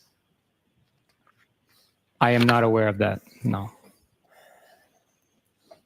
You became aware early on in your investigation of 2 individuals named Ricky D'Antano and Heather Maxson, correct? They are witnesses, yes. Both Ricky D'Antano and Heather Maxson, you learned, were outside 34 Fairview in the early morning hours of January 29th, correct? We did learn within our investigation at some point, yes. And you learned, Sergeant, very early on in that investigation because you interviewed Ryan Nagel in February of 2022. It's just days after the event, correct? I'm not sure of the exact date. Obviously, as you just said, you became aware that Ricky D'Antano and Heather Maxson were witnesses in your homicide investigation, important witnesses, you'd agree, correct? They were witnesses. You learned that they arrived at the house at 34 Fairview sometime after Karen Reed and John O'Keefe arrived and pulled up behind their parked SUV, correct? Objection. I'm going to allow that. Can you repeat that, please? Sure, you learned that where they fit into the investigative puzzle is that they pulled up behind Karen Reed's SUV when Karen Reed and John O'Keefe arrived at 34 Fairview. They pulled up sometime after that and pulled up right behind them, correct? That's not correct. What is not correct about that? They arrived simultaneously. Karen Reed took a right onto Fairview. They yielded to them and followed towards 34 Fairview, stopping at the driveway as Karen Reed proceeded further up. Did you listen to the testimony in this case up to this point? No. There's a sequestration order, correct? Correct? Yes, yes. Which means you can't listen to the testimony of witnesses, eyewitnesses who are testifying in front of these jurors. Correct, yes. You don't know how witnesses have testified from that witness box in front of these jurors, correct? I have no idea. Okay. So your information is that they pulled up simultaneously, correct? Is that what you just testified? That's my memory from what the interview produced.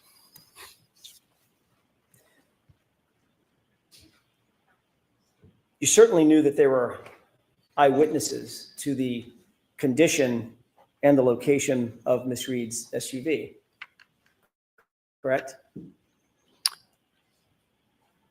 Yes, from their interviews, yes. And you also are aware that they would have been in a position to see the occupants of Miss Reed's SUV as they were behind it and then pulled around it, correct? Objection. Sustained.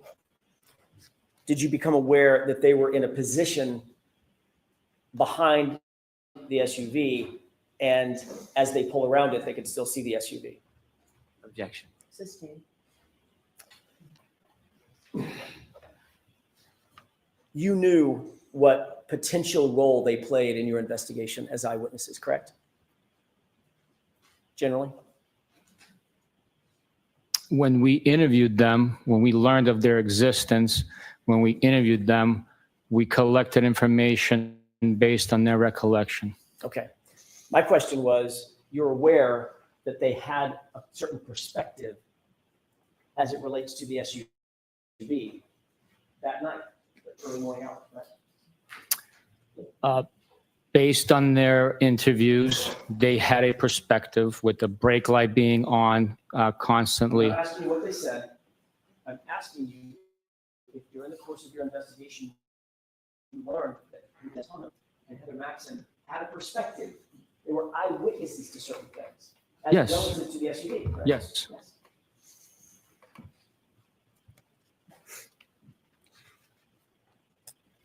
You instructed your subordinate, Michael Proctor, to interview those witnesses in August of 2022, correct? I'm not sure when they were interviewed. I don't have a memory of instructing him to go interview them.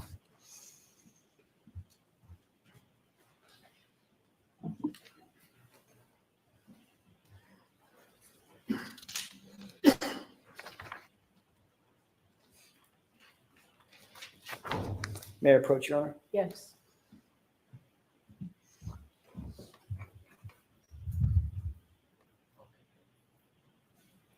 Thank you. Will you take a look at that document and tell me if you, why don't you just tell me if that, whether or not that refreshes your recollection as to communications you had with Michael Proctor specifically?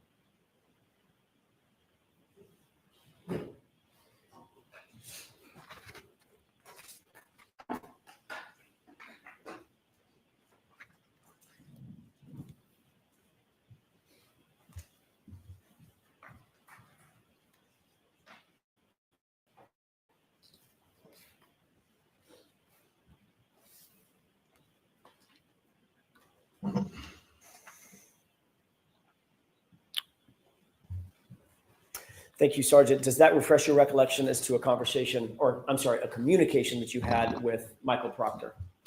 Unfortunately, it does not. I will take the document at face value. I do not have a memory of having these communications, but I will take the document if it's authentic and it is true and accurate that it took place. But I do not have a memory of sending these text messages. May I approach that? Yes.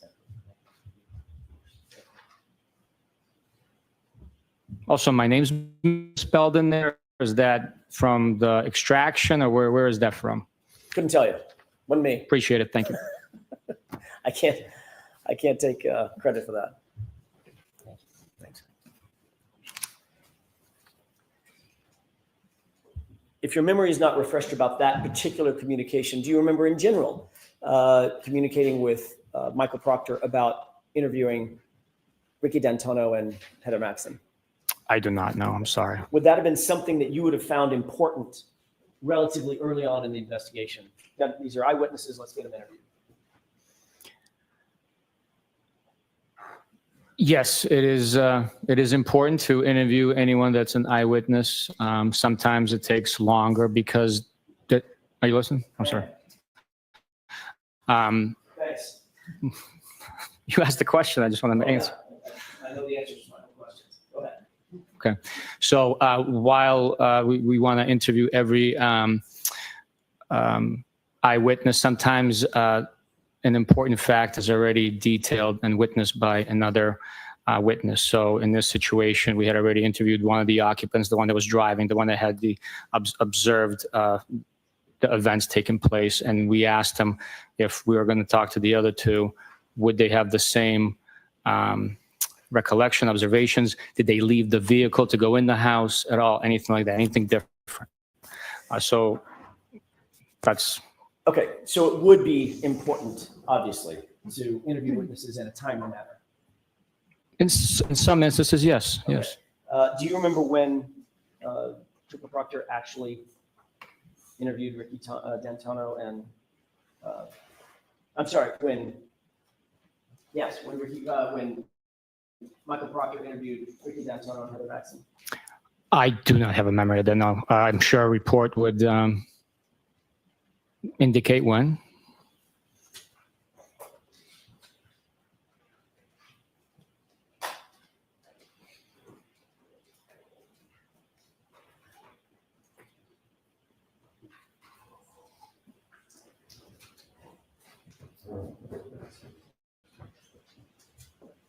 May I approach you? Yes.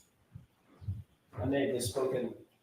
Sergeant, take a look at that. I thought that was a report from somebody else. It's a report from you, actually. Tell me if that refreshes your recollection as to when Ricky D'Antonio was actually interviewed. Yes, this report, authored by me, was states that on Saturday, September 2nd, he was interviewed. What year? 2023. So that would have been a year and a half later, correct? Yes. Do you believe that's a timely report, or rather a timely interview for an eyewitness, the gravity of which is described in your report? We again, perfect ideal world scenario, it would be quicker. So that would be, no excuses, not throwing barbs, but that would be untimely, correct? Year and a half later. We do the best we can. You indicated that your memory was that the cars arrived simultaneously.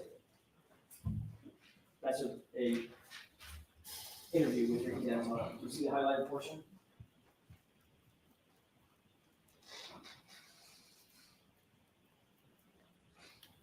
I see it. Ricky D'Antonio actually told you the car was Objection. parked, correct? Objection. The objection sustained. Your Honor, may we approach the Yes, can I see that, please?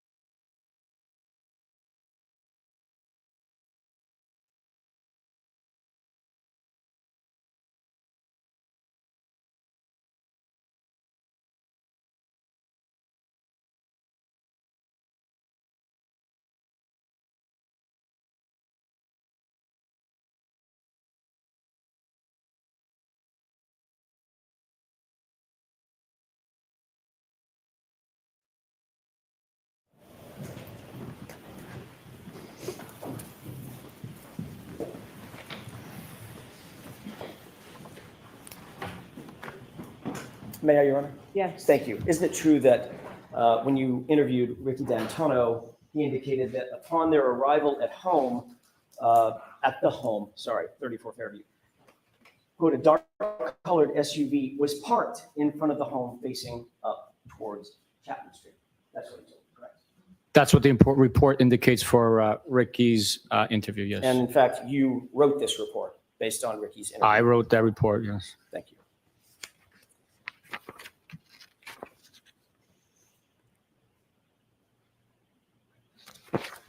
If I may have just a moment, Your Honor. Yes.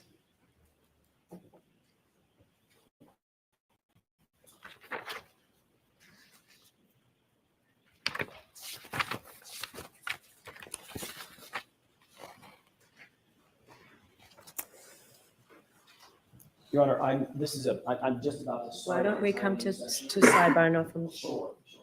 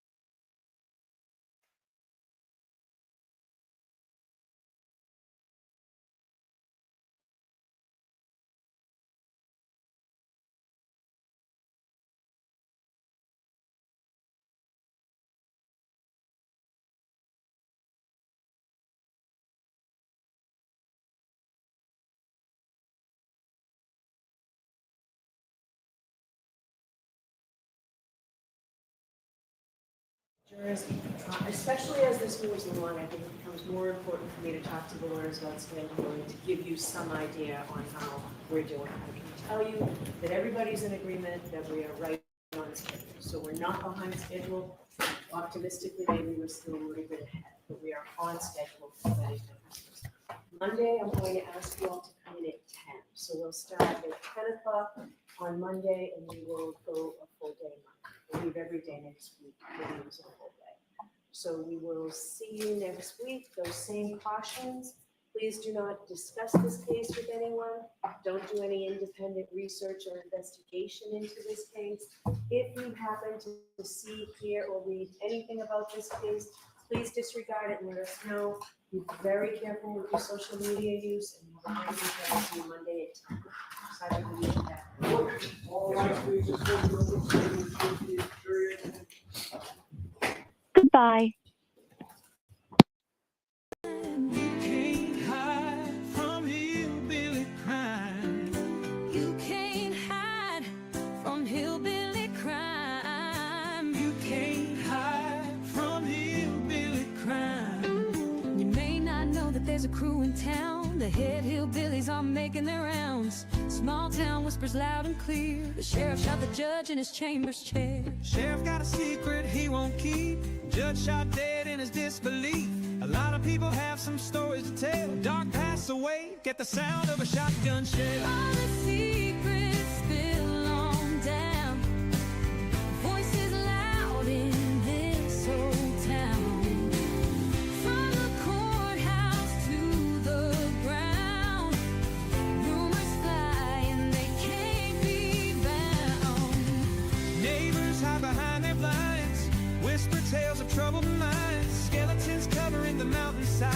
A treacherous reality in the pines. Winter reveals the hidden lies. Moonlight couldn't mask the cries. Shadows caught in sunlit skies. There's no cover, no disguise.